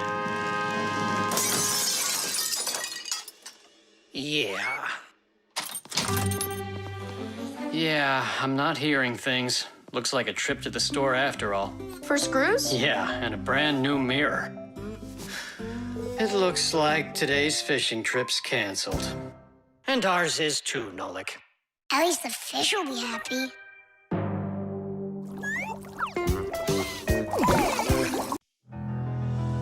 The backpack. All right, homework's all done. Time to play? Tom Thomas, is that how you pack your backpack? Why not? What's wrong with it? I don't know how you think you're going to find anything at all in there. I will too. Then go and find your ruler. Here you go. An eraser? Hang on, I'll get it. Where is it? You can't find it. What a shame. It's because this backpack is so lousy. The backpack is just fine. If you don't want to lose anything, you gotta pack it carefully. Or have a pack-a-mat that can just hand everything to you. Oh, yeah! That's just what I need, a pack-a-mat. Only Fixies have pack-a-mats. And I'm gonna have one. I'll make my own. There's no way. Way? Because I'll help him do it. Sure, Nolik. A backpack is a bag with shoulder straps attached. It was invented to make it easier to carry heavy loads for long distances, and also for freeing up the hands. Backpacks help us maintain good posture and avoid slouching by putting the load's weight onto our back muscles and our spine. And you can fit so many things into a backpack, especially if the backpack has lots of separate compartments and everything is packed nice and neatly. The first backpacks were quite heavy and uncomfortable. They were made out of wood and leather. These kinds of backpacks were worn by ancient hunters. Later on, lighter backpacks appeared that were made out of canvas and became quite popular with travelers and soldiers.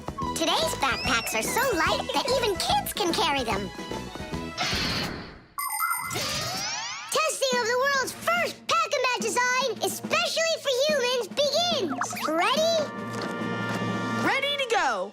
First thing out of your backpack, pack-a-mat, an eraser. Got it. Watch me.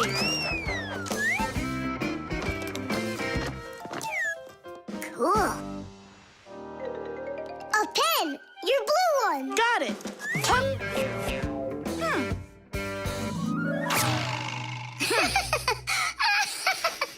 We're experiencing technical problems. We need a break. Testing of the world. I know. Just start. Take out the eraser.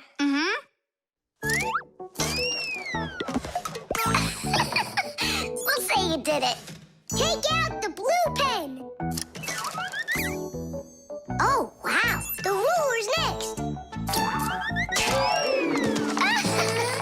That's some pack-a-mat you got. Class. Testing of the world's first pack-a-mat design. And where's Nolik? Don't worry, he'll come later. Testing. All right, already. Let's get it started. Go ahead. The eraser. We've seen that twice already. The blue pen. Can you take out the ruler? Sure I can. Drum roll, please. Whoa. It's not possible. Let me see. Now I get it.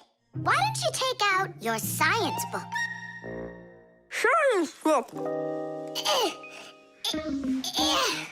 Cuckoo, did you get the textbook? There's no way! It's huge! Yeah, some inventors you are. Your invention calls for a little improvement, and I know what it is. What? Just make sure that when you put things into your backpack, you do it neatly. Do it neatly. Takes forever and it's boring. I'm gonna show you how to make it fun. Ha-ha! Whenever it's a school day, a backpack's all you need. A backpack's all you need. A backpack's all you need. Your pencils, books, and papers will fit inside indeed. Will fit inside, will fit inside, will fit inside indeed. Without a backpack on your back, you won't get by. You won't succeed. But with a backpack on your back, you will go far indeed. Whenever you go hiking, a backpack's all you need. A backpack's all you need. A backpack's all you need. Whatever you've collected will fit inside indeed. We'll fit inside, we'll fit inside, we'll fit inside indeed. Without a backpack on your back, you won't get by, you won't succeed. But with a backpack on your back, you will go far indeed. Without a backpack on your back, you won't get by. The pencil. Well done, Tom Thomas. Your mom's birthday's today and you're still sleeping. Hey, what's that? It's a drawing, a portrait of his mom. In my opinion, this mom doesn't look very much like Tom Thomas's mom. Maybe he didn't get to finish the picture yet. He was tired and passed out. This is not good. We gotta do something. Ah, we can help him. The pencil's right here. A pencil has lead inside. It's the lead that makes the drawing. Only lead doesn't grow on trees. It's made out of a mineral called graphite that's mined out of the Earth's crust. But how does the lead get inside a pencil? It's simple. Pencils are made with rods of lead and 2 wooden boards. Grooves are cut into the boards and the lead's placed in them. The halves are glued together and cut into pencils. The artist's tool is ready.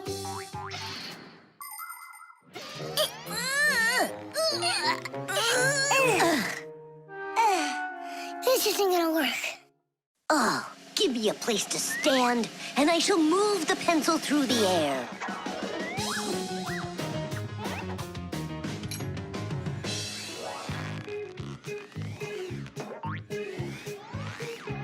Try and get it closer to the drawing. You gotta lift it up a little. You gotta push it harder. Nolik, we're blockheads. Look, there's a pencil sharpener. A piece of lead. That's all we need. All right, let's check out how it was done by the old scores. By the great masters, like us. Yeah, she could use a little more hair. And a hat, too. And a bow around her neck. Beautiful. And Chewsocka's gotta be in there. Yeah, let's keep drawing.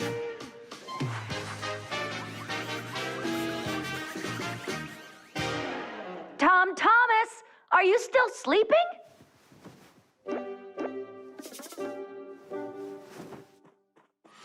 Fixies?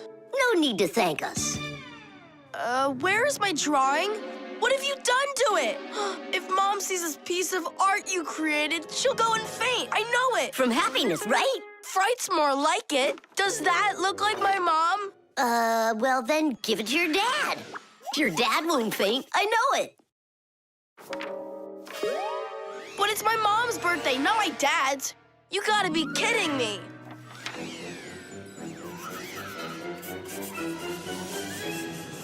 There's also a famous painting like that. It's called the Black Square. It's a classic. You don't think she'll like it?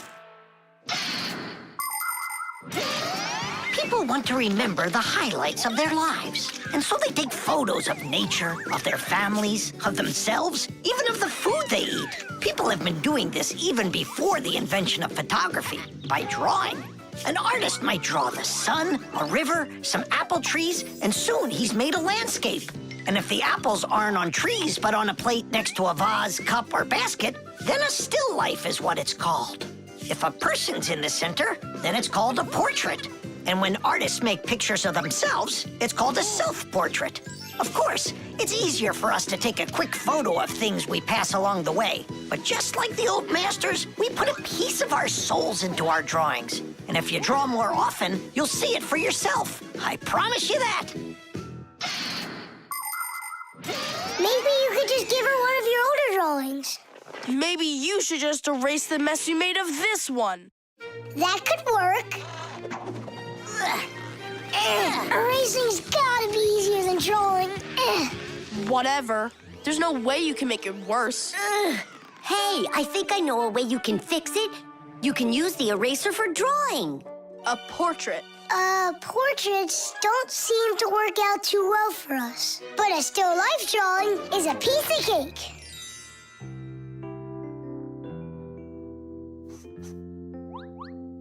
Super! Uh-huh. Pretty good, right? Tom Thomas, everything's on the table for breakfast. Mom, happy birthday. I drew this present for you. Thank you, Tom Thomas. What a lovely still life, so unusual. I tried really hard. We'll hang it up on the wall. Now, let's go eat. What would Tom Thomas have done without us? Yeah. Whenever you get into a jam, your real friends will always show up to rescue you. The solar eclipse. All right. Here we go. Mm-hmm. Uh-huh. Tom Thomas! What's that for? There's a solar eclipse today. Look, and I'm gonna watch it. That's so cool. And what do you need the box for? Simka, did you forget? It's dangerous to look straight into the sun. Huh? It's so dark. How long until it starts to get dark? Half an hour. We'd be happy to help you out with that, wouldn't we? Only one thing I don't get. The light will be gone? Like gone forever? How did you come up with that? There've been plenty of eclipses before this one. In outer space, everything is in a state of constant movement. The Earth revolves around the sun, and the moon revolves around the Earth. Sometimes the moon gets in between the sun and the Earth and covers the sun. And so, for a little while, the sun no longer appears as a bright glowing sphere, but a simple black ball. This phenomenon is called a solar eclipse. But a solar eclipse can only be seen by humans and fixies that are in its shadow while it's happening. But anything could happen. Like, what if something gets stuck? Then, would it stay dark forever? And when has that ever happened? It's happening now! Nolik, either help us out or stop bothering us. All right, look. This is the Earth, here, and the moon, there. The flashlight's our sun. You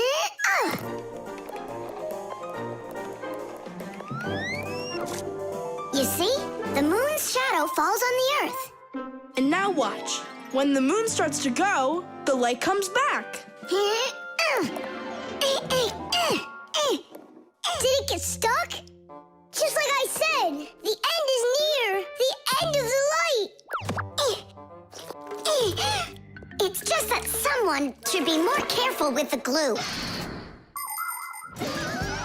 It's possible to take an ordinary box and make a special device that was invented by people long ago. It's called a camera obscura. This clever invention was used by artists as well as scientists. It was the basis for the very first photo cameras. It's quite easy to make your own camera obscura.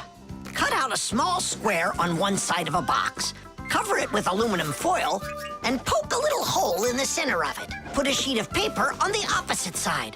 The light will pass through the hole and shine through the darkness. And on that screen, you'll see the eclipse, only it will appear upside down. To see it, you'll need to look at it from above, but make sure not to let extra light in. Beautiful. And remember to be careful with those scissors. But don't you understand that it's scary in the dark? And it's impossible to live in it? Don't be a coward. You glow in the dark. But what about Tom Thomas? Is he gonna have to walk like this?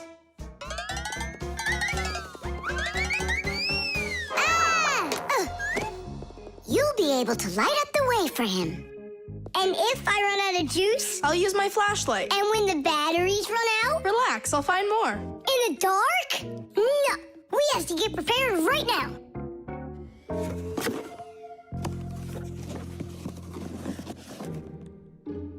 Can you see the sun? Uh-huh. 1 minute left. You ready? A minute? What? Hold on, I'm not ready yet. I'll get charged a little more. No, I need to get those batteries. 10 seconds. 9 seconds. 8 seconds. What should I do? 6. What should I do? 5. 4. 3. 2. Marcia! Here it goes. Whoa. It's really beautiful.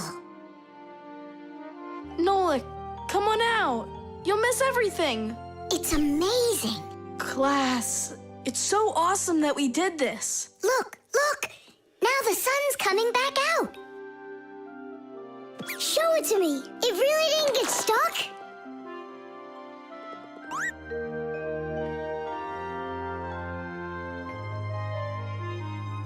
You mean the whole eclipse is done? It was cool, wasn't it? Uh-huh.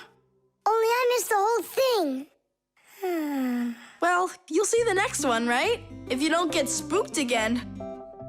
You're not going to throw the box away, are you? I'll save it for you. I can use it to store something useful. Batteries, for instance. What if tomorrow's the end of the light and Nolik's not ready for it? Hockey. Today I'm definitely gonna beat you. You already forgot? You're just one, and we're a team, baby. Just you wait. 1-0.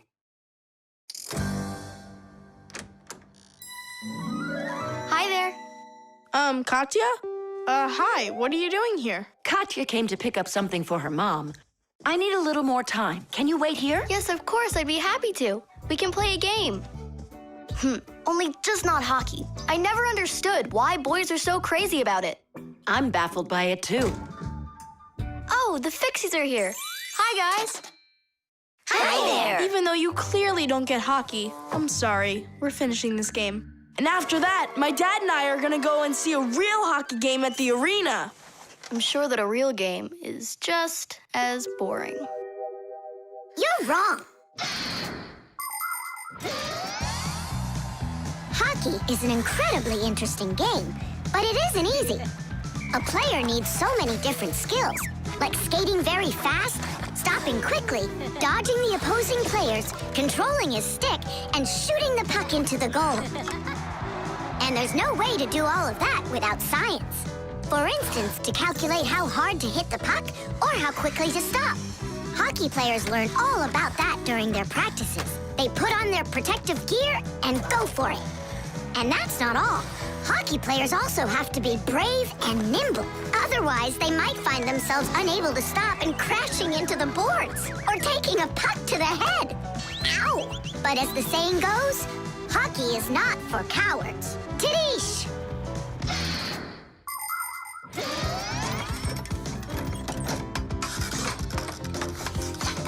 Goal!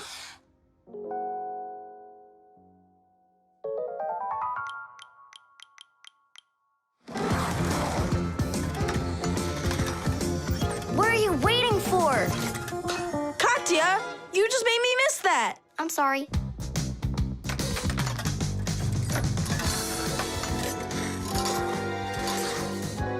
Bounce it off the board!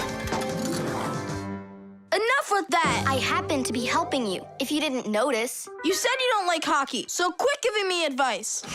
Whatever.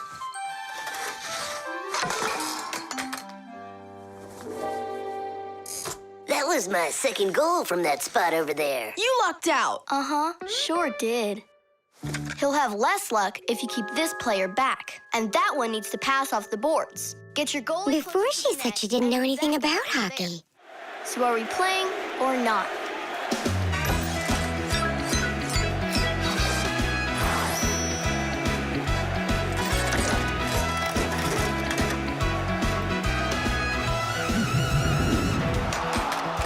Attack and check, don't lose control. A line change on the fly. The puck is zooming towards the goal to score and break the tie. It's one for all and all for one. Great teamwork is a must. Let's go and show them how it's done. This game was made for us. Hockey's our game. Hockey, hockey.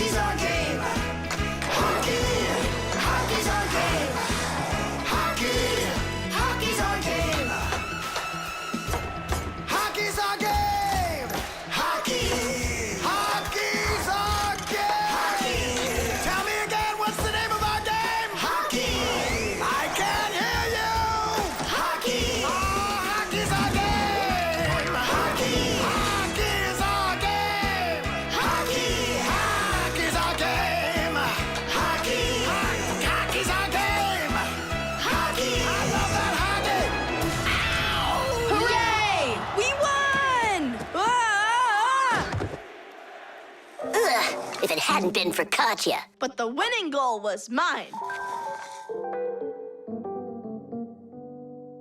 Tom Thomas, it's time for the game. Ready to get going? Katya, I'll take you home. Oh, could I go with you to see the hockey? I never realized it's such a great game. Hey, you know what? Why don't we go to the game together? Maybe I'll like it too. Great. It's about time. Let's go. How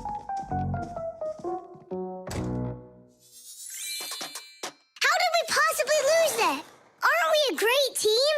Well, Tom Thomas has his own team now. And not only that, they don't give up. It's not that. It was beginner's luck. That's all that it was. The baby doll.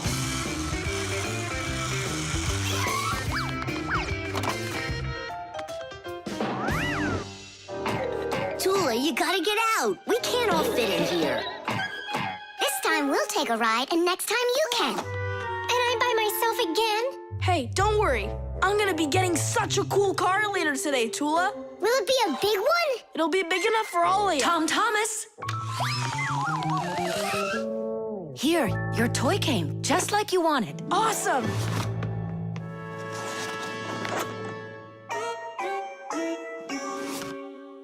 Wait, what is this? A baby doll? Splendid. Mom, where's the car? Oh, it's gotta be some mistake. I'll find out for you. I'm calling them. It's good to be a kid. People take care of you, feed you, buy you toys, and read you bedtime stories. But in return, you have to listen to adults. Go to preschool, then school, and always remember to put on a hat.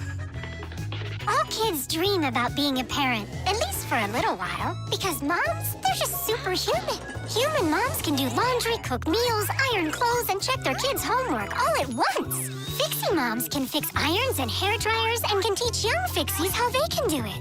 It's a shame that you can't become a parent before you grow up, but you can have fun pretending to be one. That's why girls like to play with dolls. Boys usually don't like it, but I don't see why. Dads can be really cool, too. What am I supposed to do with this now? I'm not some kind of girl who plays with dolls. Hey there, come on now. That baby doll's a real cutie. Why don't you put it down and we can get back to racing? Wait. The baby's hungry. He needs to eat. Tom Thomas, help me. No, I won't. Won't you please? He's crying. Don't you hear? Oh, Mama. That's all?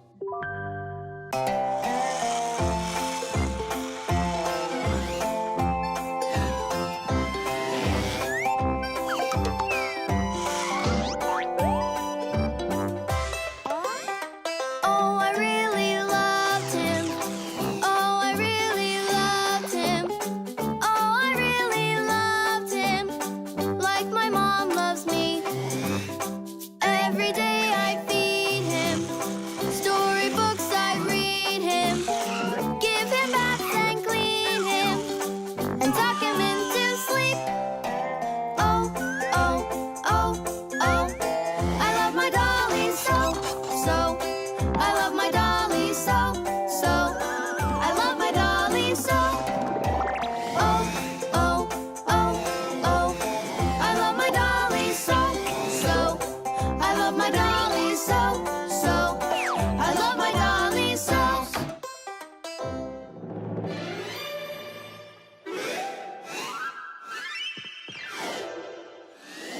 Tula, what happened? The dolly disappeared. How? Tom Thomas, have you seen him? No. I'm not watching after that boy. But what if something terrible has happened? My dolly's eyes were shiny, toes and fingers tiny. He never acted whiny. I love my dolly so. Now my life is gloomy.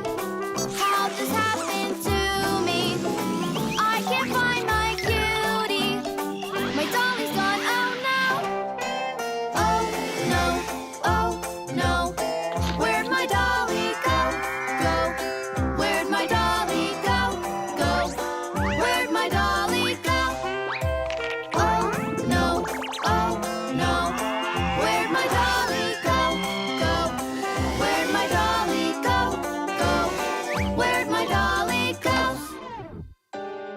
Honey, don't be upset about the car. It's gonna get here soon. By the way, why did you put the doll in the cupboard? It was so hard to find. But is it still home? It's in the box over there. It's gotta go back to the store. My poor dolly's gone. My dolly! We're supposed to send him back today. Only I told Mom that I'd rather keep him. Hey, and what about your big new race car? Later. Did you do all this for me? You know... Papa! Whoa!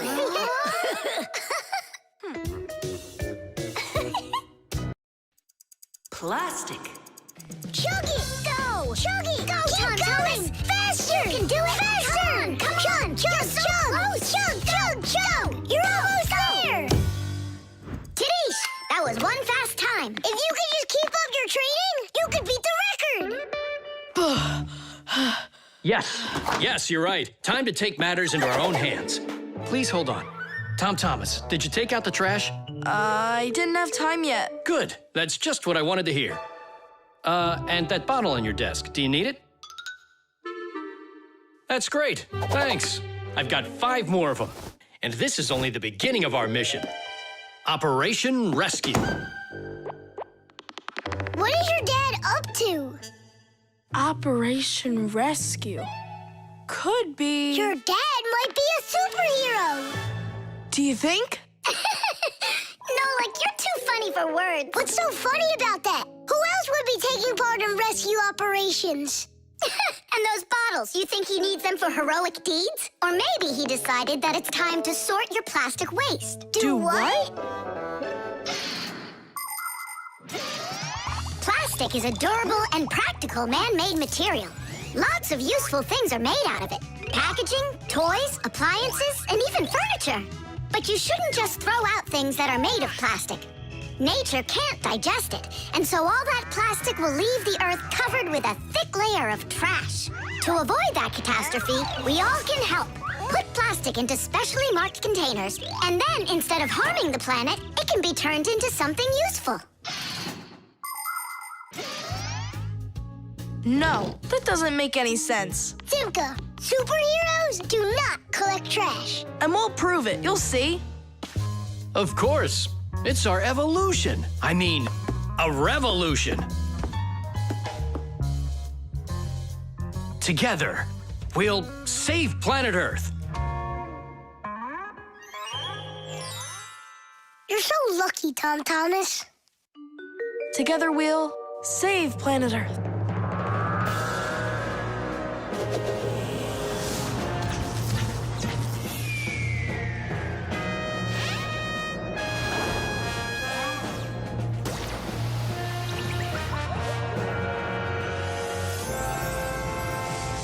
Tom Thomas, do you have any more plastic in your room here that I can take?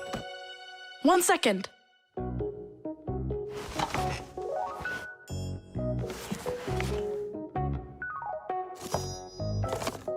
You still use those things? For such a noble mission, it's not a problem. All our useful things should be taken care of. Dad, I really want to do it with you. Want to do what? What you're doing. You know, the operation. About saving the planet, like you said on the phone. Ah, you mean sorting out the plastic, don't you? Sure.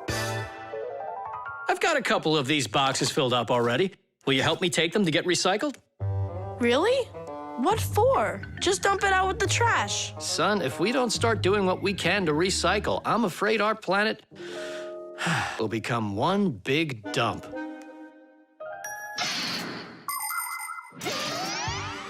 There's lots of stuff that humans just throw out that can be transformed into something totally different.